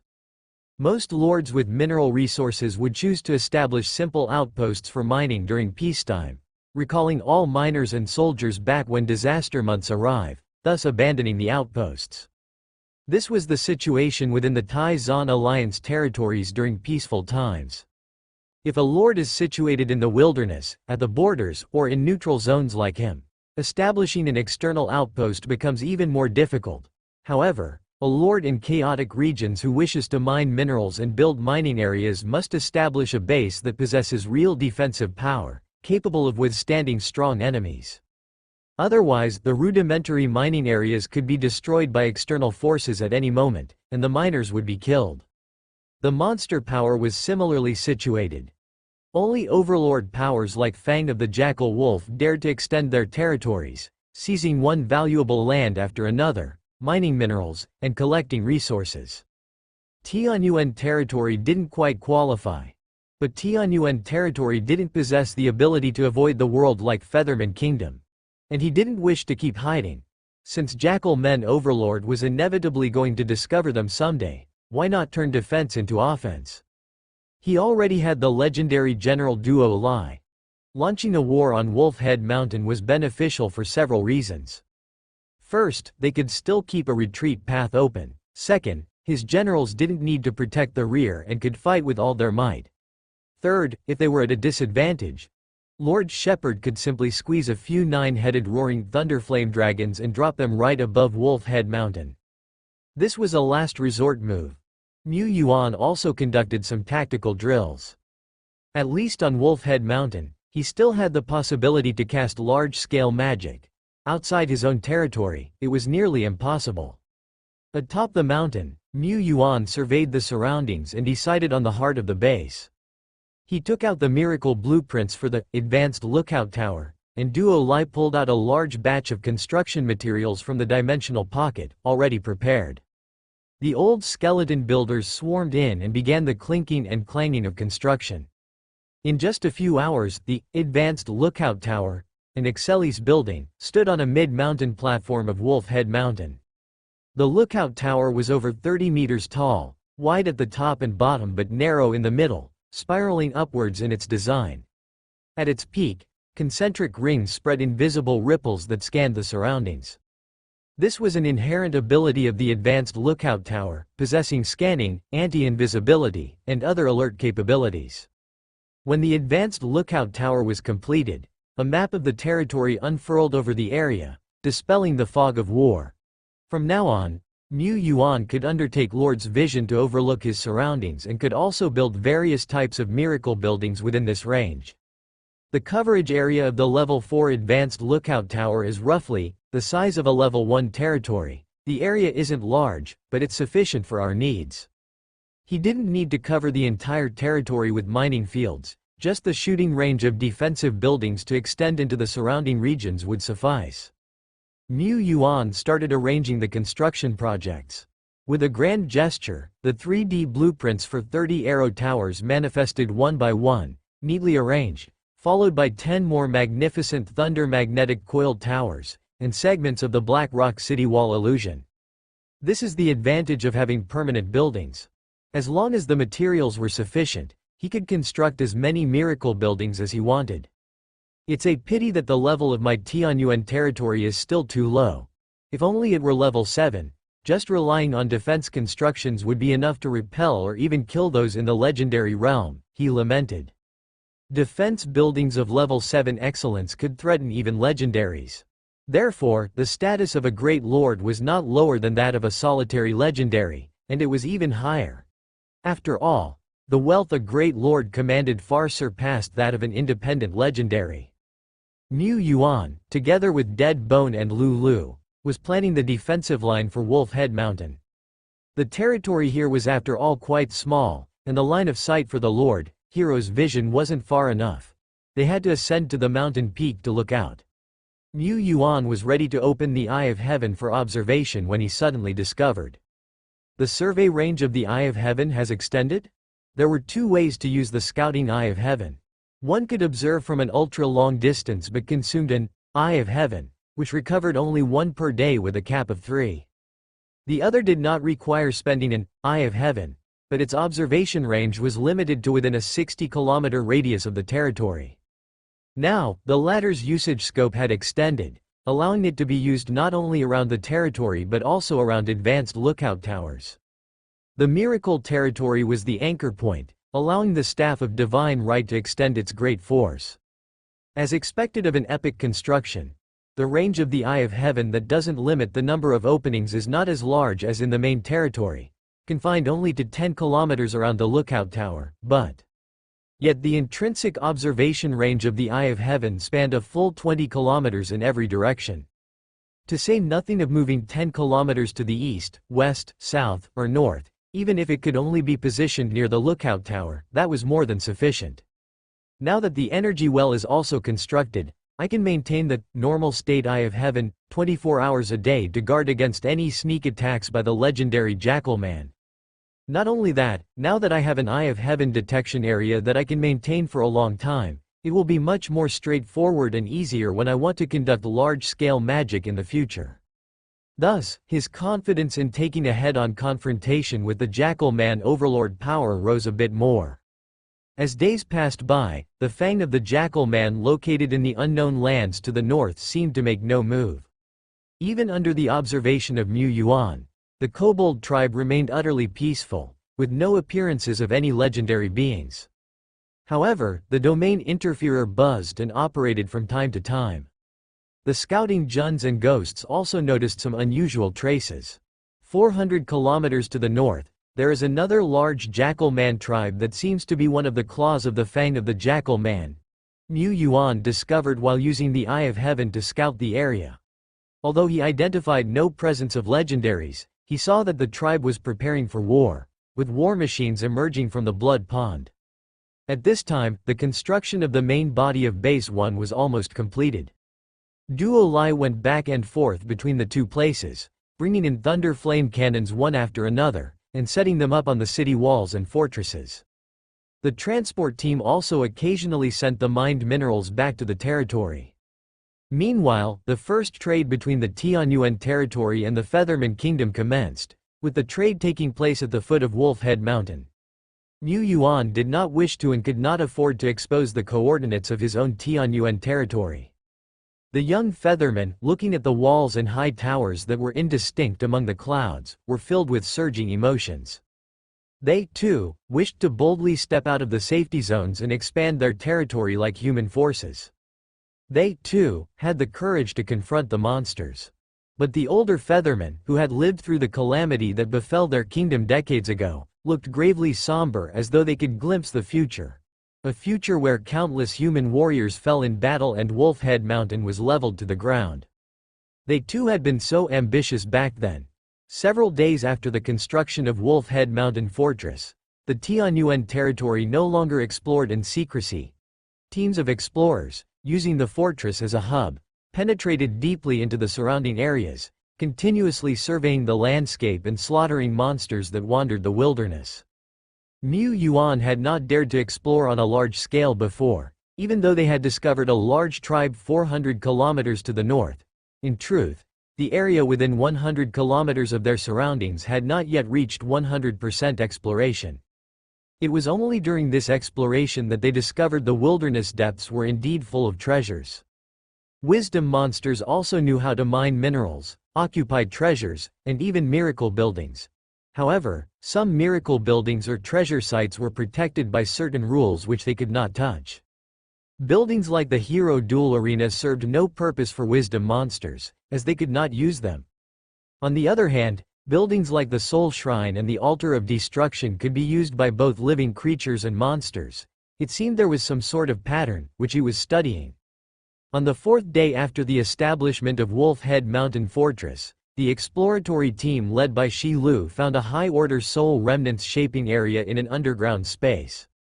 This was a high-order soul remnants shaped by Earth's force, with flowing lights illuminating the entire cavern. Beside the high-order soul remnants, a host of powerful monsters stood guard, including a magic flame two-headed dragon of excellence rank. Shi Lu found this rather hidden area by following his hunting instincts for dragon ingredients. On the same day, Bone 2 discovered a new wild soldier building. Gunman Tower, limited time, description. Can recruit common 2-star troops spearmen, with a chance to critically recruit higher-ranked spearmen. This building cannot be occupied and will randomly appear throughout Eternal World. time remaining until the next relocation of the Gunman Tower. 5D12H.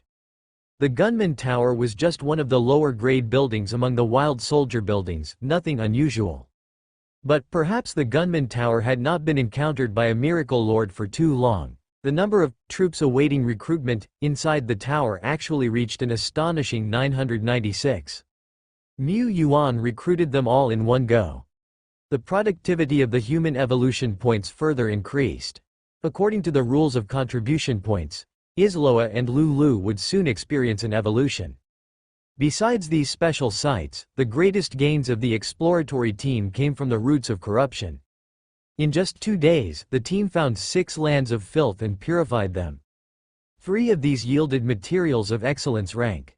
This place has many lands of filth, and they aren't difficult to conquer. It's practically a natural ATM, but if the Red Fog Disaster Moon were to come at this time, entering the Disaster Moon period, Mu Yuan could hardly imagine the wave of monsters that Tianyuan territory would face.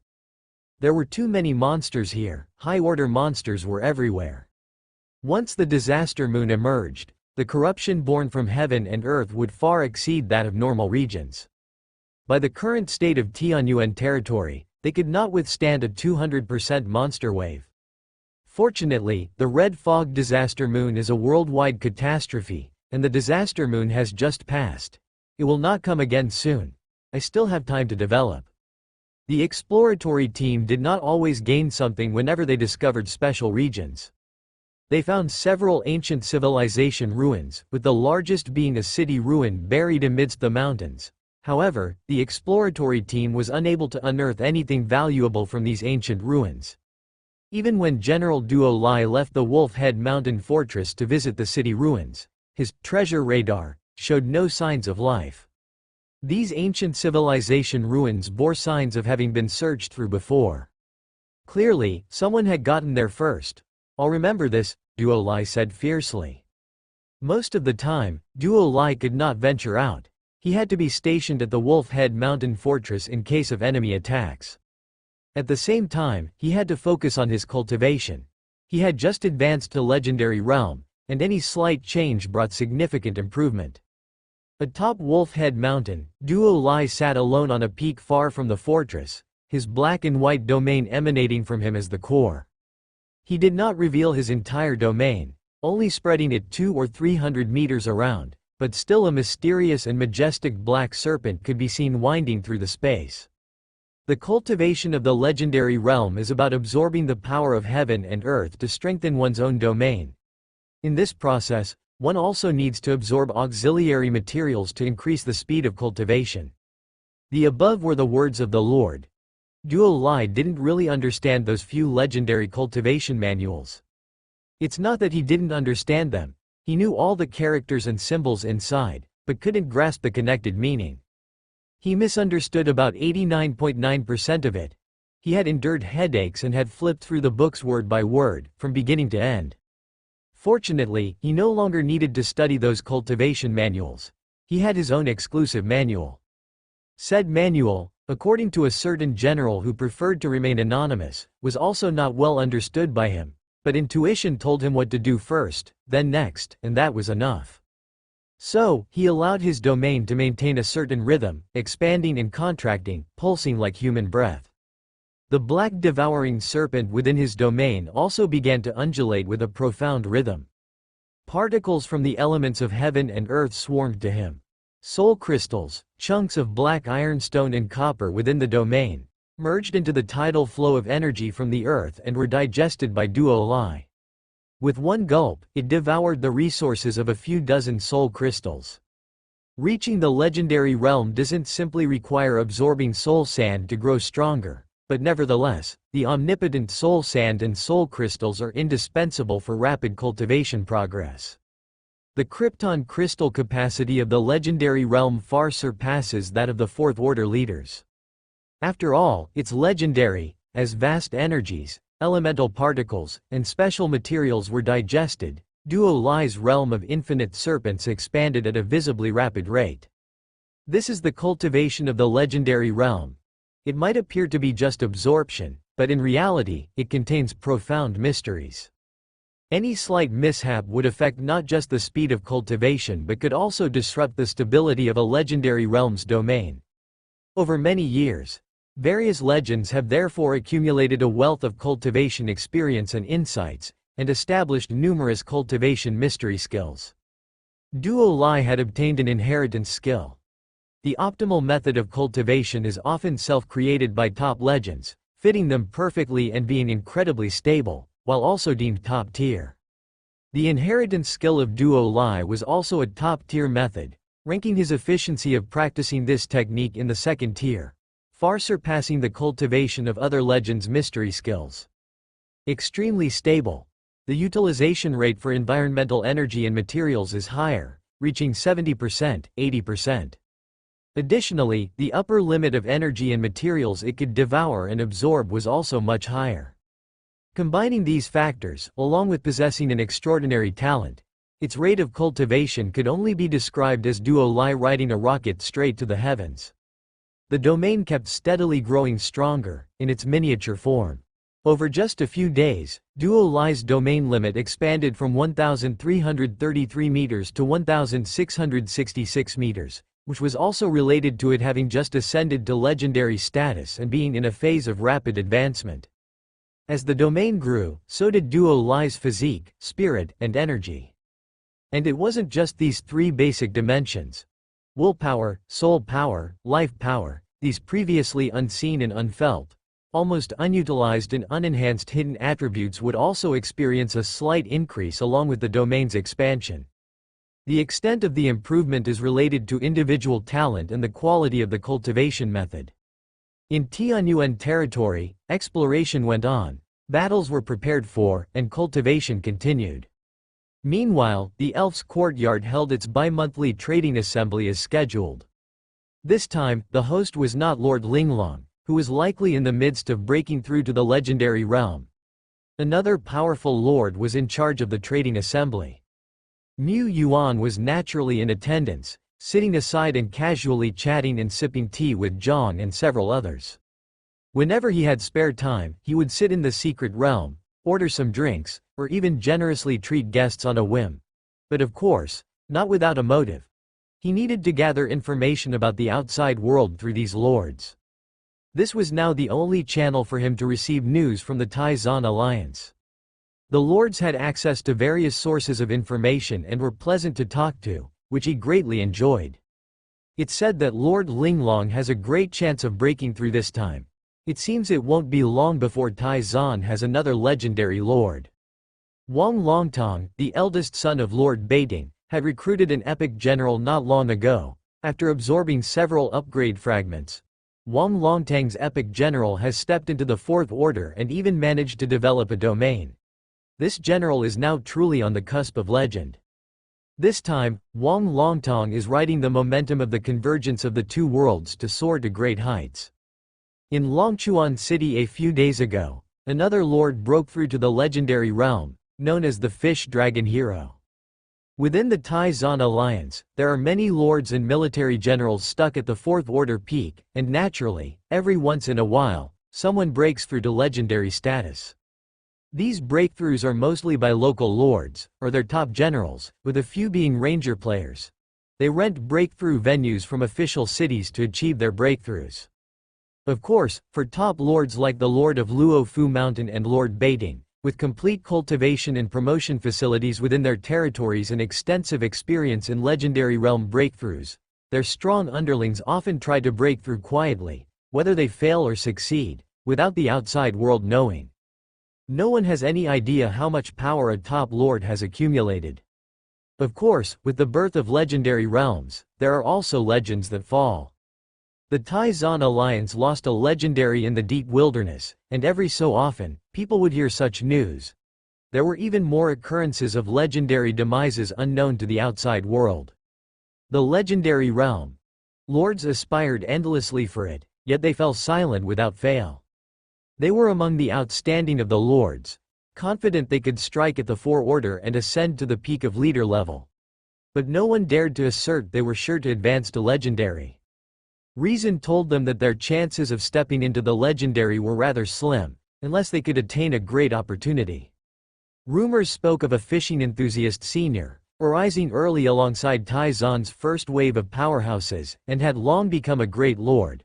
However, even after 60 years, the fishing senior was still stuck at the fourth order limit. Neither he nor his generals could surmount that divide. If even this senior was so encumbered, how could they be blindly confident? The legendary realm is too remote for us. Let's stay grounded and improve step by step. Zhang Luoxing said. Several lords agreed. Mu Yuan sighed faintly. Indeed, it's too distant.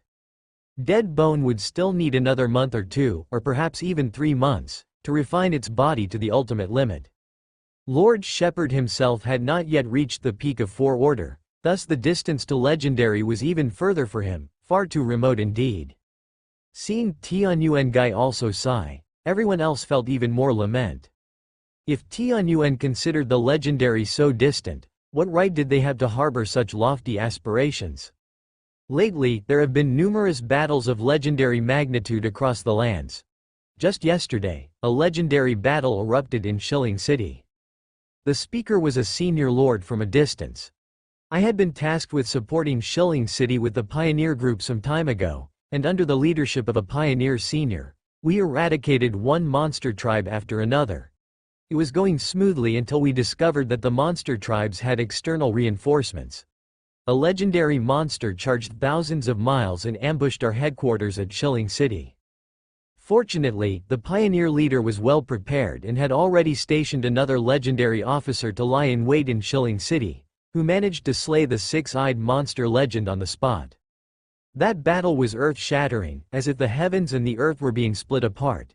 It didn't last long, as our pioneer leader quickly executed the 6-eyed legend, but despite the swift resolution, the remaining shockwaves still destroyed a small part of Shilling City, resulting in significant losses. This was why Mu Yuan did not wish to stage the battlefield within Tianyuan territory. Although he had large-scale defensive techniques, facing the legendary was still fraught with risk. Having the battlefield set at Wolf Head Mountain was much safer. Even if the Wolf Head Mountain fortress were shattered, the loss would still be within his capacity to bear.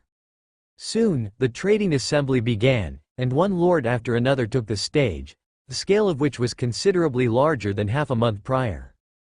Mu Yuan too exchanged some materials. He and other senior lords like Lu Miamu purchased some special materials and a variety of basic soul remnants. Duo Lai needed special materials for cultivation. The construction of the Thunder Magnetic Coiled Tower also required rare-level primary materials which could be hoarded in excess. During this time, a lord inquired whether he was still interested in buying epic remnants. Mu Yuan declined.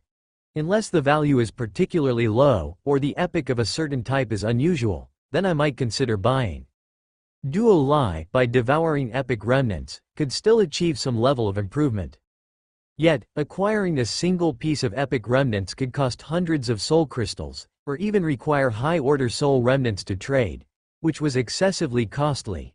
He had spared no expense before to push Duo Lai into legendary as soon as possible. Yet, to continue purchasing epic remnants now would be unsustainable for his Tianyuan territory. And besides, he really didn't have such great capacity. The number of lords asking if he had any high-order soul remnants for sale was not few. Mu Yuan still had 2 high-order soul remnants in his possession, but he didn't urgently need anything specific, so he decided to hold onto them for now. If he needed to design a high-order blueprint and urgently required a particular high-order material in the future, having an excellent soul remnant on hand would facilitate much easier exchanges. The lords were disappointed, but this was to be expected. Tianyuan couldn't possibly provide high-order soul remnants every time.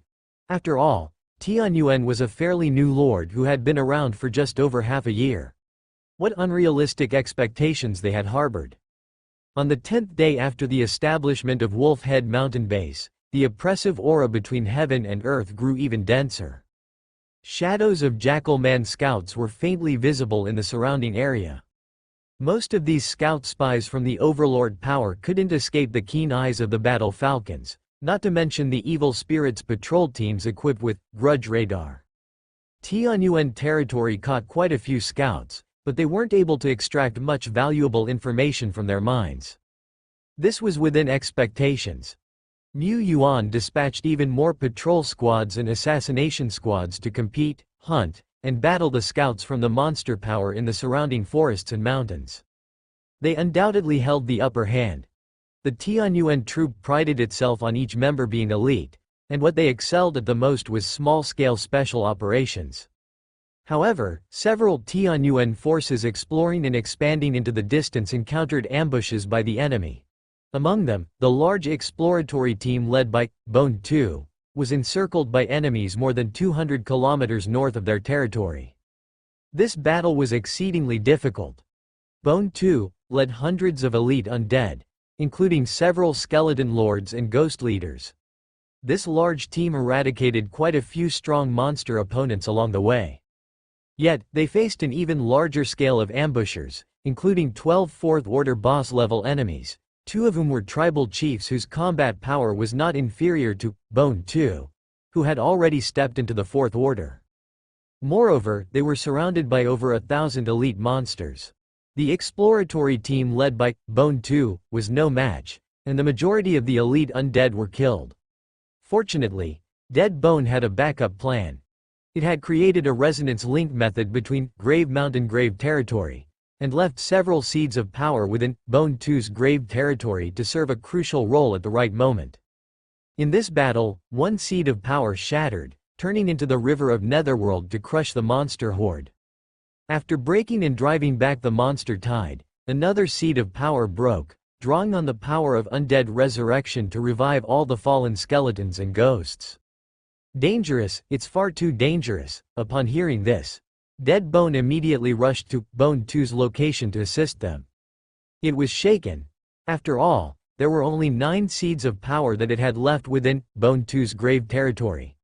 Not that it didn't want to leave more, but that was the limit it could reserve. Its power was indeed limited, too weak. Mu Yuan quickly adjusted strategy, ordering several exploratory teams to pull back. Now that Fang of the Jackal Wolf is probing and dispatching forces, it's not the right time for distant expansion. If we want to truly explore and expand, we need to truly defeat and crush an assault from Fang of the Jackal Wolf on the front line first, he said. Otherwise, they could only hunker down, making slow progress. If the enemy caught them at a critical weakness, they could potentially face a situation of 9 deaths and 1 survival. This encounter with the ambush was also somewhat related to Bone 2's reckless advance.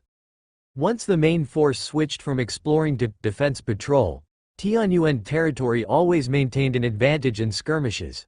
But this was nothing to be proud of. Huh? Wasn't I just messing around and slaughtering with the boss?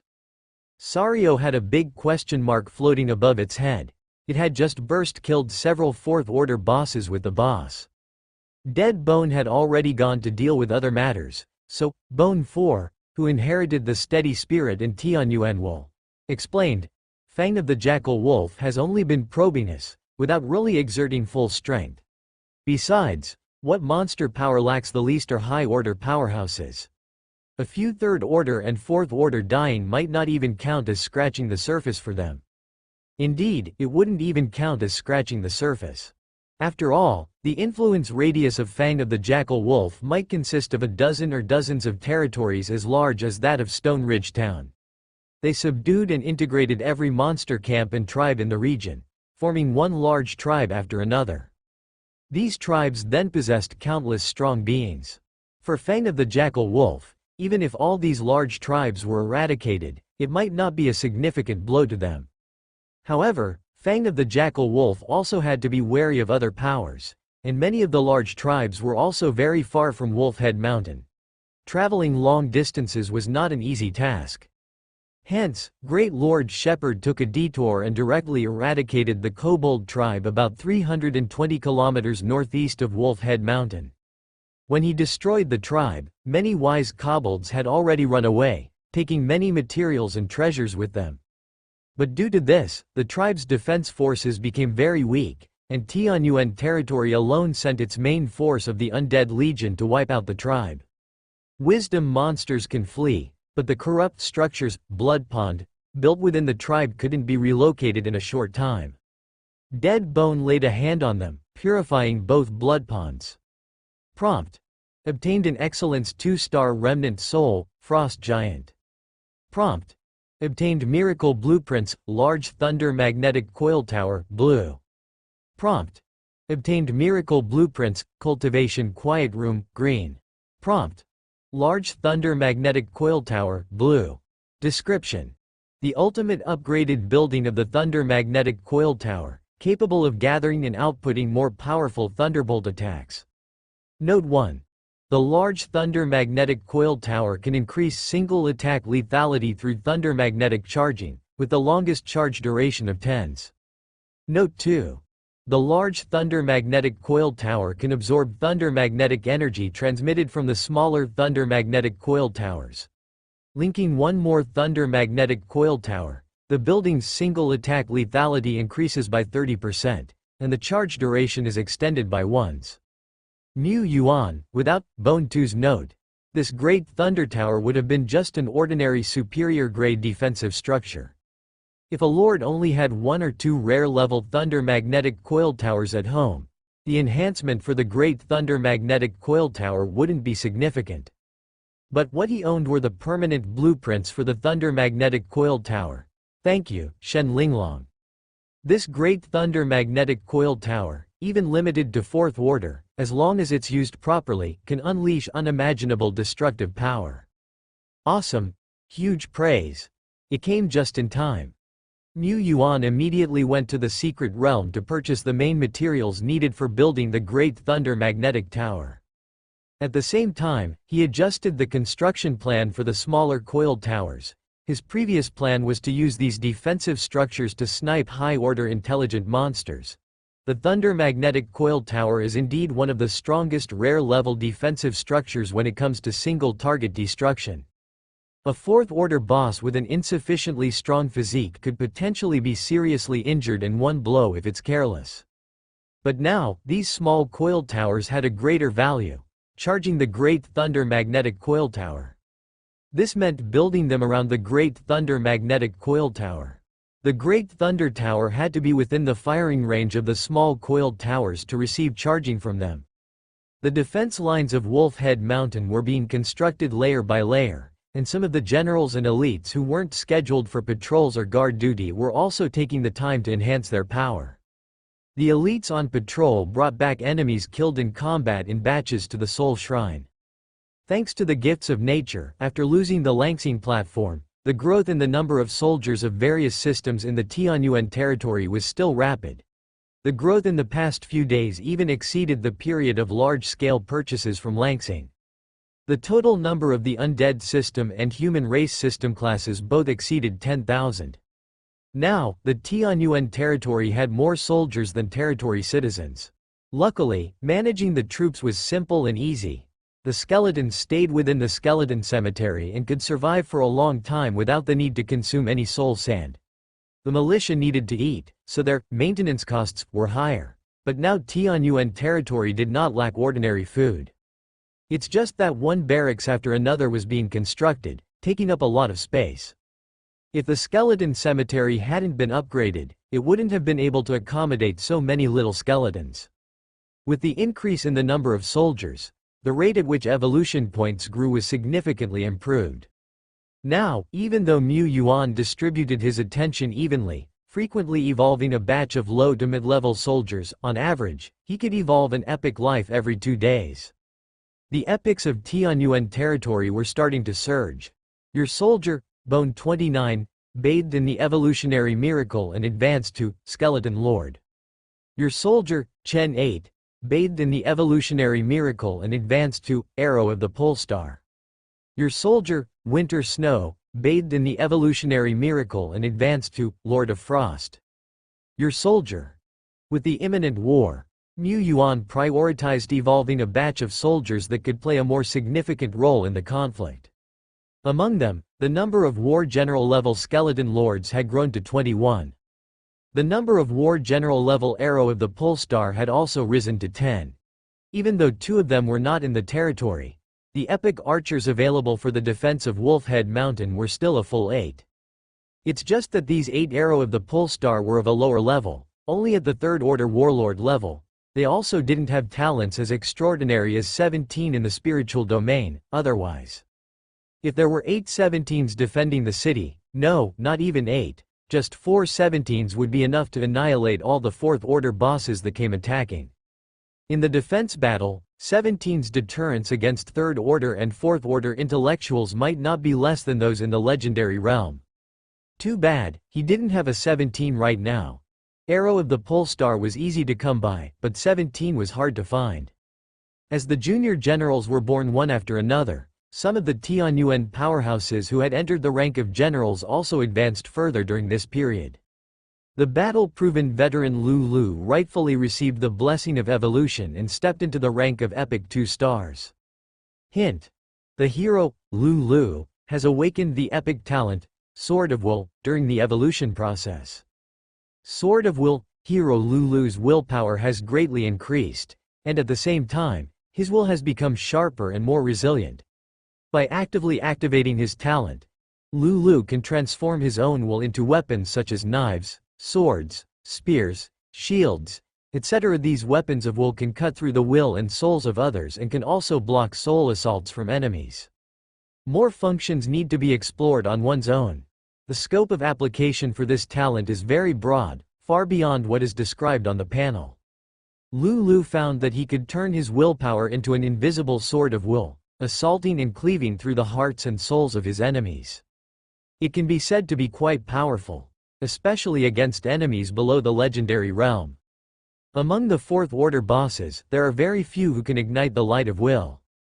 During the evolution and baptism, Lu Lu naturally had other gains, such as creating advanced skills like War Roar Mocking. Mu Yuan glanced at it a few times and skipped over it once he had an idea of its effects. Hint: the soldier type, Tree Demon Granny, has awakened the epic skill, Forest Guardians, during the evolution process. Forest Guardians. Description: Tree Demon Granny can transform any tree into a guardian that shelters the forest.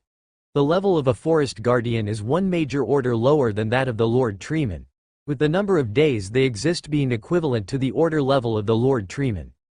Additional energy consumption can extend their lifespan and also enhance the level of the Treeman Guard. At the same time, the skills of the Lord Treeman can spread out using the Forest Guardian as a fulcrum. This is a skill related to war weapon manufacturing. Mu Yuan had Tree Demon Granny tested out, and the consumption wasn't high. The Treeman Guards that were created were quite powerful, comparable to superior grade 1-star soldiers, and also had the advantage of being significantly larger in size. This was already quite powerful. The Wraith's Sacred Mountain of Dead Bone is also capable of creating undead, and its creations can be enhanced to levels comparable to its own. But to create undead or enhance their levels, dead bone required additional material consumption. Once the undead perished in battle, it was a permanent loss. Of course, dead bone possessed a revival skill. The ability of the Wraith's Sacred Mountain was a Krypton crystal skill, greatly consuming resources, whereas Tree Demon Granny's Forest Guardians were very environmentally friendly and created no waste, truly eco-friendly Treeman Guardians. In these days, Tree Demon Granny had been continuously creating Forest Guardians, consuming many twisted ancient trees for this purpose. Mu Yuan wanted to give 17 an evolutionary blessing, but unfortunately, 17 was not in the territory and could not be contacted at the moment. He also wanted to give Sophia a baptism of evolution. Sophia's contribution within Tianyuan territory was also among the top ranks, and her abilities were of great use in reconnaissance and alertness. Under the omniscient gaze of a murder of crows, enemies would have nowhere to hide. However, Sophia was also not present. Therefore, hint: the soldier type, Uda, has received an evolutionary baptism, and its talent, Reaping What You Sow, incomplete, has been completed, advancing to Reaping What You Sow, complete.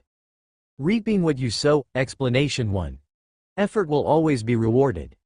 Uda can infinitely enhance his basic qualities through training, unconstrained by potential limits. However, while Uda's potential has not been fully tapped, the benefits of training increase threefold. Explanation 2. When Uda practices or uses skills, he can also continuously improve the proficiency of that skill until he breaks the limit, including epic skills. The higher the grade of the skill, the longer it takes to break through that limit. This is a down-to-earth but absolutely powerful talent. Before the talent was completed, Uda was somewhat restricted. Now, the restrictor has been removed. Lately, Uda has been unlocking physical shackles, and each time he can maintain it longer than the last, with each improvement being very significant, as if there were no limits. After using the skills, his recovery period is also shorter than before. Each time is shorter than the last. He is adapting. Uda's training of skills seems to have a rapid improvement period, similar to basic training, before his potential has been fully tapped. Now, Mu Yuan couldn't even imagine how strong Uda could be in his full burst state. He could only intermittently load the incomplete version of reaping what you sow for his own training. His training effects were already very noticeable, still far from matching the complete version, not even reaching half of its effectiveness.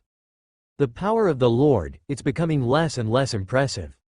It's not that the Lord's authority is feeble, it's just that his subordinates are too powerful. While other lords were still figuring out how to increase the intimacy levels with their subordinates to maximize the effects of the Lord's power, Mu Yuan's subordinates, their innate skills had already exceeded the upper limit of what the Lord's power could utilize. This Lord's power, thumbs down. On Wolfhead Mountain, hundreds of self-aware skeleton generals and big halberdiers, among others, were heaving and hoeing as they mined black iron and red copper ores and transported them into nearby fourth-order warehouses. Some troops were sourcing materials on the spot, cutting down trees and quarrying ordinary stone. These unranked materials were also shipped into storage warehouses in batches. Mu Yuan didn't need to buy any materials from the outside. Merely paying a little bit of soul sand was enough to construct one arrow tower after another. What a pity, arrow towers are single-target defense structures. If only I had the blueprint for an area of effect defense structure from Yongqing, that would be perfect, even ordinary grade cannons would do. He had already scouted that Fang of the Jackal Wolf was amassing a large force. It wasn't just the armies of the various large tribes under their command but also numerous wild monsters summoned through special means. This Lord of Fang of the Jackal Wolf, while very strong, was also exceedingly cautious. They were fully leveraging their advantage, bringing into play the numerical superiority of the monster power. After all, legendary beings are not invincible. But how will they stop a legendary realm monster, along with countless monster tides and the vitality force? Inside the Featherman country, several elderly Feathermen sighed. An old general who had dealt with monster power for over a century even adopted a pessimistic view. Even without a legendary monster leading them, such a massive monster tide isn't something our vitality force can withstand head-on. I'm not being overly pessimistic. Put yourself in our shoes. Without relying on the secret realm and only depending on the slight geographical advantage of Wolfhead Mountain, could we stop the monster tide? We couldn't. What he didn't say was that the Queen herself couldn't stop it either. Even if the Queen could kill 10, 20, 34th order boss level monsters, it still wouldn't shake the monster tide.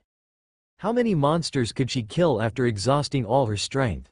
If there were no legendary realm monsters present, their Queen could come and go as she pleased, but if she wanted to hold her ground, I'm afraid even the legendary being would be exhausted to death.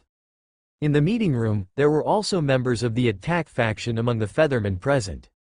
They wanted to object, but upon reviewing the intelligence reports from the outside, they found themselves unable to find any reason to contradict after their throats bobbed for a long while. There are too many monsters. Is this the real outside world? Some young Feathermen murmured. They had seen the images.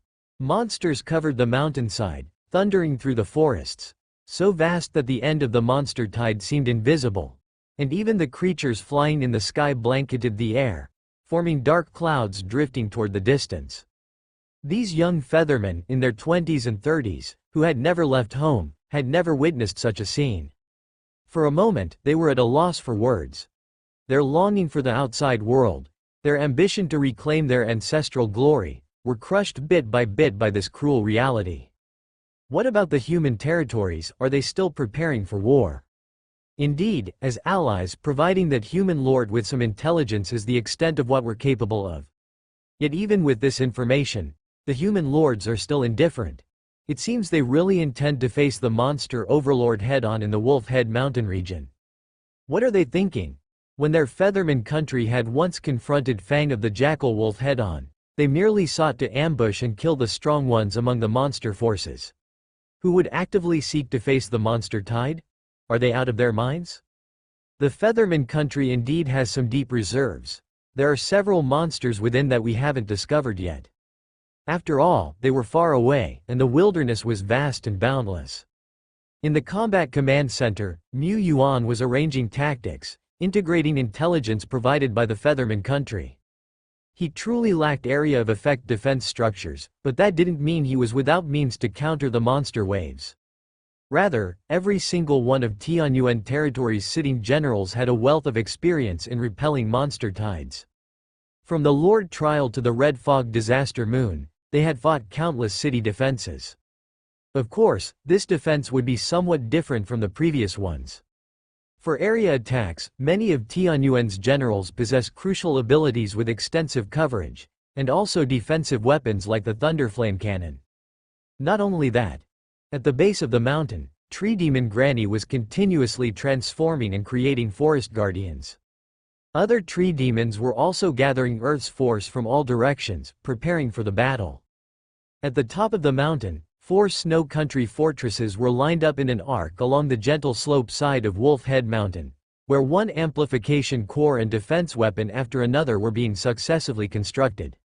Winter Snow Maiden excels in large area damage and is among the top of high-order magic troop types.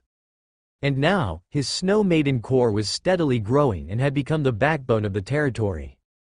The greatest advantage of his Tianyuan territory was the presence of highly exceptional generals. Many Fourth-Order strongmen had limited effectiveness in the face of the monster tide, but Tianyuan's generals were different. The epic young general, fearless war commander, and the fearless giant mountain god ranking could stand up to, even rout, the enemy's large-scale war machines.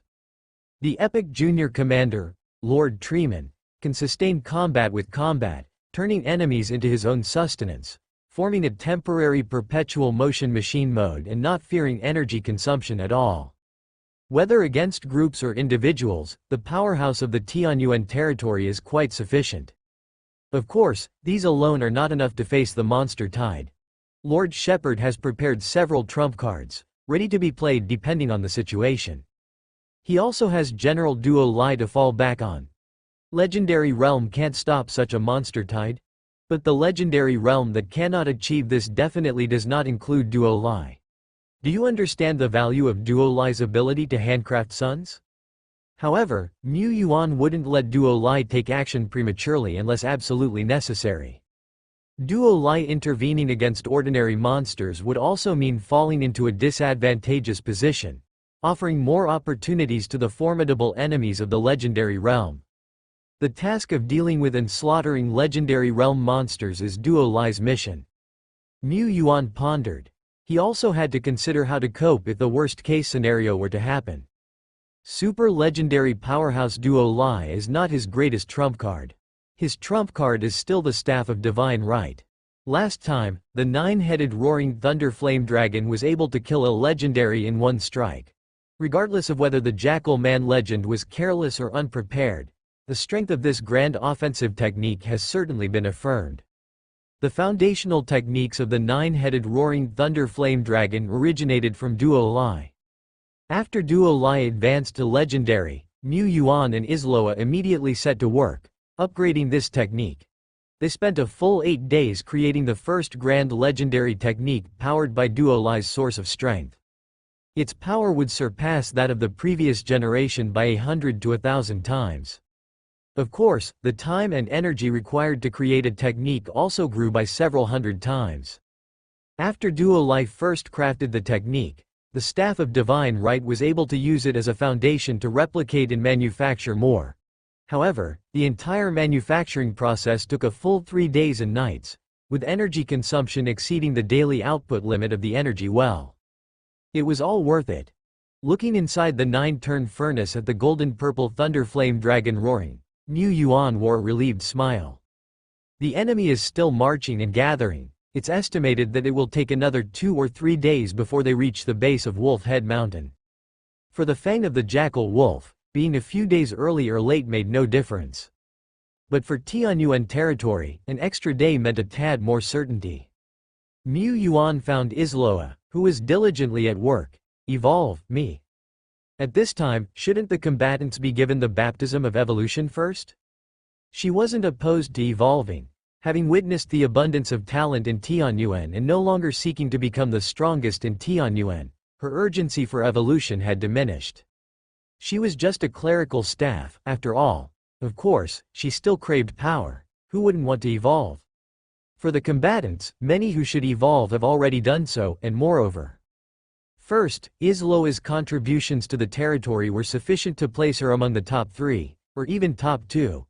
It wouldn't be appropriate to evolve others and not her. Second, many elites were not high enough in rank. Even if they were given the baptism of evolution now, they couldn't exert too much strength.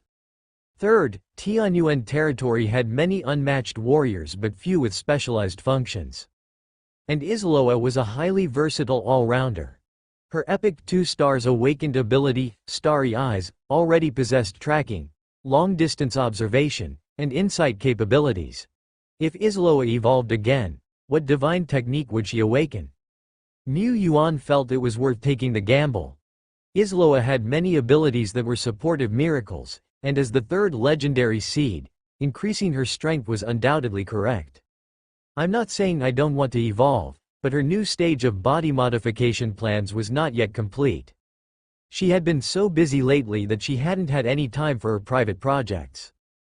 She hadn't expected the Lord to offer her evolution so soon. Logically speaking, the higher the level of life, the more difficult it is to advance, but she felt that the intervals between her baptisms had not been extended. What was going on? In the blink of an eye, she was about to step into the epic 3 stars realm.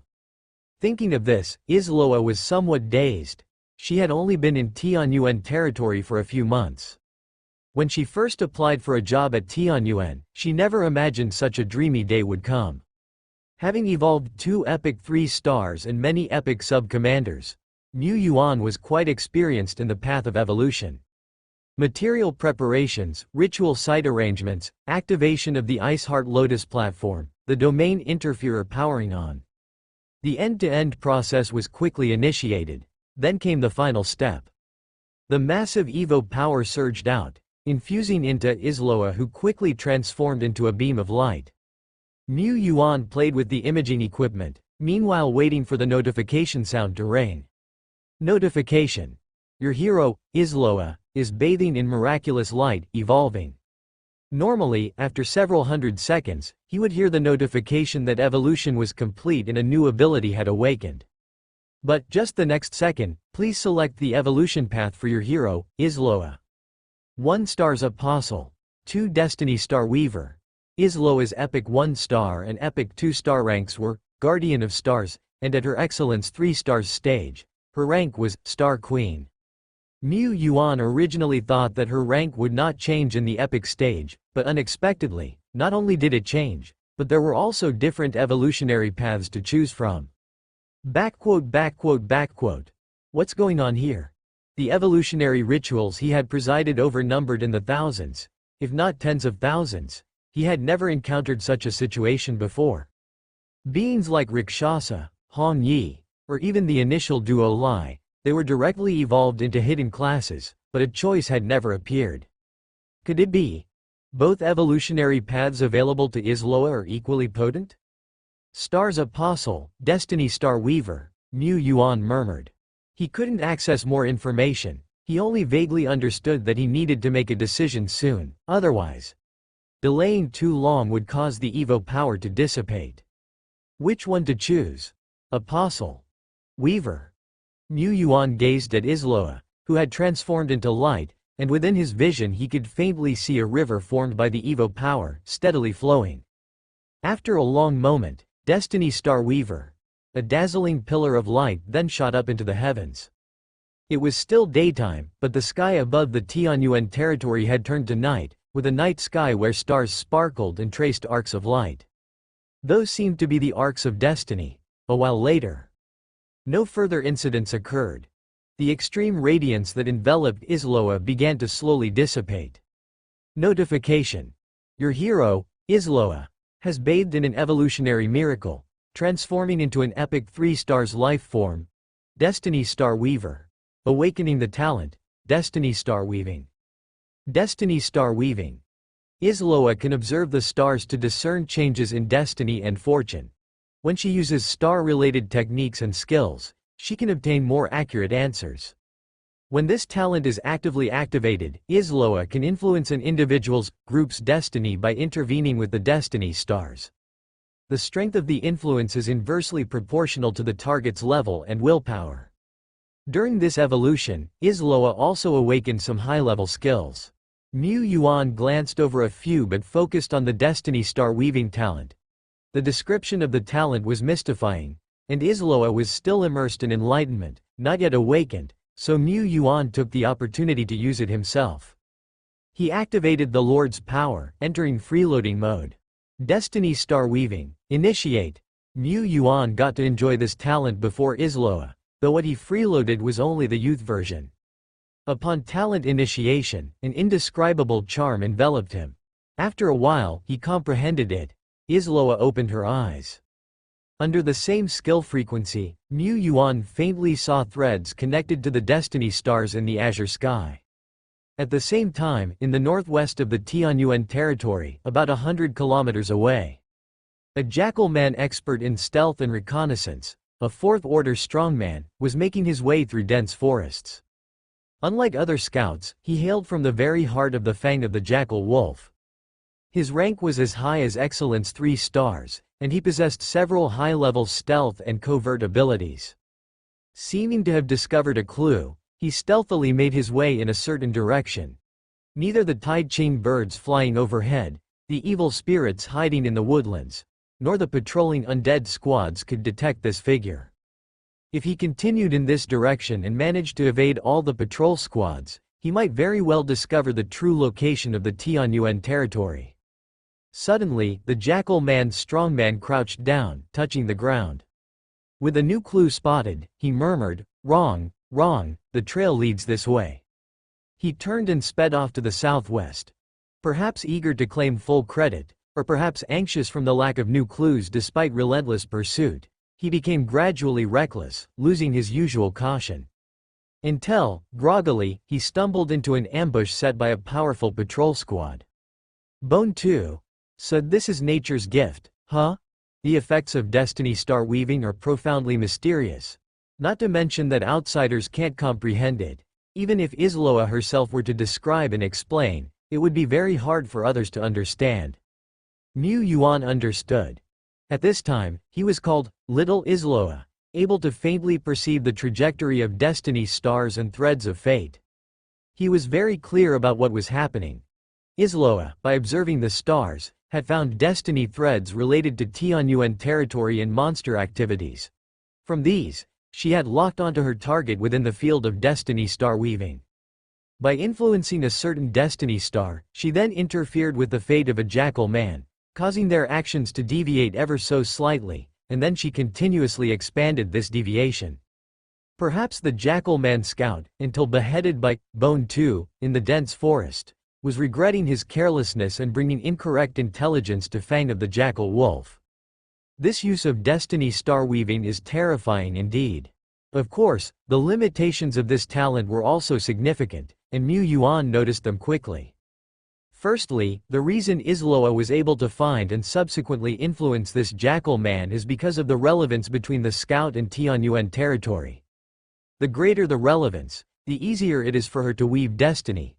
Conversely, without any connection, it would be incredibly difficult for Isloa to interfere, and she might not even know where to begin, Mu Yuan deduced.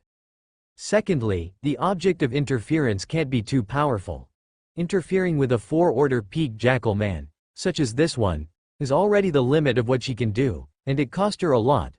Such a jackal man, in direct combat, wouldn't last 3 moves under Isloa's hands. The talent of Destiny Star Weaving provided a negligible boost to Isloa's combat power. But in other areas, its effect was absolutely potent. Before, we weren't clear on many of the monster waves' intelligence, and we had to rely on the Featherman Kingdom. The monster routes provided by the Featherman Kingdom were not absolutely reliable. After all, the wilderness is vast, and they have been in seclusion for many years. Even the Featherman Kingdom had trouble locating all the monster armies, let alone Tianyuan territory. They could only detect the approaching monster tide when it reached nearby areas, through various patrol teams and scouts. But now, with Izloa's destiny star weaving, they could retroactively deduce the locations of the monster tides and lock them down one by one. This tracking method was far superior to the overhead views of battle falcons or the detection of black crows. This is, attack.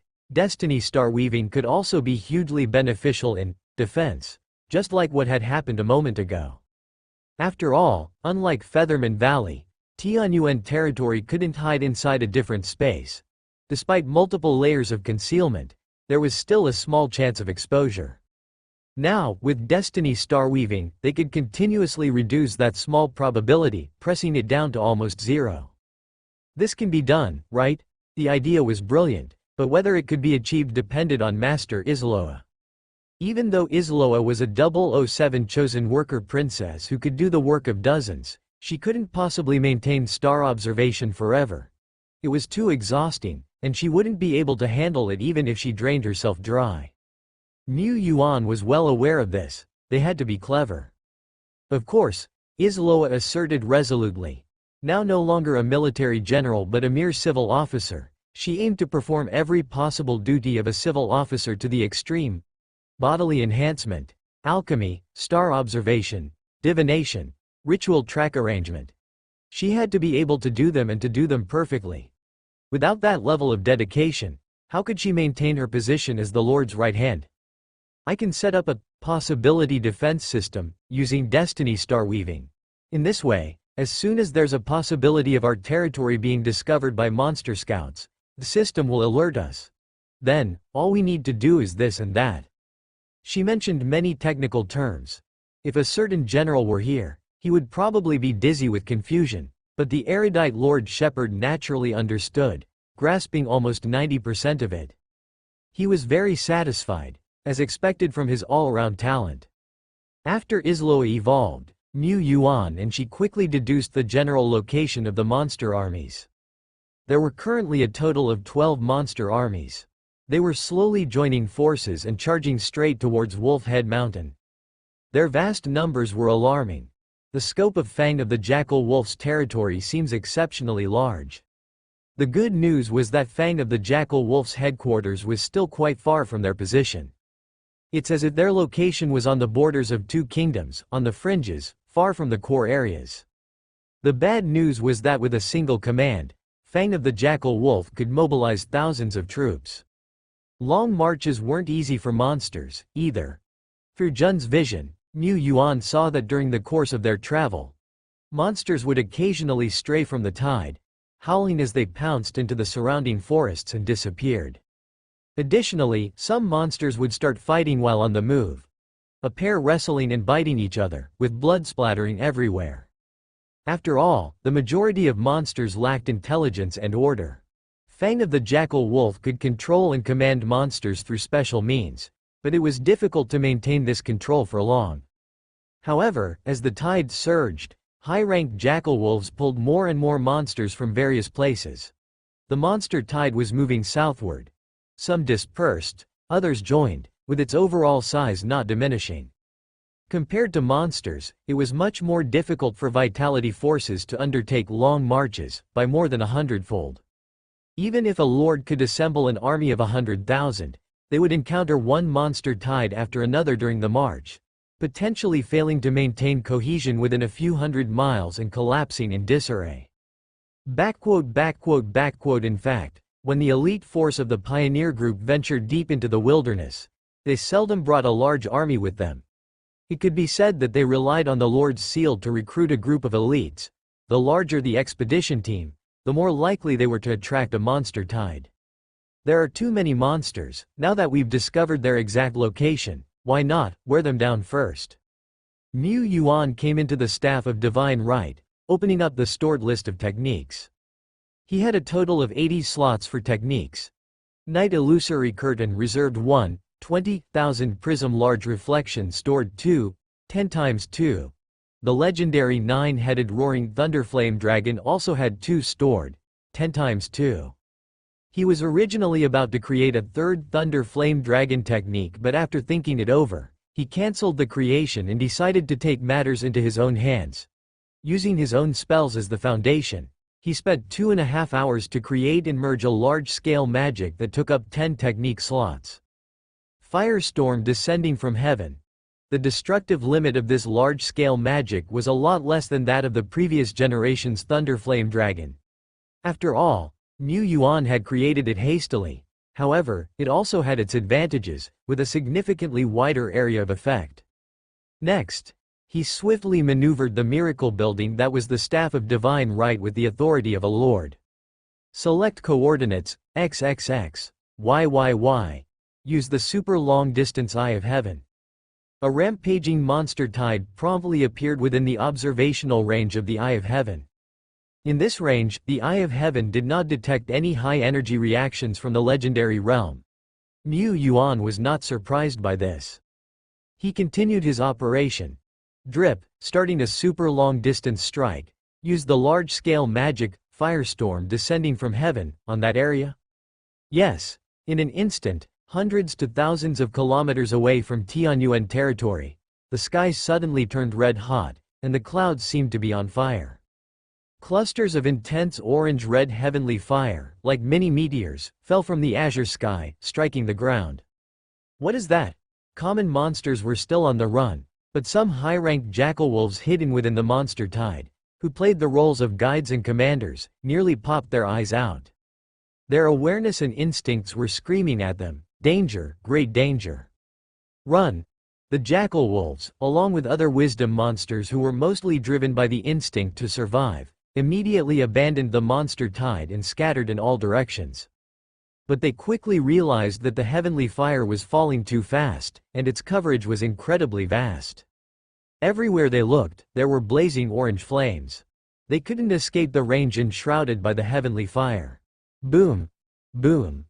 Boom times 10,086. The ground shook as the heavenly fire burst forth, wave after wave of orange fire engulfing the land and sky, swallowing group after group of roaring monsters. This was an extreme high-temperature heavenly fire that shattered rocks and then melted them. The high-order intelligent monsters within the monster tide kept running, dodging the heavenly fire falling from the sky, and slashing through the ferocious flames before them. Though Firestorm descending from heaven was a large-scale magic that primarily targeted an extremely large area, its burst strength at a single point was somewhat lacking and might not necessarily kill a fourth-order strongman. However, even with various shortcomings of Firestorm descending from heaven, when the orange flames ceased to fall from the sky and the red clouds gradually dissipated, most of the monsters beneath had perished, nearly 9 out of 10.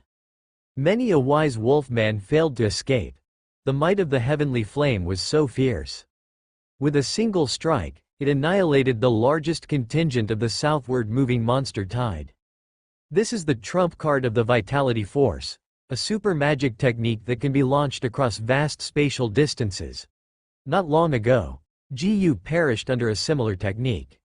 Hundreds of kilometers away, a jackal man sage adorned with a long necklace made of bones was witnessing from afar thanks to a certain ability. However, the destructive power of this super magic technique is a notch lower than the one that killed GU. It shows that within the hands of the Vitality Force, this kind of super magic technique really is a dwindling asset, to be used sparingly. They had dealt with many surviving Vitality Forces and had hands-on experience in annihilating quite a few. How could they not understand these beings that can only rely on the remnants of their ancestors to survive? But we must be cautious, the Vitality Force still possesses that kind of 9 dragon super techniques. No, since the Vitality Force dares to confront us directly, they most likely still have a foundation to deal with us. Another legendary strongman, also the commander this time, the King of Black Wings, spoke. He was a jackal man with fur entirely black, and even more, he had a pair of giant black wings on his back. Merely standing there, He emanated an ominous aura. The third legendary strongman took over the conversation, but that fooled Ji dying was also because he was careless, arrogant, and foolish. Now that we are concealing our tracks, the vitality force has no chance of locking onto us. Plus, we also have the special treasure, the spatial urn, a treasure obtained from an ancient civilization that has perished. It's really useful. As long as we deploy the spatial urn, we can form a space isolated from the outside world and very stable. Even if we are careless, with the spatial urn in hand, the 9 dragons techniques can't harm us. Yes, even if some attacks can tear through space, they absolutely cannot tear open the stable barrier formed by the spatial urn, unless it's a power specifically targeting space. But space abilities, hey, how rare they are. Objects with spatial power are few and far between. The fourth legendary realm strongman spoke out. It seemed others remained silent. But whether they spoke or not, nobody cared about the monster tide that perished under the falling sky inferno. Even if within the tide there were some high-ranked jackal wolves that could be considered their offspring, in the eyes of the legends, they were no different from cannon fodder. Cannon fodder that could probe some of the tactics of the vitality force was worth it. Mu Yuan only sent out one falling sky inferno. This technique was not difficult to create, but ultra-long distance projection required the reliance on the Eye of Heaven, and the Eye of Heaven had limited uses. However, the strategic significance of the one falling sky inferno was high, far beyond the annihilation of a single monster tide. After the inferno was launched, the fang of the jackal wolf began to scatter the charging monster tide to prevent being wiped out in one fell swoop again.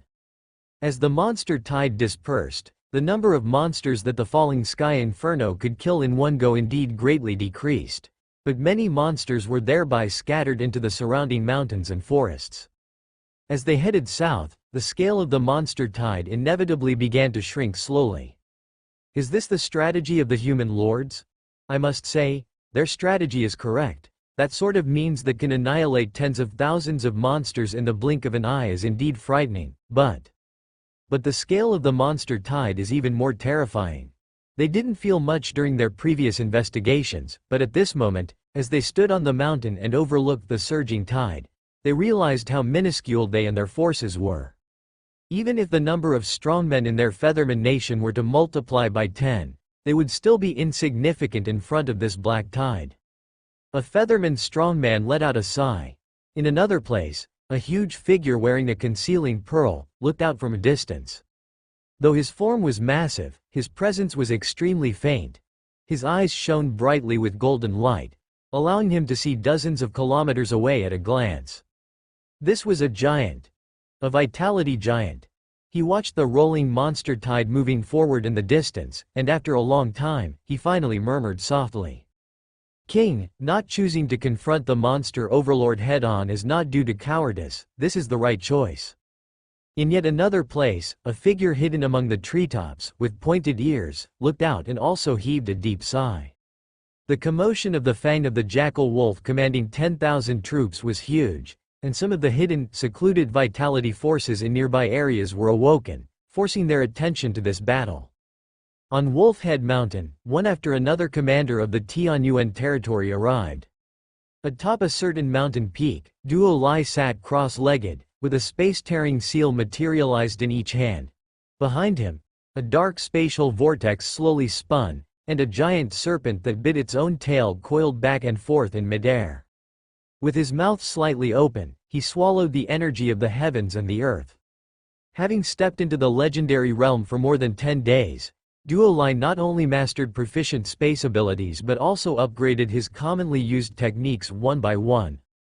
All was ready, just waiting for General Duo Lai's grand slaughter. Mu Yuan looked out beyond the mountain.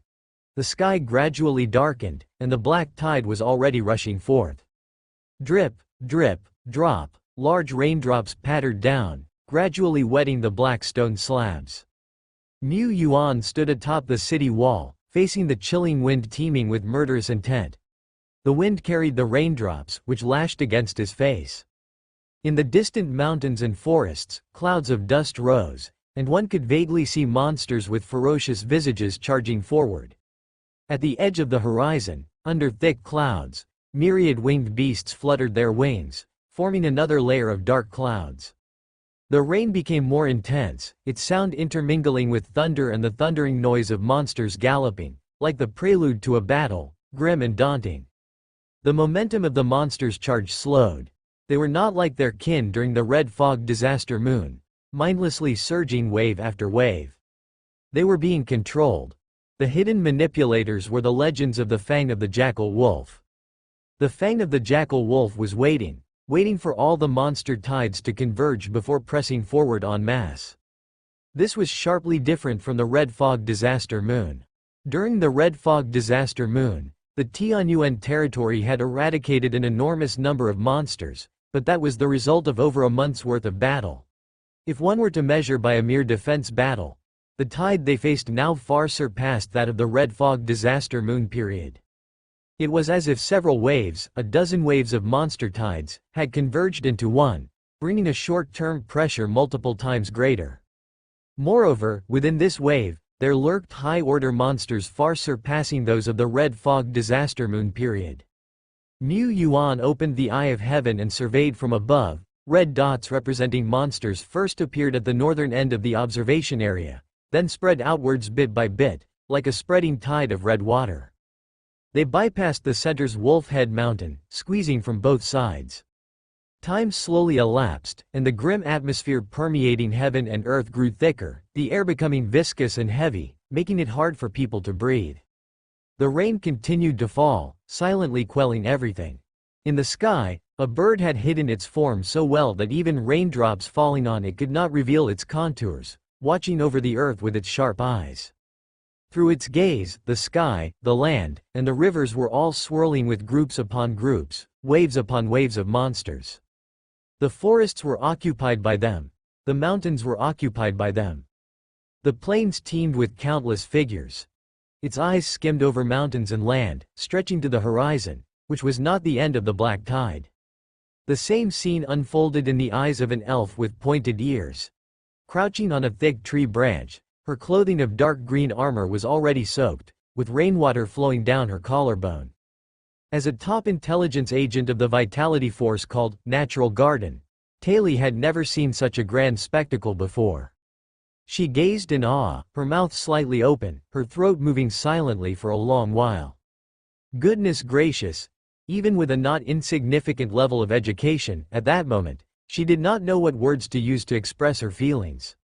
Not far from her, there towered a giant more than 20 meters tall. The giant stood there with a very faint presence, resembling nothing more than an ordinary rock. The giant hailed from the Vitality Force called Giant Stone Ridge. In the past 100 or so years, Giant Stone Ridge and Natural Garden had formed an alliance to jointly combat the colossus that was the Fang of the Jackal Wolf. To say they were combating it was to somewhat exaggerate. They engaged in some material trades, intelligence exchanges, and while hiding their presence and avoiding the hunts of the monster overlords like the Fang of the Jackal Wolf, they sneaked around exploring, scavenging marginal resources, and quietly accumulating power. Yet, just escaping the hunting of a monster overlord like the Jackal Man was difficult enough, let alone accumulating power.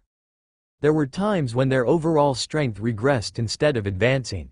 The giant too was silent for a long while before he spoke through the elf's telepathic link. Our Giant Stone Ridge had also thought about stepping into the outside world, taking over a rich treasure of a place, but one might take over the land, but surviving to keep it was another matter.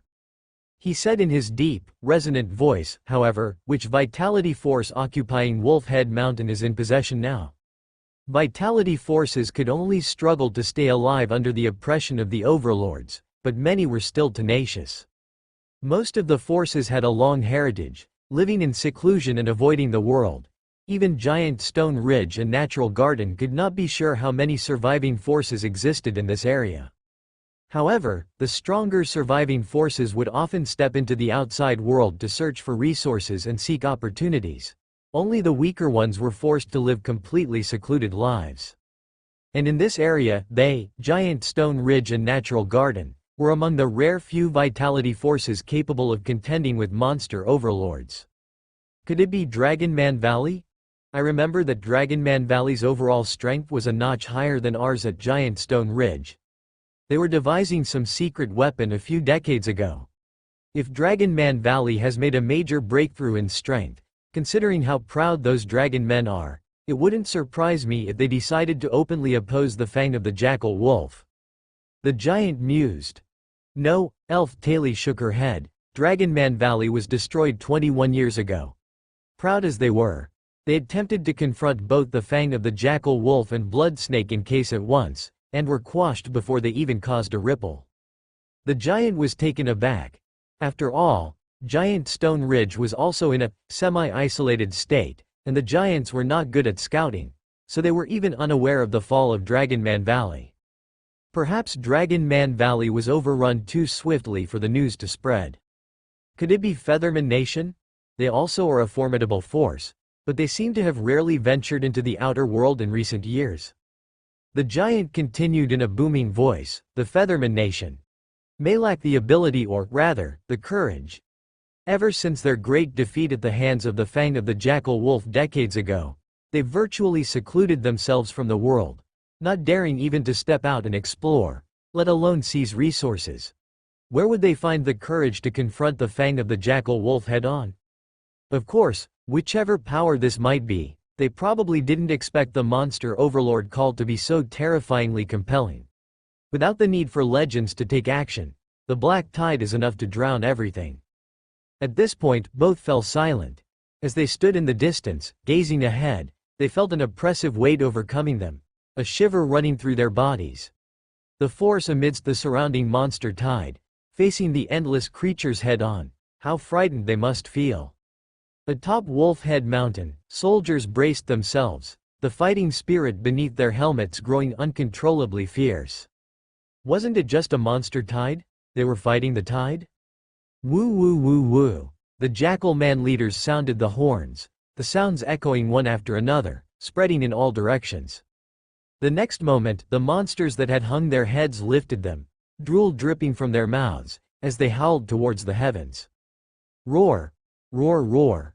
Awoo! They surged forth, the black tide that had been still for a while, now rolling forward again.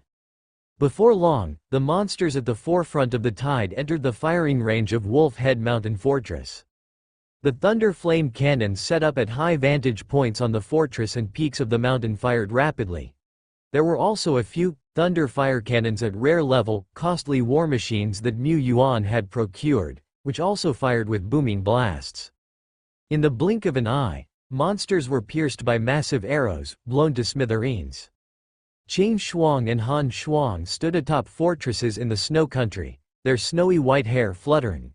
They had built their own snow country fortresses within Tianyuan territory, but that didn't impede them from harnessing the power of other fortresses. They were among the strongest in the Snow Girl system of troops, having cultivated to the middle of Third Order. Now, standing atop the snow country forts, they could faintly resonate with the surrounding heaven and earth. They stretched out their hands, and icy power surged forth violently. Snowflakes fell from the sky, congregating to form an overwhelming cold tide, a high-level ability called Cold Tide Funeral, strengthened by the snow country fortress as though it was a large-scale magic. The cold tide buried masses of monsters. On the snow country fortresses, ice crystal towers were also firing ice cones with whooshing sounds. This power seems to be very adept at setting up fortress defenses. Their lines are quite strong, however, there are simply too many monsters, the giant sighed. The elf nodded. Despite the large number of monsters killed by the various defensive weapons and structures, they couldn't stop the advancing tide. At the current rate, in a few hundred seconds, throngs of monsters would be storming the fortress. By then, could the few hundred to 1,000 elites on the walls use their heads to block the surging tide? Impossible. What's more, within the tide, not all were mindless creatures that charged forward on instinct alone. In the skies, a group of over 2,000 to 3,000 flying monsters, all above second-order elite level, were being commanded at high speed. As long as these flying monsters breached the fortress and slightly disrupted the defenders' formation, they would fulfill the commander's objective of the Fang of the Jackal Wolf. A bit further away, over 100 rare 3-star level monsters, Evil Eyes, were being gathered by a jackal man priest. The priest held a relic, chanting bizarre incantations. Suddenly, a crimson mist flew out, enshrouding the evil eyes. Their eyeballs swelled even larger, becoming engorged with scarlet as they accumulated power, emitting thick beams of sinister light.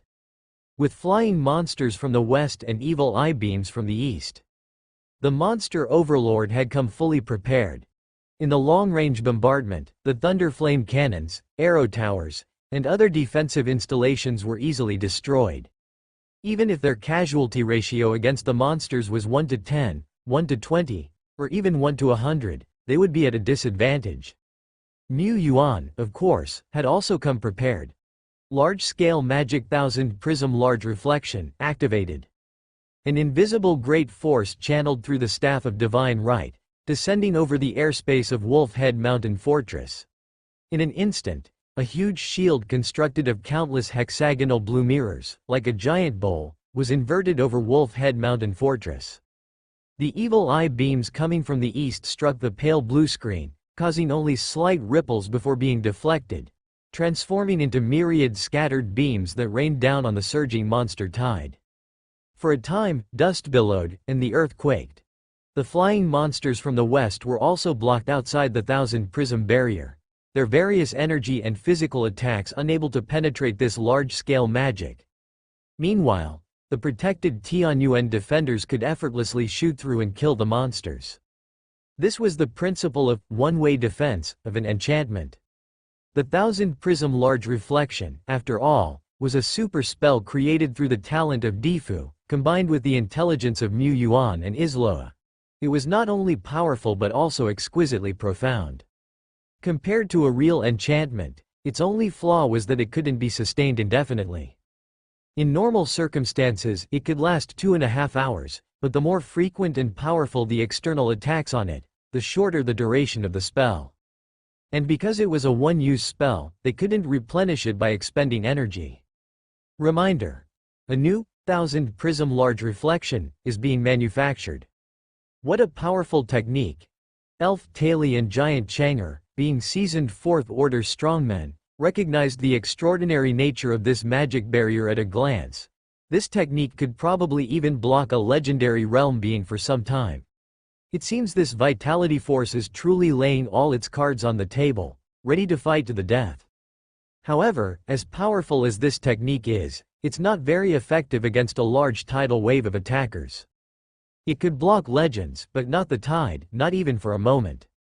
After all, when the tide rolls in, with thousands upon thousands of attacks raining down, it would drain the entire barrier more than 1 or 2 legends would. Mu Yuan, being half an expert, naturally understood this. In his field of vision, monsters with blood-red eyes and fierce faces were closing in. Even more visible red mist began to drift between heaven and earth, growing increasingly ominous. It might take a few hundred more seconds for the monster tide to surge up the mountain and reach the pale blue barrier, but within a little over 100 seconds they could reach the foot of Wolfhead Mountain. There lay Tianyuan territory's first line of defense.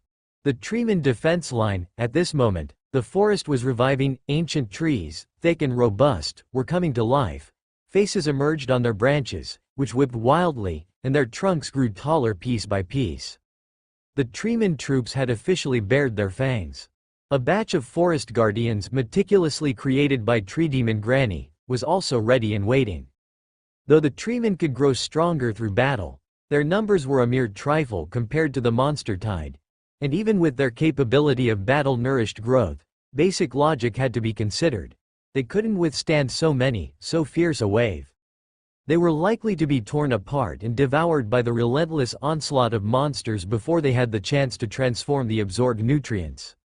Mu Yuan was of course aware of this too. He had been preparing. Setting up the altar, casting spells. He stood on the city wall, now entered into the undead template, drawing upon Duo Lai's energy. Borrowing legendary power with a mortal's body had its limitations, far from reaching 80% effectiveness, but at this moment he could also be deemed a half-step legend. A true half-step legend. One of the shortcuts to breaking through to legend. As long as part of the body enters the legendary realm, the Lord's own chances of advancing will greatly increase. Mu Yuan did not intend to join the battle himself. Energy surged within him, as if it would burst his body apart. Around him hovered hundreds of beautiful soul crystals, many of which were now dimmed, their energy fully drawn out. He held an excellence-grade staff, lifting it high into the sky. The remaining soul crystals around him shattered completely. "Rise again, my undead." At the same moment, far within the fortress, Emperor Dead Bone held wailing death, his deep voice echoing between heaven and earth. Energy flowed through him as well. He also borrowed the power of Holy Mountain, drawing the energy of thousands of undead, converging it with the power of a pile of soul crystals around him. All of it poured into the skill he had been charging for hours. Strategic skill. Death Legion. The last time Dead Bone used this skill at full strength was during the last invasion. During the Lord Trial against the Monster Tribe's attack. Every other time Dead Bone used it sparingly, for this strategic skill required Krypton Gold. Back then, Dead Bone was still a minor professional level, far from unleashing the full potential of this strategic skill. Now, Emperor Dead Bone had a bit of capability. Under the bolstering of being a fourth-order peak, with several hundred times his backup energy, and the epic 3-star rank, the silent undead began to revive upon the earth. Ghastly light spread over the land. Bleached bones broke through the soil, skeletons crawled out from beneath the ground. Then came the 2nd, the 20th, the 200th, the 2000th, the 20,000th. Skeleton soldiers, ghosts, ghouls, abominations, death knights, and various other undead rose from underground or were shaped from the dark mist, appearing in the world. The monsters were coming like a flood from all directions. But the resurrecting undead were also like a flood, showing the world what a true calamity was. My goodness, what is that? I even saw a dozen or so bone dragons. This vitality force, is it the undead? In the past, the undead were the enemies of the majority of living creatures. Both the Elf Empire and the Bright Empire had once carried out campaigns against the undead. However, time had changed, and later, under the threat of corruption and monsters, the undead were also categorized as broadly living creatures. Since Taylor was not born in the age of the Elf Empire, she didn't particularly like the undead, but she also didn't have an inherent disgust for them, however. If this force is the undead, then what about the treemen? She didn't understand. Below Wolfhead Mountain, two black tides quickly collided. Although the number of undead still couldn't compare with the monster tide, there was now enough to hold their own against them. The monster's eyes were filled with blood-red fury, unafraid of death, but the undead were even more vicious and fearless. Even if their bodies were torn in half, even if only a head remained, they would still leap up and bite into the monsters. In the monster impersonation contest, the monsters could only take second place. There were abominations that resembled meatballs, rolling into the midst of the monsters. Their thick layers of fat had been chopped open, arms with hooked hands broken off, chewed up and swallowed by the monsters. More and more monsters pounced and bit into them, leaving the abominations almost unable to move. They felt no fear, no pain, they merely opened their gaping mouths wide, splitting up to their ears, emitting a terrifying, ghastly laugh. The next moment, boom, the abominations exploded, their violent energy tearing apart the monsters clinging to them, and a deluge of highly corrosive acid, like a curtain of rain, enveloped the surroundings. For a time, sizzling sounds were incessant, as one monster after another, howling, rolled on the ground in agony, slowly perishing. Wise wolfmen, relying on their exceptional combat power, plowed into the undead tide. They often sliced the skeleton generals in their path into two with a single cut, but suddenly, their legs were caught. Multiple bisected skeletons and ghouls clung tightly to them, and in front of them, more undead charged. Between fighting to the death and temporary retreat, the wise wolfman hesitated. With wisdom came more fear, as well as the desire to live. The surrounding undead, regardless of being low or high order, were all fearlessly aggressive, all rushing forward with the intent to trade life for life. Is this reasonable? Shouldn't living creatures be afraid of us? Before his consciousness sunk into darkness, the wise wolfman's mind was still adrift with thoughts he couldn't understand. In comparison to the entire monster tide, the number of undead was actually much smaller. This time, using the Legion of Death, Mu Yuan and Dead Bone had focused on quantity. Most of the summoned undead were first and second order. Even the dozen or so very conspicuous bone dragons were merely third order. But the undead didn't need to face the entire monster tide simultaneously. They backed against Wolfhead Mountain, with their front lines bordering the advancing edge of the monster tide. Entangling and battling, the entire battlefield turned into a meat grinder. Within the undead tide, there were also a few but huge figures that stood out conspicuously due to their size. Forest Guardians. Forest Guardians from Nature's faction were actually fighting alongside skeletons and ghouls. In centuries past, this would have left countless people dumbfounded.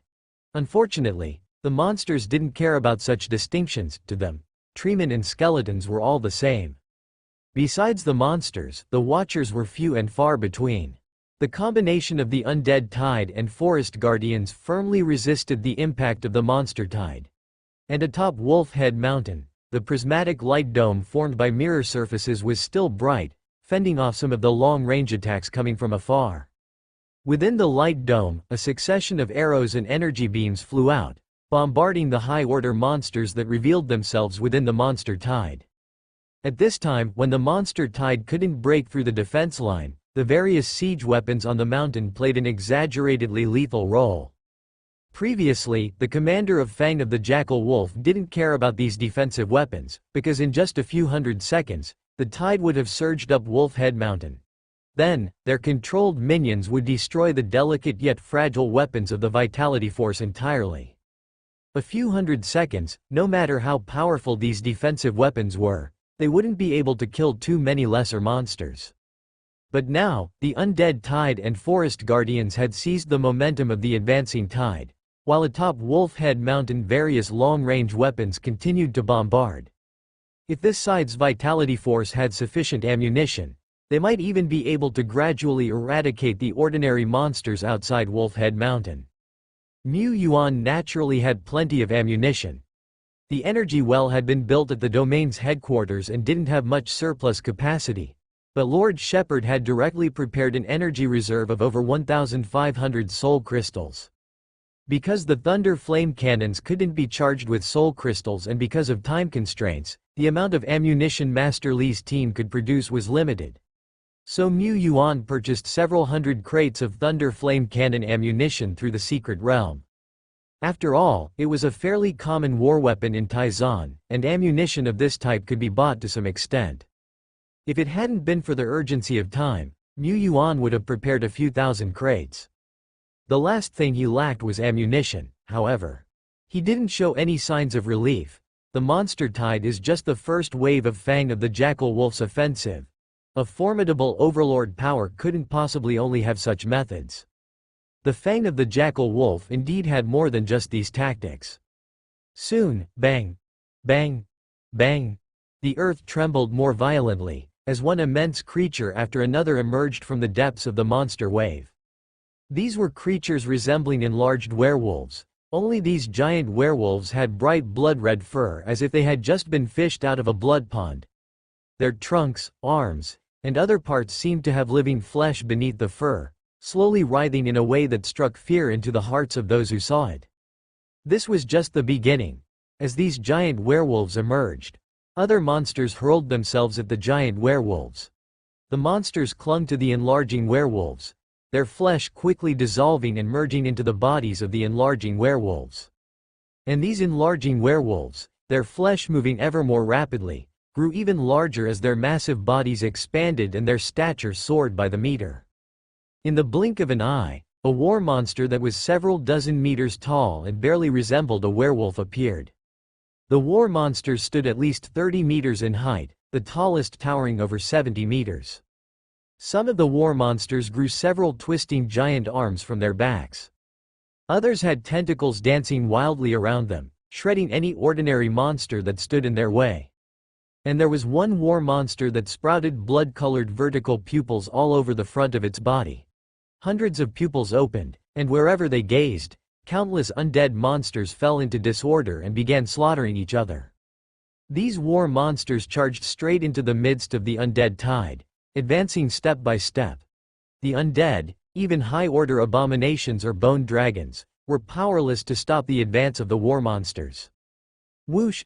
Arrows copied from exploding arrows, shot from tricky angles, pierced into the war monsters' eye sockets and shattered them violently.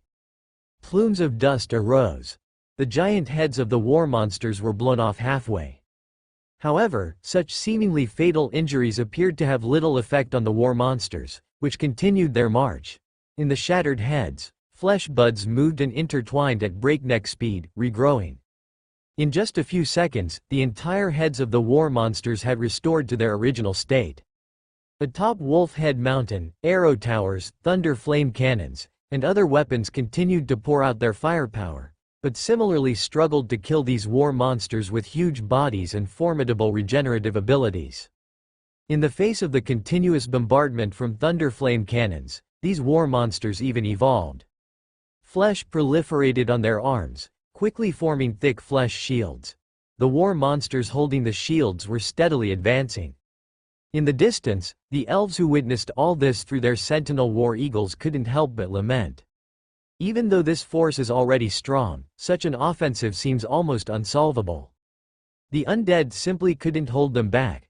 The treemen could block them, but not as rapidly as these war monsters. These war monsters were mainly of third order or fourth order, but on a battlefield like this, their impact was enormous. A fourth order strongman, given enough time, could kill a third order war monster, but they couldn't stop them through direct confrontation. We giants are not perturbed by these war monsters, but they couldn't hold back the surging monster wave and would be outright overwhelmed.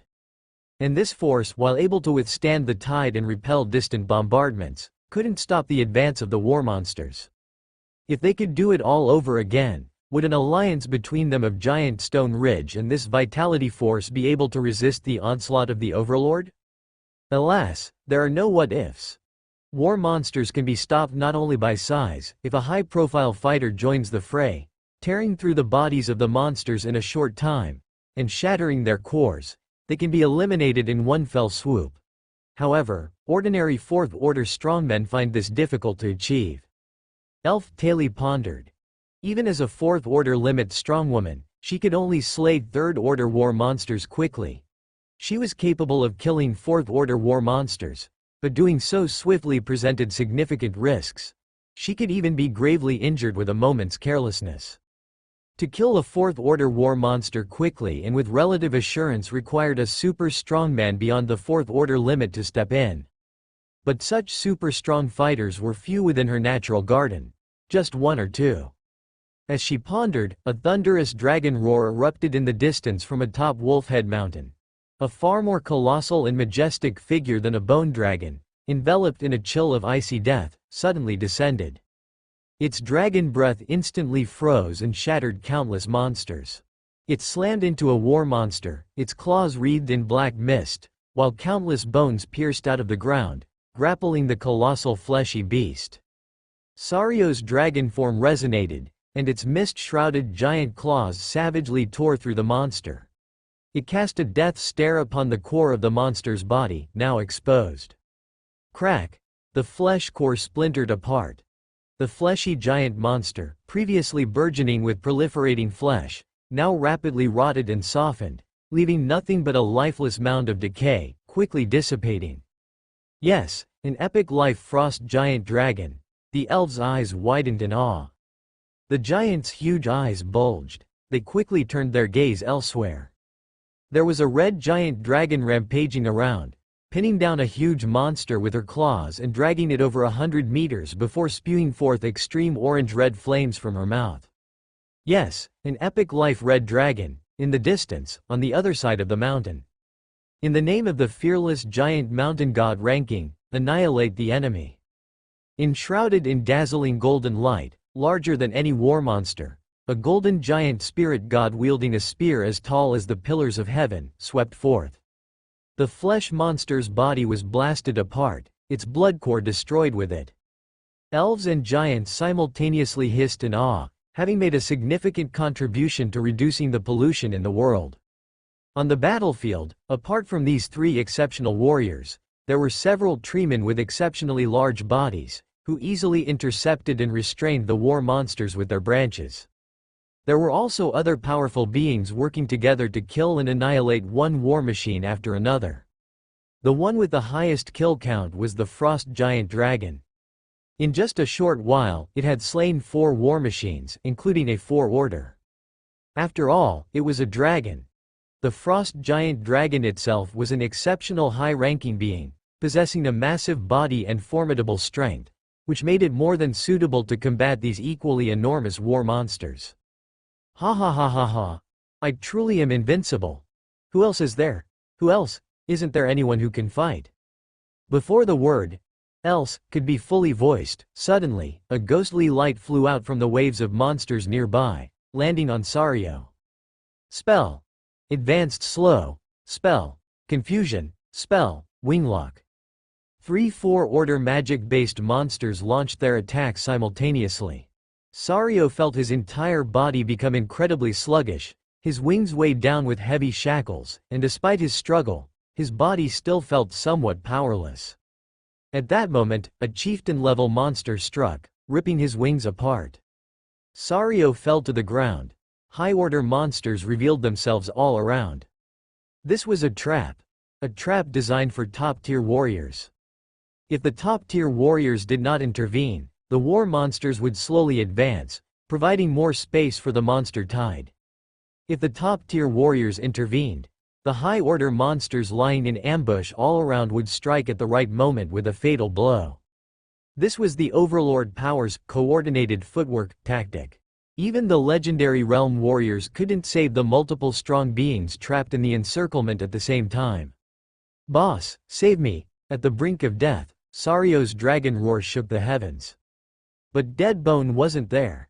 Deadbone was not present, but the fallback plan arranged by Lord Shepherd was. 3-4 ordered Jackal Wolves' priests' bodies exploded in succession. Not a single bone fragment was left behind, with only the after-image of Uda flickering between heaven and earth. Uda. Brother Uda. Big brother Uda. Save me. Without needing another word, Uda had already taken action. He only had to slightly release the physical shackles to surpass the limits of the 4 order. A casual punch. The head of the 4-ordered Jackal Wolf leader caved inwards and burst with a pop. A serious punch. The sword blade held by the 4-ordered Jackal Wolf chieftain shattered. His eyes bulged as he looked down to find his chest pierced through, with a spreading white airwave extending 300 meters behind him. The airwave scoured the ground, blasting out a long trench. Elsewhere, Shi Lu also found himself in crisis. His scale armor shattered and his dragon form scarred and battered. Suddenly, ding ding ding, ding ding ding, 1, 2, 3, the high-ranked jackal wolves around froze in place. Art of illusory sound. A wolfman sorcerer's eyes narrowed. Don't panic. We outnumber her. A single illusion technique won't affect us for long. But when did you start having the illusion that you'd been hit by only one illusion technique?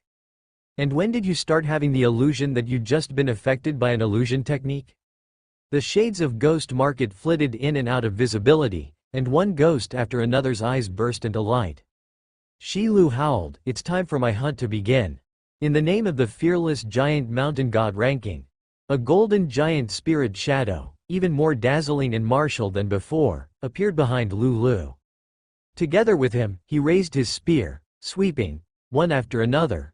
High-order monsters were flung into the air, blood spraying mid-flight, several dying on the spot. Boom! The world of trees spread outwards. Thick and resilient roots broke through the soil and coiled around the bodies of the war monsters, penetrating their flesh and blood. The monsters' flesh grew and healed, but the roots were faster at extracting their nutrition. The flesh monsters gradually withered. As the world of trees rapidly expanded and thrived, at its lush center, a towering tree, so vast it seemed to reach the heavens, began to stretch its increasingly enormous body. Within its trunk, a wise old face slowly surfaced. In the blink of an eye, high-order monsters lurking around the war machines had turned from hunters into prey. The wise wolfman looked at the massive, invincible, and terrifying figures before him, feeling a seed of fear planting deep within, rapidly taking root and sprouting. Elves Taili and Giant Chenger's eyes were wide with astonishment. In their view were supremely powerful beings of different races, each absurdly strong. These mighty warriors had a common title. They were known as the Tianyuan Division. The battlefield outside Wolf Head Mountain was like a meat grinder, annihilating everything that fell into it. The Tianyuan Division was strong, with a rough count revealing 4, 5, 6, 7, 8 elite warriors. In an instant, they had killed 20 or 30 high-order intelligent monsters. However, the fang of the Jackal Wolf's monster wave was the combined strength of several large monster tribes. Originally, when Tianyuan territory set out to subdue the first Jackal Man tribe, they encountered a considerable number of strong opponents. Just the chieftains alone, comparable to the Fourth Order peak, the limit of the wisdom monsters, numbered several. After Uta and others leveraged the advantage of countering the ambush to instantly kill dozens of strongmen, even more high-order monsters swarmed in from all directions. There were also a few war machines, 3 or 4, 7 or 8, merged together, forming even larger blood-flesh amalgamated monsters. These blood-flesh amalgamated monsters, due to their overly large and bloated bodies, moved somewhat clumsily, but what they exchanged for this were vast, marsh-like energies and an oppressive force so immense it was suffocating. On some of the blood-flesh amalgamated monsters, there grew a dozen long arms composed of countless segmented limbs. The arms lashed like whips, and when the giant hands struck down, the ground was immediately shattered. Shi Lu dared not take on the blood-flesh amalgamated monster's bombardment directly. Facing the colossal beast that had grown several to a dozen times in size, she was somewhat at a loss. Her burst of output was not enough. The illusion techniques of Hong Yi had little effect on such a being, which already possessed hundreds or even thousands of chaotic consciousnesses. Meanwhile, high-order intelligent monsters prowled the vicinity, launching sneak attacks from time to time, restricting their combat space.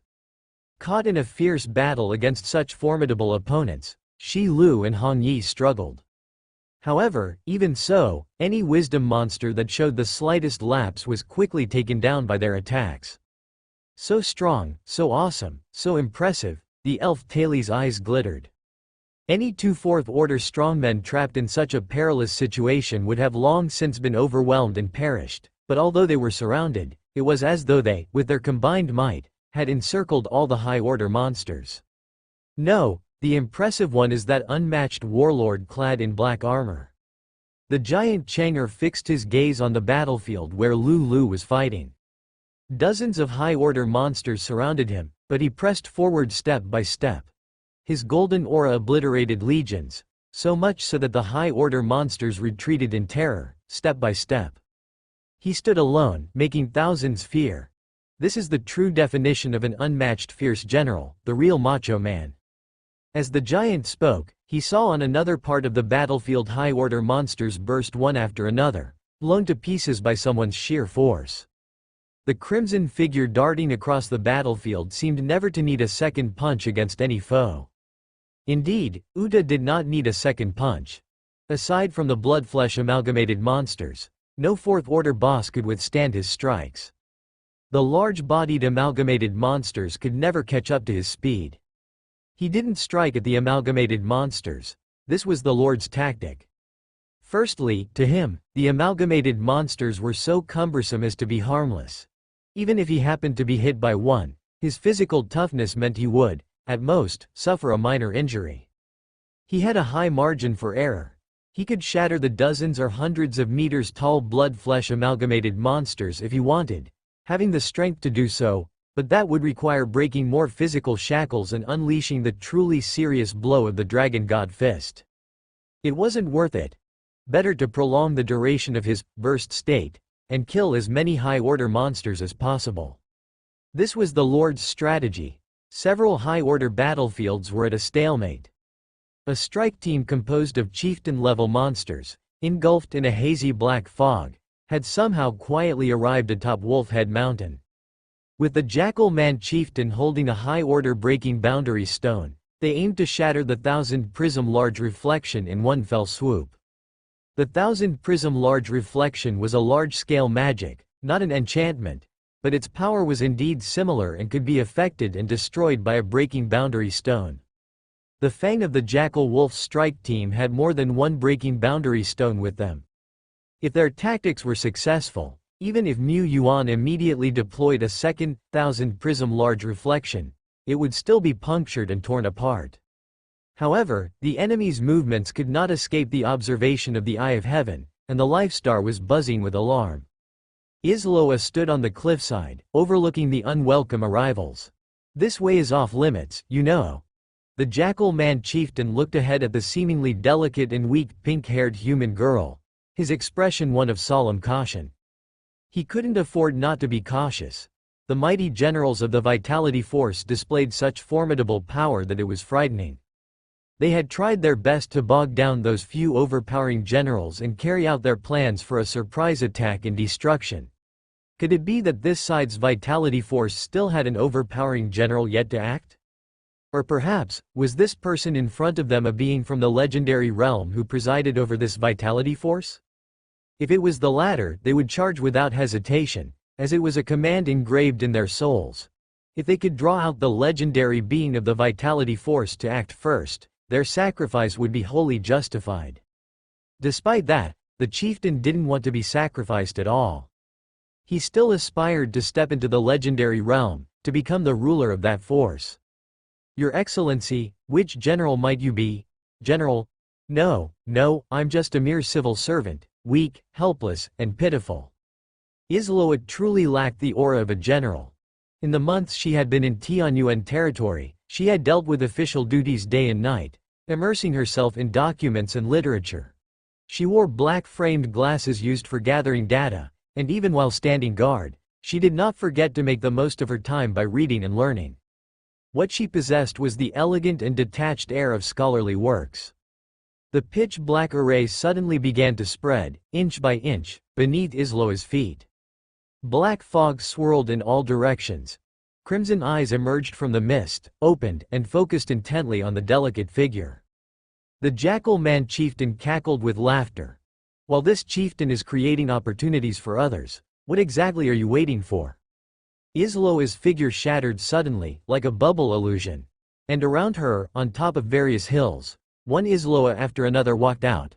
All around, 6, 12, 24, 48 starlight law spheres shot out, interweaving to form a large net. She was waiting for her skills.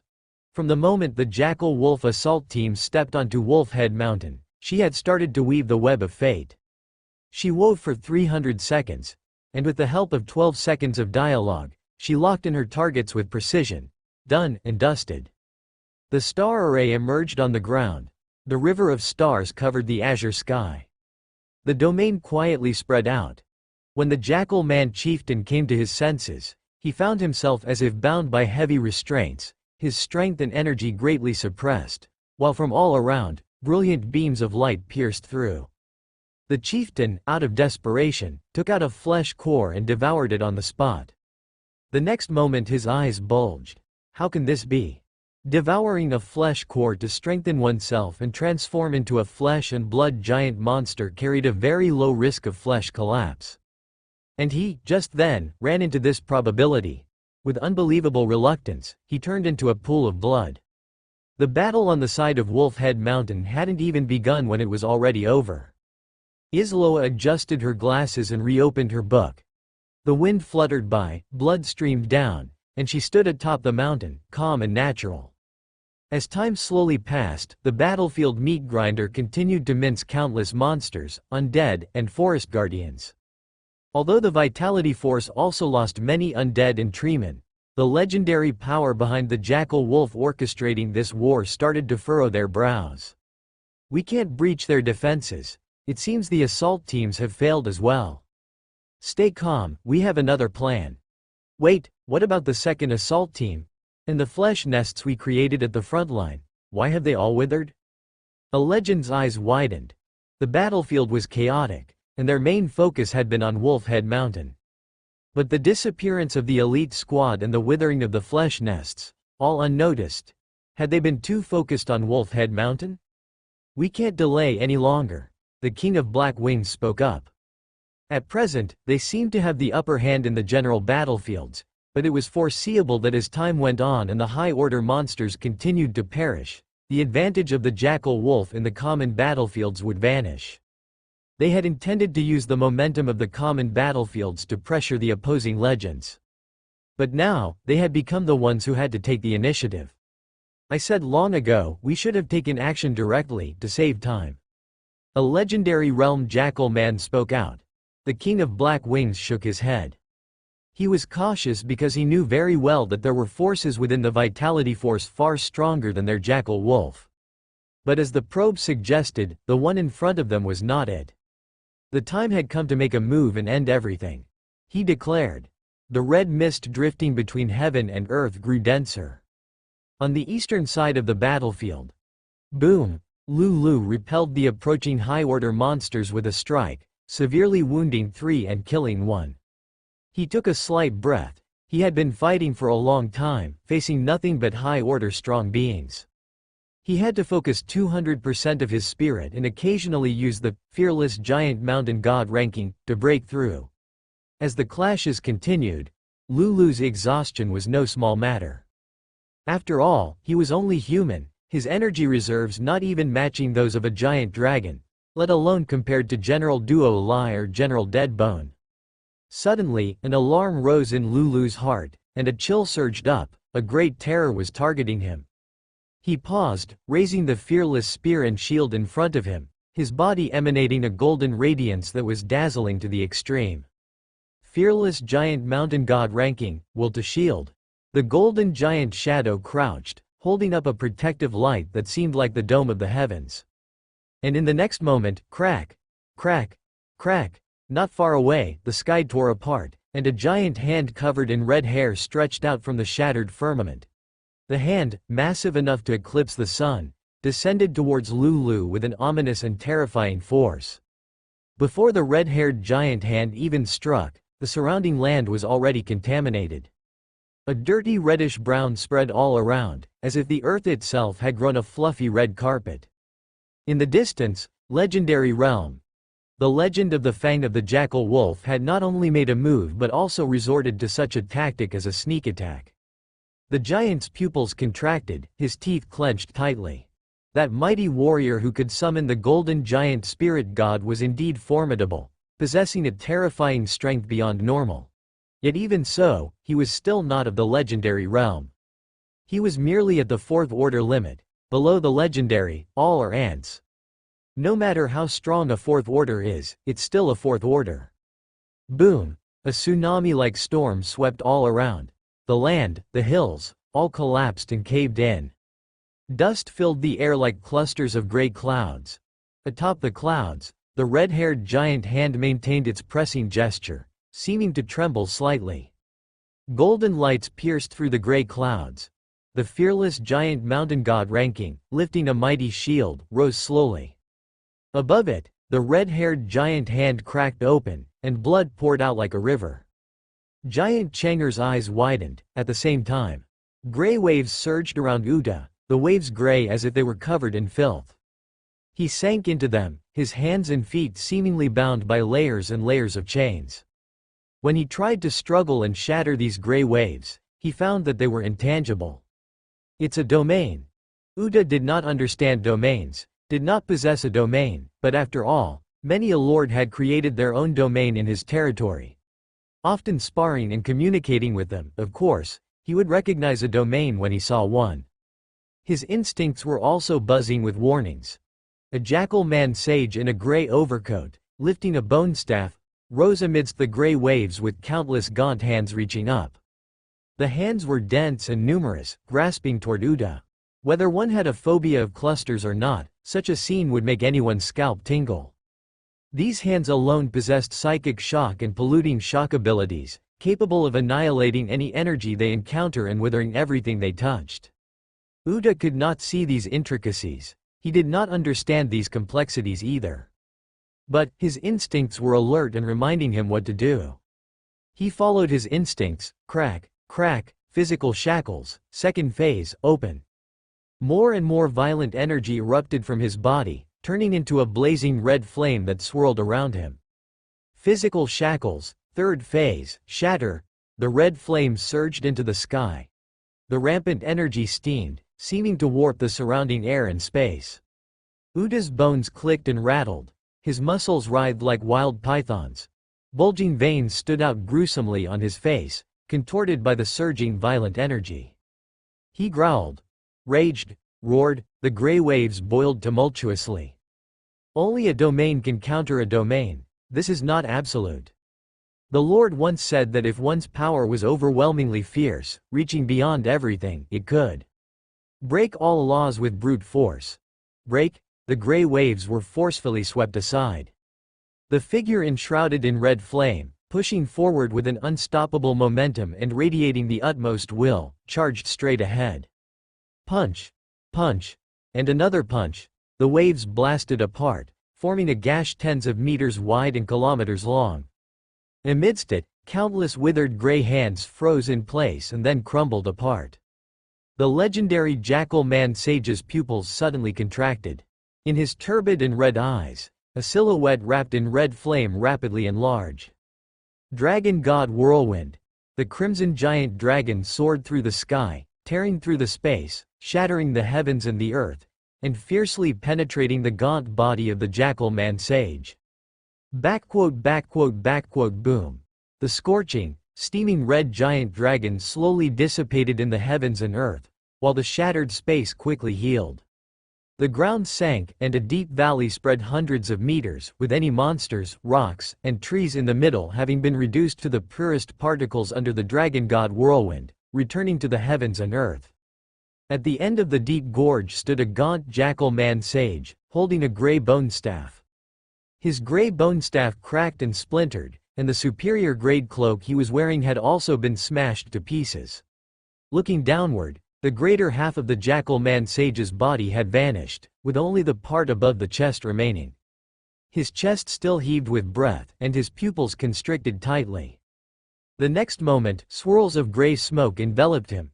The Jackal Man Sage teleported 1,000 meters away, where flesh wriggled and buds of new growth appeared below his chest as he swiftly regenerated. He survived. He survived such a terrifying killing move. But this was nothing to be proud of. The Jackal Man Sage felt only heart palpitations and fear. The human in front of him was only a four-order commander. Just now, he had resisted most of the power of the red giant dragon using his domain and the power of heaven and earth, and only by sacrificing the breaking of 3 treasured items on his body, had he barely managed to save his life. He couldn't imagine how terrifying this human would be if he stepped into the legendary realm. This child must not be spared. Atop Wolf Head Mountain, Mu Yuan felt somewhat regretful. Uda's attack, after all, contained only pure strength and energy, lacking the attributes of a high-level structure. Since he failed to kill the Jackal Man Sage, there would be no more chances. After all, he was a legend. Mu Yuan felt regret, but it was within his expectations. In the distance, the elf Taili and the giant Chang'er both experienced a roller coaster of emotions. They were fearful and furious, then they widened their eyes in unspeakable shock. Damn it! My granny! Their emotions fluctuated wildly, revealing many fatal flaws in their stealth. Under ordinary circumstances, these flaws could have been fatal, but at this moment, the energy tide continued to surge around Wolf Head Mountain, and the roar echoed through the heavens and earth, burying the flaws they inadvertently exposed. Or perhaps the legendary realm being of the Fang of the Jackal Wolf had noticed them, but at this moment, those of the legendary realm wouldn't and didn't have the energy to care about these 2 insignificant ants. They had more important things to do. Around Wolf Head Mountain, the 3rd legendary realm being appeared. Legendary Fighter Blade of Chasing Darkness GU, the red-haired Wolfman, the Jackal Man Sage, and the Blade of Chasing Darkness, 3 legendary realm beings, acted almost at the same time. Their targets were Lu Lu, Uda, and Shi Lu along with Hong Yi. Among the 3 targets, the combination of the Dragon Girl and the female ghost was the weakest. Among the 3 legends, Blade of Chasing Darkness GU was the strongest. At least, among the 3, Blade of Chasing Darkness's ability for single target and burst output was far superior to the other 2. The fang of the jackal wolf intended not only to force out the legends of the Vitality Force but also to directly slay these beings of limitless potential. Crack! The space shattered. Blade of Chasing Darkness Gu stepped out of it, and with a light slice of his twin blades, he cut a gap in the underworld ghost market. With a step forward, he moved like a ghost, shooting right in front of Hong Yi. Hong Yi, relying on the power of the ghost market, caught a glimpse of Blade of Chasing Darkness's figure, but she was too late to react. No matter using the ghost market to move and swap positions or to have the surrounding spirits take her place, it was too late. Gonna die, gonna die, gonna die. Oh no, wait. Lord already has arrangements in place, hurry up. Suddenly, the space solidified, and black and white colors spread to the four corners of the heavens and earth. The Jackal Man legend, Blade of Chasing Darkness, remained in the posture of swinging his dagger, but was frozen in place. His eyes bulged wide, revealing an uncontrollable sense of astonishment within his bloodshot pupils. The domain spread out around him. Heavenly and earthly great power began to converge and swarm toward him. The solidified space around him began to crack and creak, subtly suggesting cracks were about to form. However, the Jackal Man legend's pupils shrunk with more horror and dread. The space that had solidified around him began to shift, and with it, his recently dispersed domain, the incoming powers of heaven and earth, and his robust, sturdy body. Even with fierce resistance, he could only delay this process. And the next moment, a figure appeared before him. It was a human girl riding atop a plump slime. Her hair was a light blue, fluttering in the wind. She reached out with her bare hand, growing larger in the eyes of the Jackal Man legend. The rushing heavenly and earthly great power entered the palm of her tender white hand and instantly began to boil. Endless light, endless thunder, and endless heat all blossomed within. The thunder glow shattered the already fragile space, and with it, the Jackal Man legend Blade of Chasing Darkness, who was trapped in the space amber and unable to offer effective resistance. The mantis stalks the cicada, with Duo Lai behind. Having the advantage of acting second, the advantage of ambush, and the advantage of a surprise attack, General Duo Lai eliminated a formidable Jackal Man legend with just 2 strikes. Such was the prowess of the newly risen legend, General Duo Lai. He had been lying in wait for a long time, he was ravenous. He couldn't wait to go on a killing spree. Duo Lai held the endless thunderlight in his hand, maintaining the posture of having killed the Jackal Man legend, but in the next instant, gigantic wings, dark enough to eclipse the sun, suddenly emerged, enveloping him and the world around in shadow. It ambushed the Blade of Chasing Darkness. Yet this Jackal Man legend, far stronger than the Blade of Chasing Darkness, seemingly had also been lying in wait, anticipating its appearance. The pitch-black wings blocked out the sunlight, and countless visible black light particles converged and surged into them. At the heart of the giant black wings, the King of Black Wings, with the endless energy he had accumulated, delivered a strike powerful enough to tear the azure sky. The land fell silent as a great swath was devoured. All the monsters in this area were eradicated. Looking down from the sky, one would see a giant paw print covering hundreds of meters, imprinting tens of meters deep into the earth. Within this area, only a ghost, a dragon girl, and half of a human girl remained in existence. The legendary human who rode on the back of the round slime had lost half of her body. And the lost half included her head and upper body. Foolish human legend, actually chose to protect those lowly beings by taking on the brunt of my mighty attack. Otherwise, he might not have been able to slay this human legend in just 1 strike. How else to say it? Living beings are foolish. This kind of foolish act was not new to the King of Black Wings. Decades ago, he had exploited this weakness of living beings to kill a legend stronger than himself at that time, the Featherman legend. Thinking of this, the King of Black Wings suddenly uttered an "Eh." Humans are clearly frail, with their heads and hearts being weak points. But this human legend whose upper body was obliterated, seems completely unscathed. Those bathed in the glory of flesh, believing in the Tao of flesh as the path to immortality in the legendary realm, couldn't stay alive without their heads either. But this human seems a bit too unreasonable. the King of Black Wings started to have a bad feeling about today's battle, with unexpected occurrences happening time and again. No, this must be an illusion. Definitely, Duo Lai was indeed injured and not lightly. It hurt so much QAQ.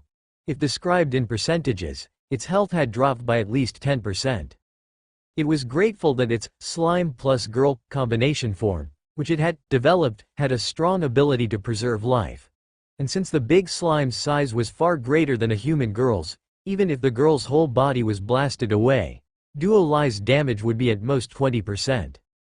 Of course, before the battle, it also split off a few little slimes as a life-saving backup. Although Miss Duo is not that tough when it comes to survival ability, she is ranked first in the entire Tianyuan. Truly first, and not temporarily first. On its body, the crystal ice state slowly receded, and the mimicked blood vessels and muscles rapidly grew. The robe, fashioned from the ever-changing badge's unique weapon, also repaired itself. In the blink of an eye, the complete General Duo Lai was floating above the sky, locking eyes with the King of Black Wings from afar. The ability to slay a legend first was thanks to General Duo Lai's capability and also due to the Eye of Divine Right's surveillance of this domain. Mu Yuan had arranged for Duo Lai to be near Shi Lu and Hong Yi early on. General Duo Lai, in fact, was prepared for a sneak attack. However, to ensure that she could completely eliminate the Jackal Man legend, she had to withstand some damage. The speed of the King of Black Wings was also quite fast. He was only several kilometers away just moments ago. This grudge, Miss Duo noted it. The battlefield began to shrink, and the fight seemed to have entered its most intense phase. In the distance, a certain scout gaped in awe. Is this a battle of legends? It's too cautious. Whether it's the Vitality Force or the Fang of the Jackal Wolf. Despite being in possession of great force within the legendary realm, they still resorted to ambush and assassination as their means of combat. These legends are strong, yet each is more tenacious than the last. These Vitality Force entities are not only powerful but also very strategic, completely seeing through the tactics of the Fang of the Jackal Wolf, turning the tables to ambush and slay a legend first.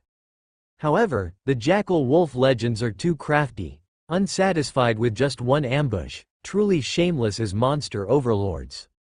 The King of Black Wings ascended. At the same time, Dead Bone led the Undead Legion charging out from the side with Army Soul Resonance. Uda covered for the other strong beings and elites, retreating to the foot of Wolfhead Mountain. Seeing this, the red-haired Wolfman and the Sage, both legendary, formed a pincer and surrounded Duo Lai. 3 vast domains split the heavens and the earth. 1 against 3? No, 2 other vast domains rose as well. A total of 5 Jackal Man legends stood upon the sky, their presence diffusing like the authority of prison deities. They were not hiding anymore. For once a legendary realm powerhouse opens their domain, covering all directions, no sneak attacks can be made. What follows is a head-on confrontation, and they. The red-haired Wolfman legend, with a domain radius of 2,200 meters. The Sage legend, with a domain radius of 2,300 meters. The other 2 legends, with domain radii of 1,700 meters each. And the strongest amongst them, the King of Black Wings, boasts a domain that spans 4,600 meters. As a senior in the legendary Earth realm, by expanding his domain further, he could even attempt to build a god base and sculpt a god soul, stepping into the legendary soul realm. In front of them, they waited for a while but didn't see a second Vitality Force legend emerge. Just one? Only one legend. What am I even worrying about? Exclaimed the King of Black Wings to himself, feeling embarrassed. After all, the Vitality Force legend before him was not just one, and the radius of this legend's domain was merely 1,700 meters. This must be a young legend who had stepped into the legendary realm less than 30 years ago. Although this legend was somewhat unusual, but those who can step into the legendary realm, none of them are ordinary. The King of Black Wings was not careless. One by one, the werewolf legends began to gather the energy of heaven and earth.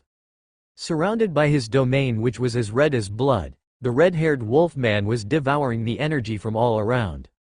The energy from thousands of meters, even tens of thousands of meters away, also converged towards him as he called.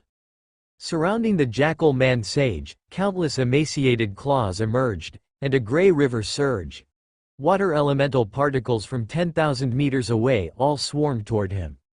Werewolf legend Bing and werewolf legend Dane were also gathering energy at the same time. Lastly, the king of black wings. As his wings spread, nightfall descended upon this piece of heaven and earth. Endless particles of the dark element formed rivers of energy and flowed into his domain. Each of these werewolf legends specialized in controlling different particles of heaven and earth, yet their coordination was so skillful that they did not interfere with one another and even subtly sealed and controlled the energy of the four directions. In the confrontation of the legendary realm, it was either domain or the power of heaven and earth. Now, they were each controlling elemental particles, forming a net around them, and they could even make the encircled enemy unable to control much of the power of heaven and earth. A legend who cannot control the power of heaven and earth is no different from a fish on a chopping board. At this time, under the impact and pressure of surrounding domains, Duo Lai's black and white domain was already making cracking sounds. It was not alarmed, nor annoyed. It merely stood on devouring the giant python, gazing into the distance. Red glow vibrant, gray river surging, black fog boundless, thunder roaring, flames blazing.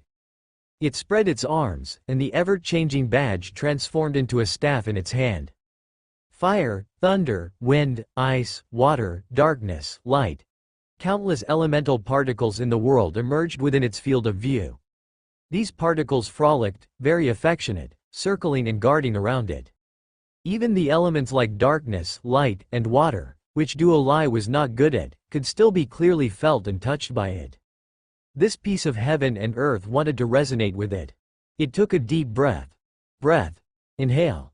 1 kilometer, 2 kilometers, 4 kilometers, 10 kilometers, 20 kilometers, 40 kilometers.